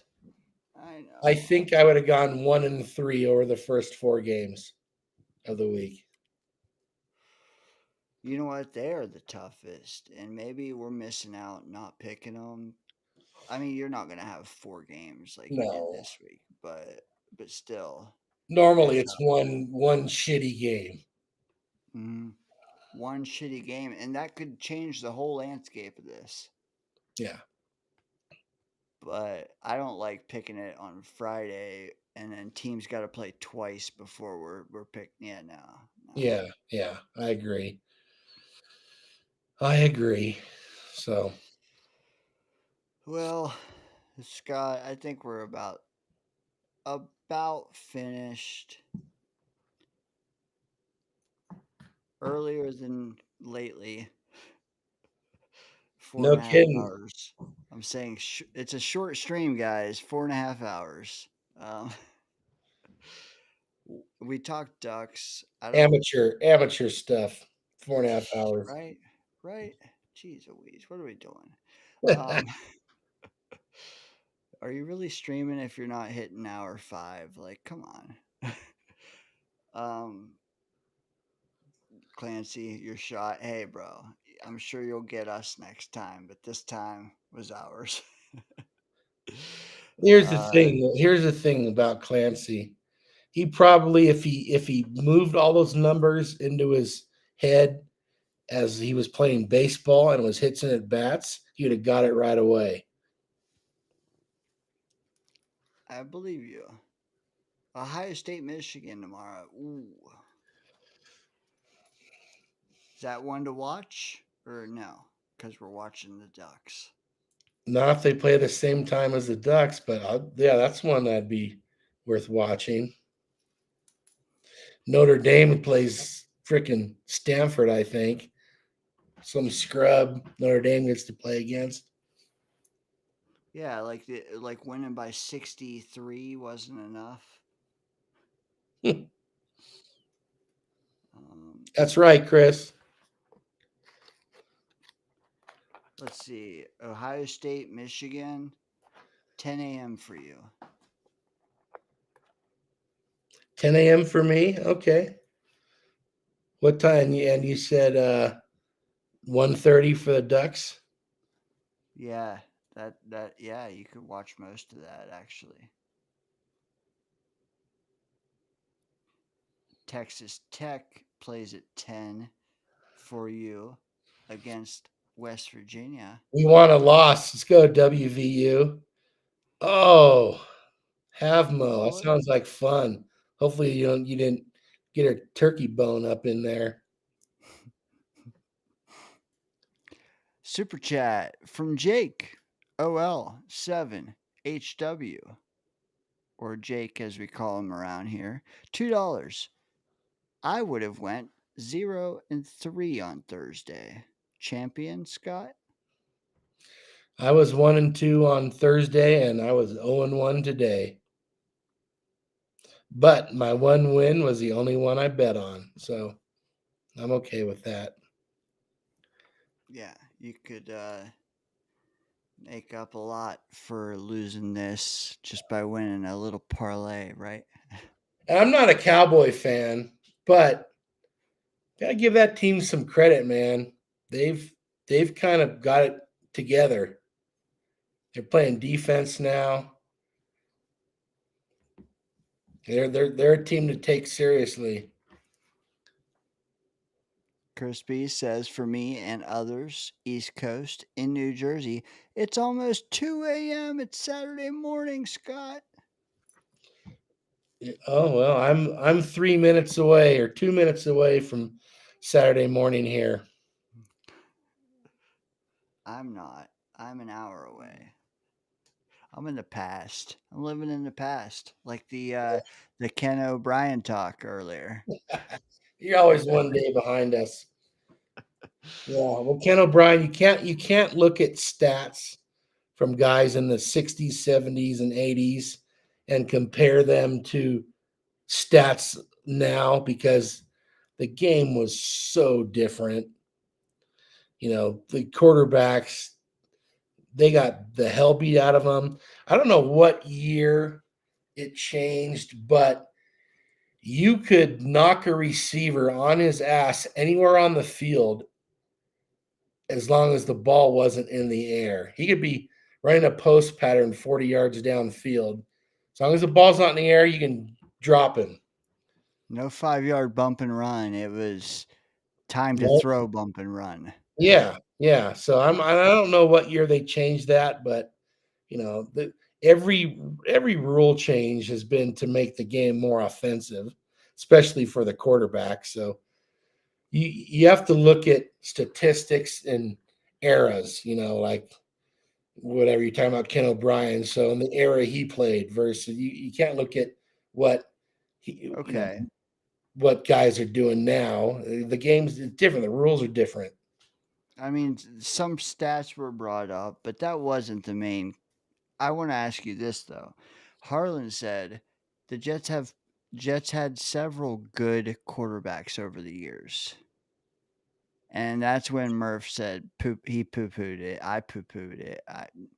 We haven't had several good quarterbacks, quote unquote, good quarterbacks over the years.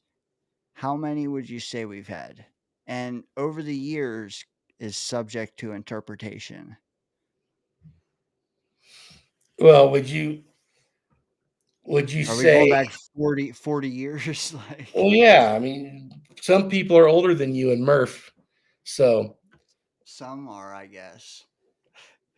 Ken O'Brien was a good quarter. I mean, would you has there ever been a bad quarterback that led the NFL in passing? I don't know. Maybe there has been. I don't know. And he certainly wasn't a bad quarterback. But you can look at some guys who were considered really good quarterbacks these days, or those in those days, because one of the things I heard Murph say was he threw more interceptions than touchdowns. A lot of the guys, Joe Namath did.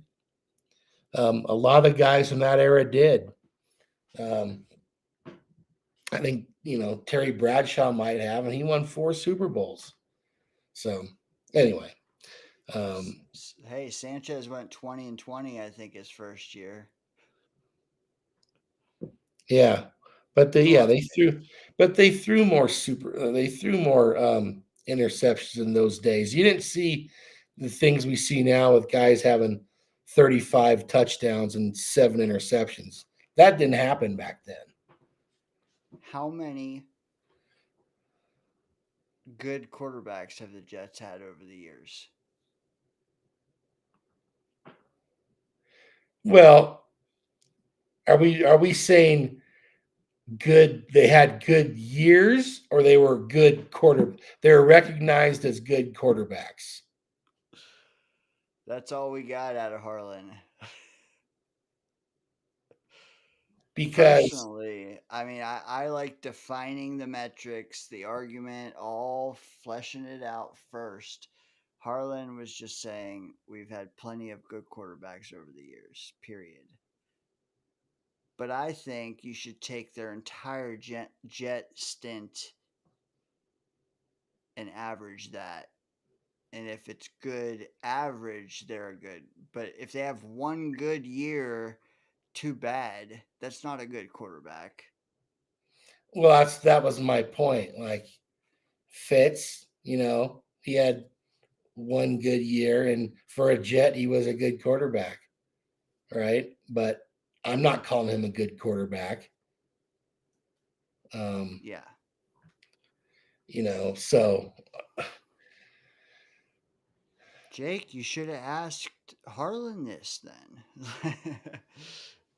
Yeah, Harlan was sticking to his guns though. He said, I forget. He said O'Brien. He said Richard Todd. Richard Todd. It's He funny, said all that stuff. I never heard anybody mention Namath. no. Yeah, he must have drew the line at like 1965 or I don't even 75. 85 or 85. Yeah, I don't know. Richard Yeah, Todd. He had probably a couple good years with the Jets, but do I call him a good quarterback? He was okay, you know. Um, in the question, the Jets have had how many good quarterbacks? okay, good Jet quarterbacks. Okay, are you calling Vinny what Doesn't even couple have to be a years? good year, just a good quarterback. Okay, so they quarterbacks who had good careers. I see now we're at blurred lines, man. Robin Thicke style. Yeah. So is it only what they did with the Jets? Does it have to be so many years? Let's stick to the Jets. Let's say franchise quarterbacks. Okay, so Mm. there If you're haven't been any franchise. if you're defending the Jets for having good quarterbacks, I assume you have to pick their Jets play. Okay. I'm going to say quarterbacks who were considered franchise quarterbacks in my mind. So I'm going to say Joe. I'm going to say O'Brien. I'm going to say Pennington.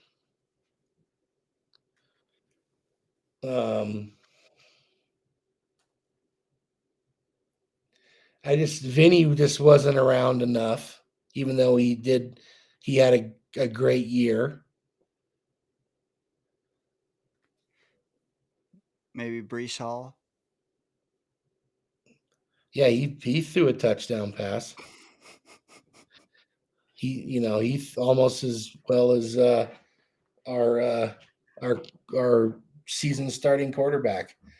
So, see, I can't say Boomer. I have a hard time going beyond O'Brien. Really, I mean, we had moments of Vinny and Sanchez, but Sanchez wasn't a great quarterback. Don't even try to He convince me. he played on a great team. Yeah. Ray Lucas. He's I the wish. best one. The best one is the next man up. Yeah, I wish Rodgers had 3 great years here, and I could force him on the list. Can't do that. I mean, there was between O'Brien and I mean, how many years was it till we saw a decent quarterback play after O'Brien? Tebow. Oh my God. Pennington, I guess, was probably the next guy after O'Brien. I'm not sure how long that was, but yeah, not Neil O'Donnell. I can promise you that. no. That Neil O'Donnell was my start, so I can't speak on the ones prior. I wish I could remember more about Richard Todd. I know he did play on a couple good Jets teams. And I know at times he seemed like he was good, but I can't put him on that list with the other guys. Jay Fielder, good Lord. Michael Vick. Yeah. Yeah. Yeah.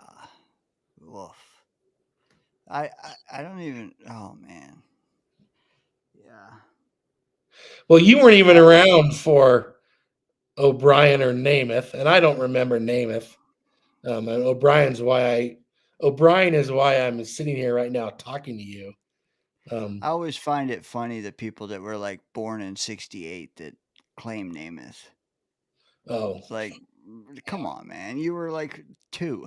Like, I know. I was born. I don't remember the first Super Bowl that I remember, and I vaguely remember it was the Baltimore Colts and the Dallas Cowboys. I don't remember it well, but I remember being at my grandparents' house with it on TV. yeah. So That's how I was with Super Bowl 30. Like it who wasn't was that? it was I think it was Neil O'Donnell. It was Oh, Film Cowboys. Six. Yeah, Cowboys Steelers. Was that Neil Matt O'Donnell? Robinson. Oh my God! And there you go. Matt Yeah, I don't Robinson. know what the number was, but I remember that for sure. Just throwing it to Larry Brown. Hmm. Was he gambling? I don't think so. Did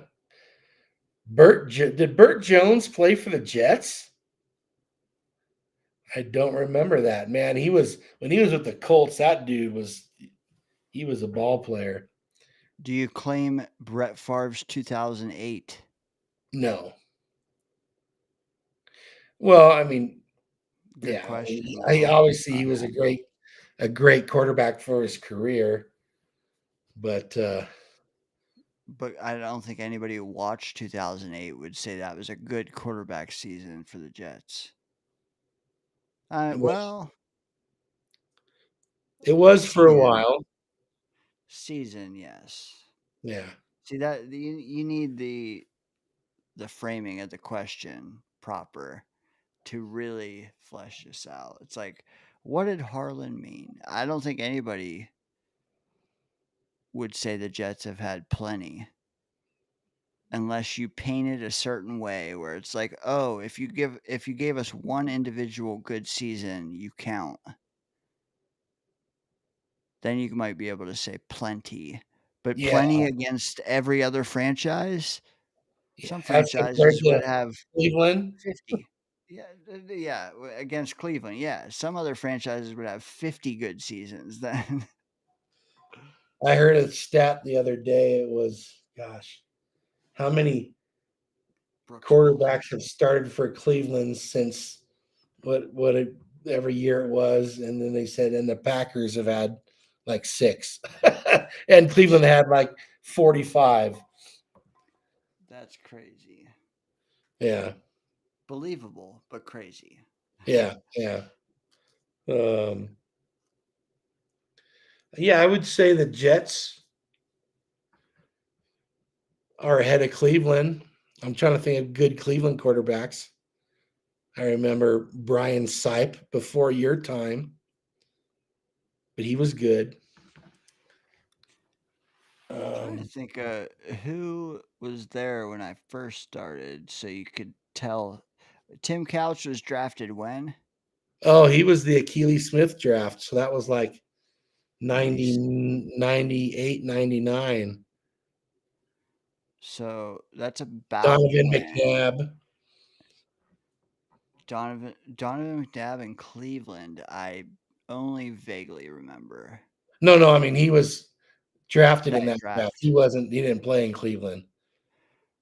Who was Cleveland's quarterback before Couch? Kelly Holcomb, maybe, who actually took him to the playoffs one year. Bernie Kosar, there's a good one. Good call, Bill. He was good.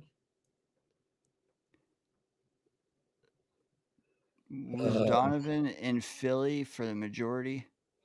Yeah, but he also went to Washington and Minnesota.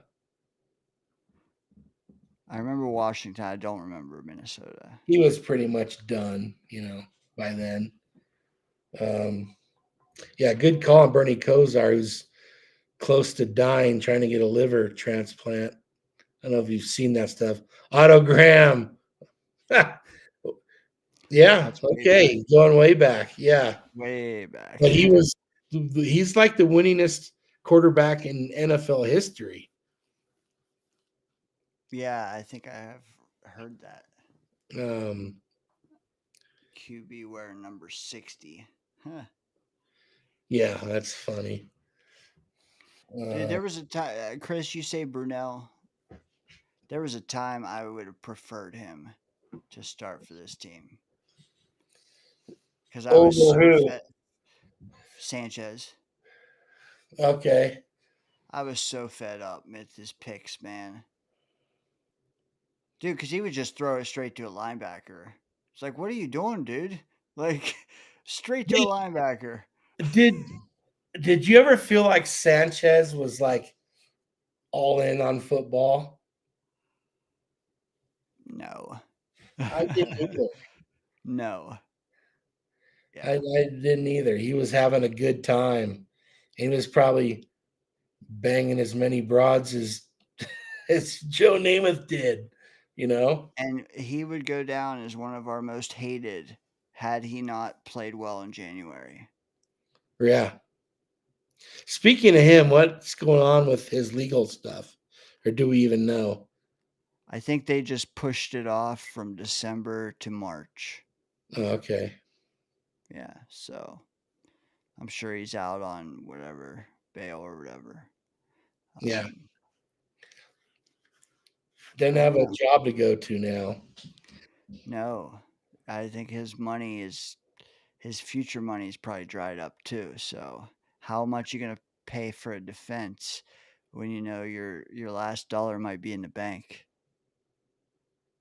Well, and if it goes to civil court, and I mean, he might lose everything. Who knows how much everything even is anymore? And no Hopefully, idea. hopefully a tidy sum with what we've given. I mean, we extended him when we shouldn't. Well, and even what he was doing, he made that makes good money. It does. So, yeah, who knows? Sammy Baugh. Oh my God. All right, Chris. Stop Sammy Googling. Baugh, You're down a Sammy rabbit Baugh. hole. I think he led he's Sammy Baugh's got some crazy records. Like he led the league in interceptions, passing touchdowns, and punting all in the same year. And he's like, I heard one the other day. It's like he's the only player ever to throw 3 touchdown passes and have 3 interceptions in the same game. Stuff like that. That is stuff that'll never be matched, I'm sure. Well, and let's just say that in those days, the NFL wasn't employing a lot of people that they could have been employing, if you know what I'm saying. So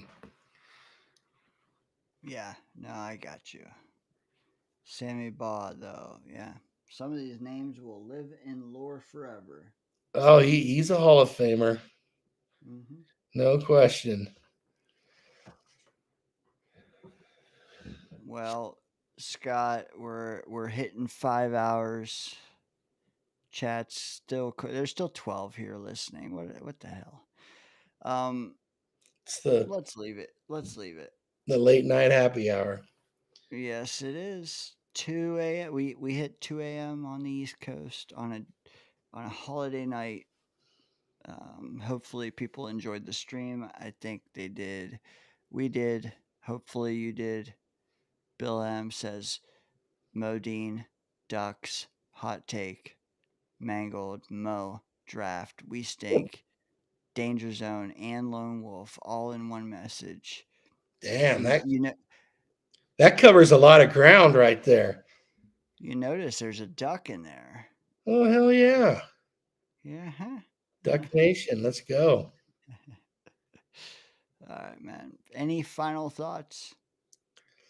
Oh man, I feel like one of those bobbleheads that Avmo's talking about right now. No, I think the Jets are in line for their second home win of the season. I really do. Like, bringing it back to the thumbnail. I see you. I really do. Well, I got to go full circle. Yep. So I do too. I do too. and I know I know it's hard to get excited about even the win, any at this point in the season. But a win is good for young players, especially. A win is good for free agency. Yeah, but not good for draft position. What the hell is Clancy throwing in there? Full circle. Oh, okay, all right. Oh, so I think yeah, our tank crowd will be displeased with the next month. yeah. There's some possible wins there because it's pretty easy schedule, but they're saying that they're saying that about the Jets too. So I don't know. I just feel like the Jets and the Falcons are going in different directions right now. I'm not saying the Jets are going anywhere fast, but it just seems like they finally made the quarterback change, and thankful for that. And I think their defense is capable. They show us something at times. So and I think the Falcons are they're done. I think we're going to see some changes in Atlanta as well. Yeah.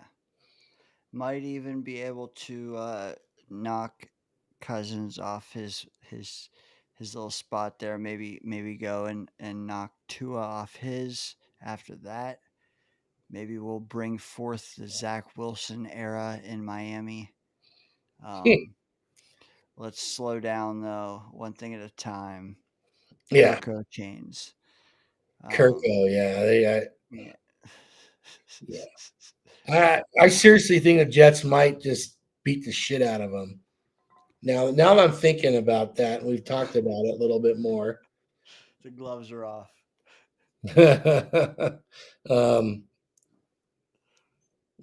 I could see the Jets making Cousins wanting to crawl in a hole. Just Yeah. a bad Like game like a really bad game out of Cousins. Like he looks old and like he can't play anymore.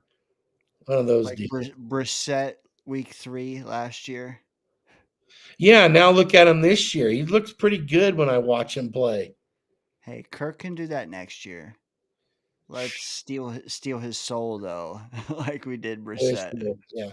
No, I think Cousins is physically done, but I'll watch this weekend and get back to you on that. But that's kind of just what I'm hearing is his arm and his legs are worse than they were last year, and they were a problem last year. So, and hopefully Daniel Jones's legs are the same.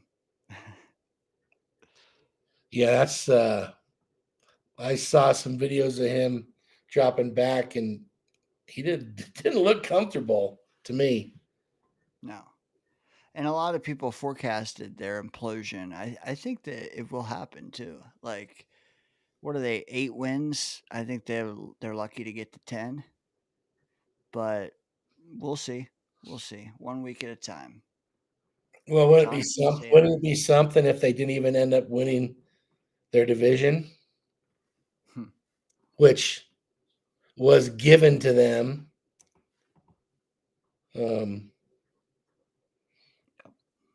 If Houston beats them, are they going to be 1 game behind them, and they get to play them again? If Houston does. Yeah, that's right. You went with the Colts. You regretting that pick? Nope. Give me the home divisional team with the best running back. It's not a sure thing, but I'll take it as one way to supplant you. With the quarterback with a broken leg. Hey, never go against the Woody. Woody Marks, baby. That's right. Let's leave it there. We'll stop on a Woody. Yeah, the best one we know, right? Number one Woody. All right. Hey, Scott, good night, brother. Chat, good night. Later, everybody. And Peace. go Ducks. Yeah. Quack, quack. Quack, quack. Best mascot in the land. Robo Duck.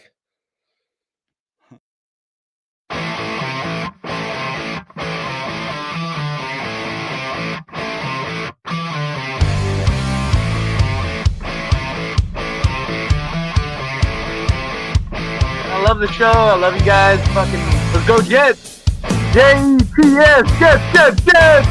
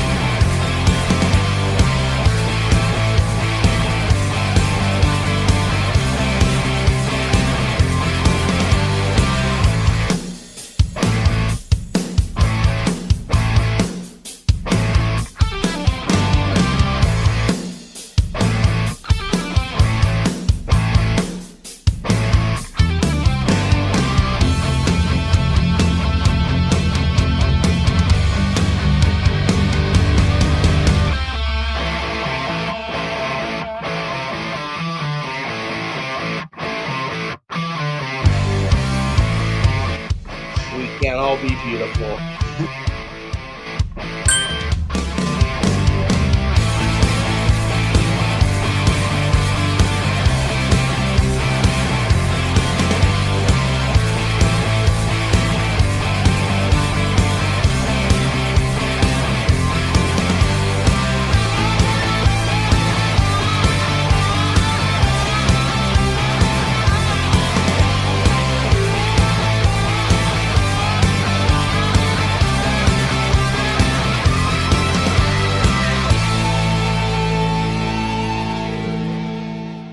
Put your seatbelts on and get ready for the ride.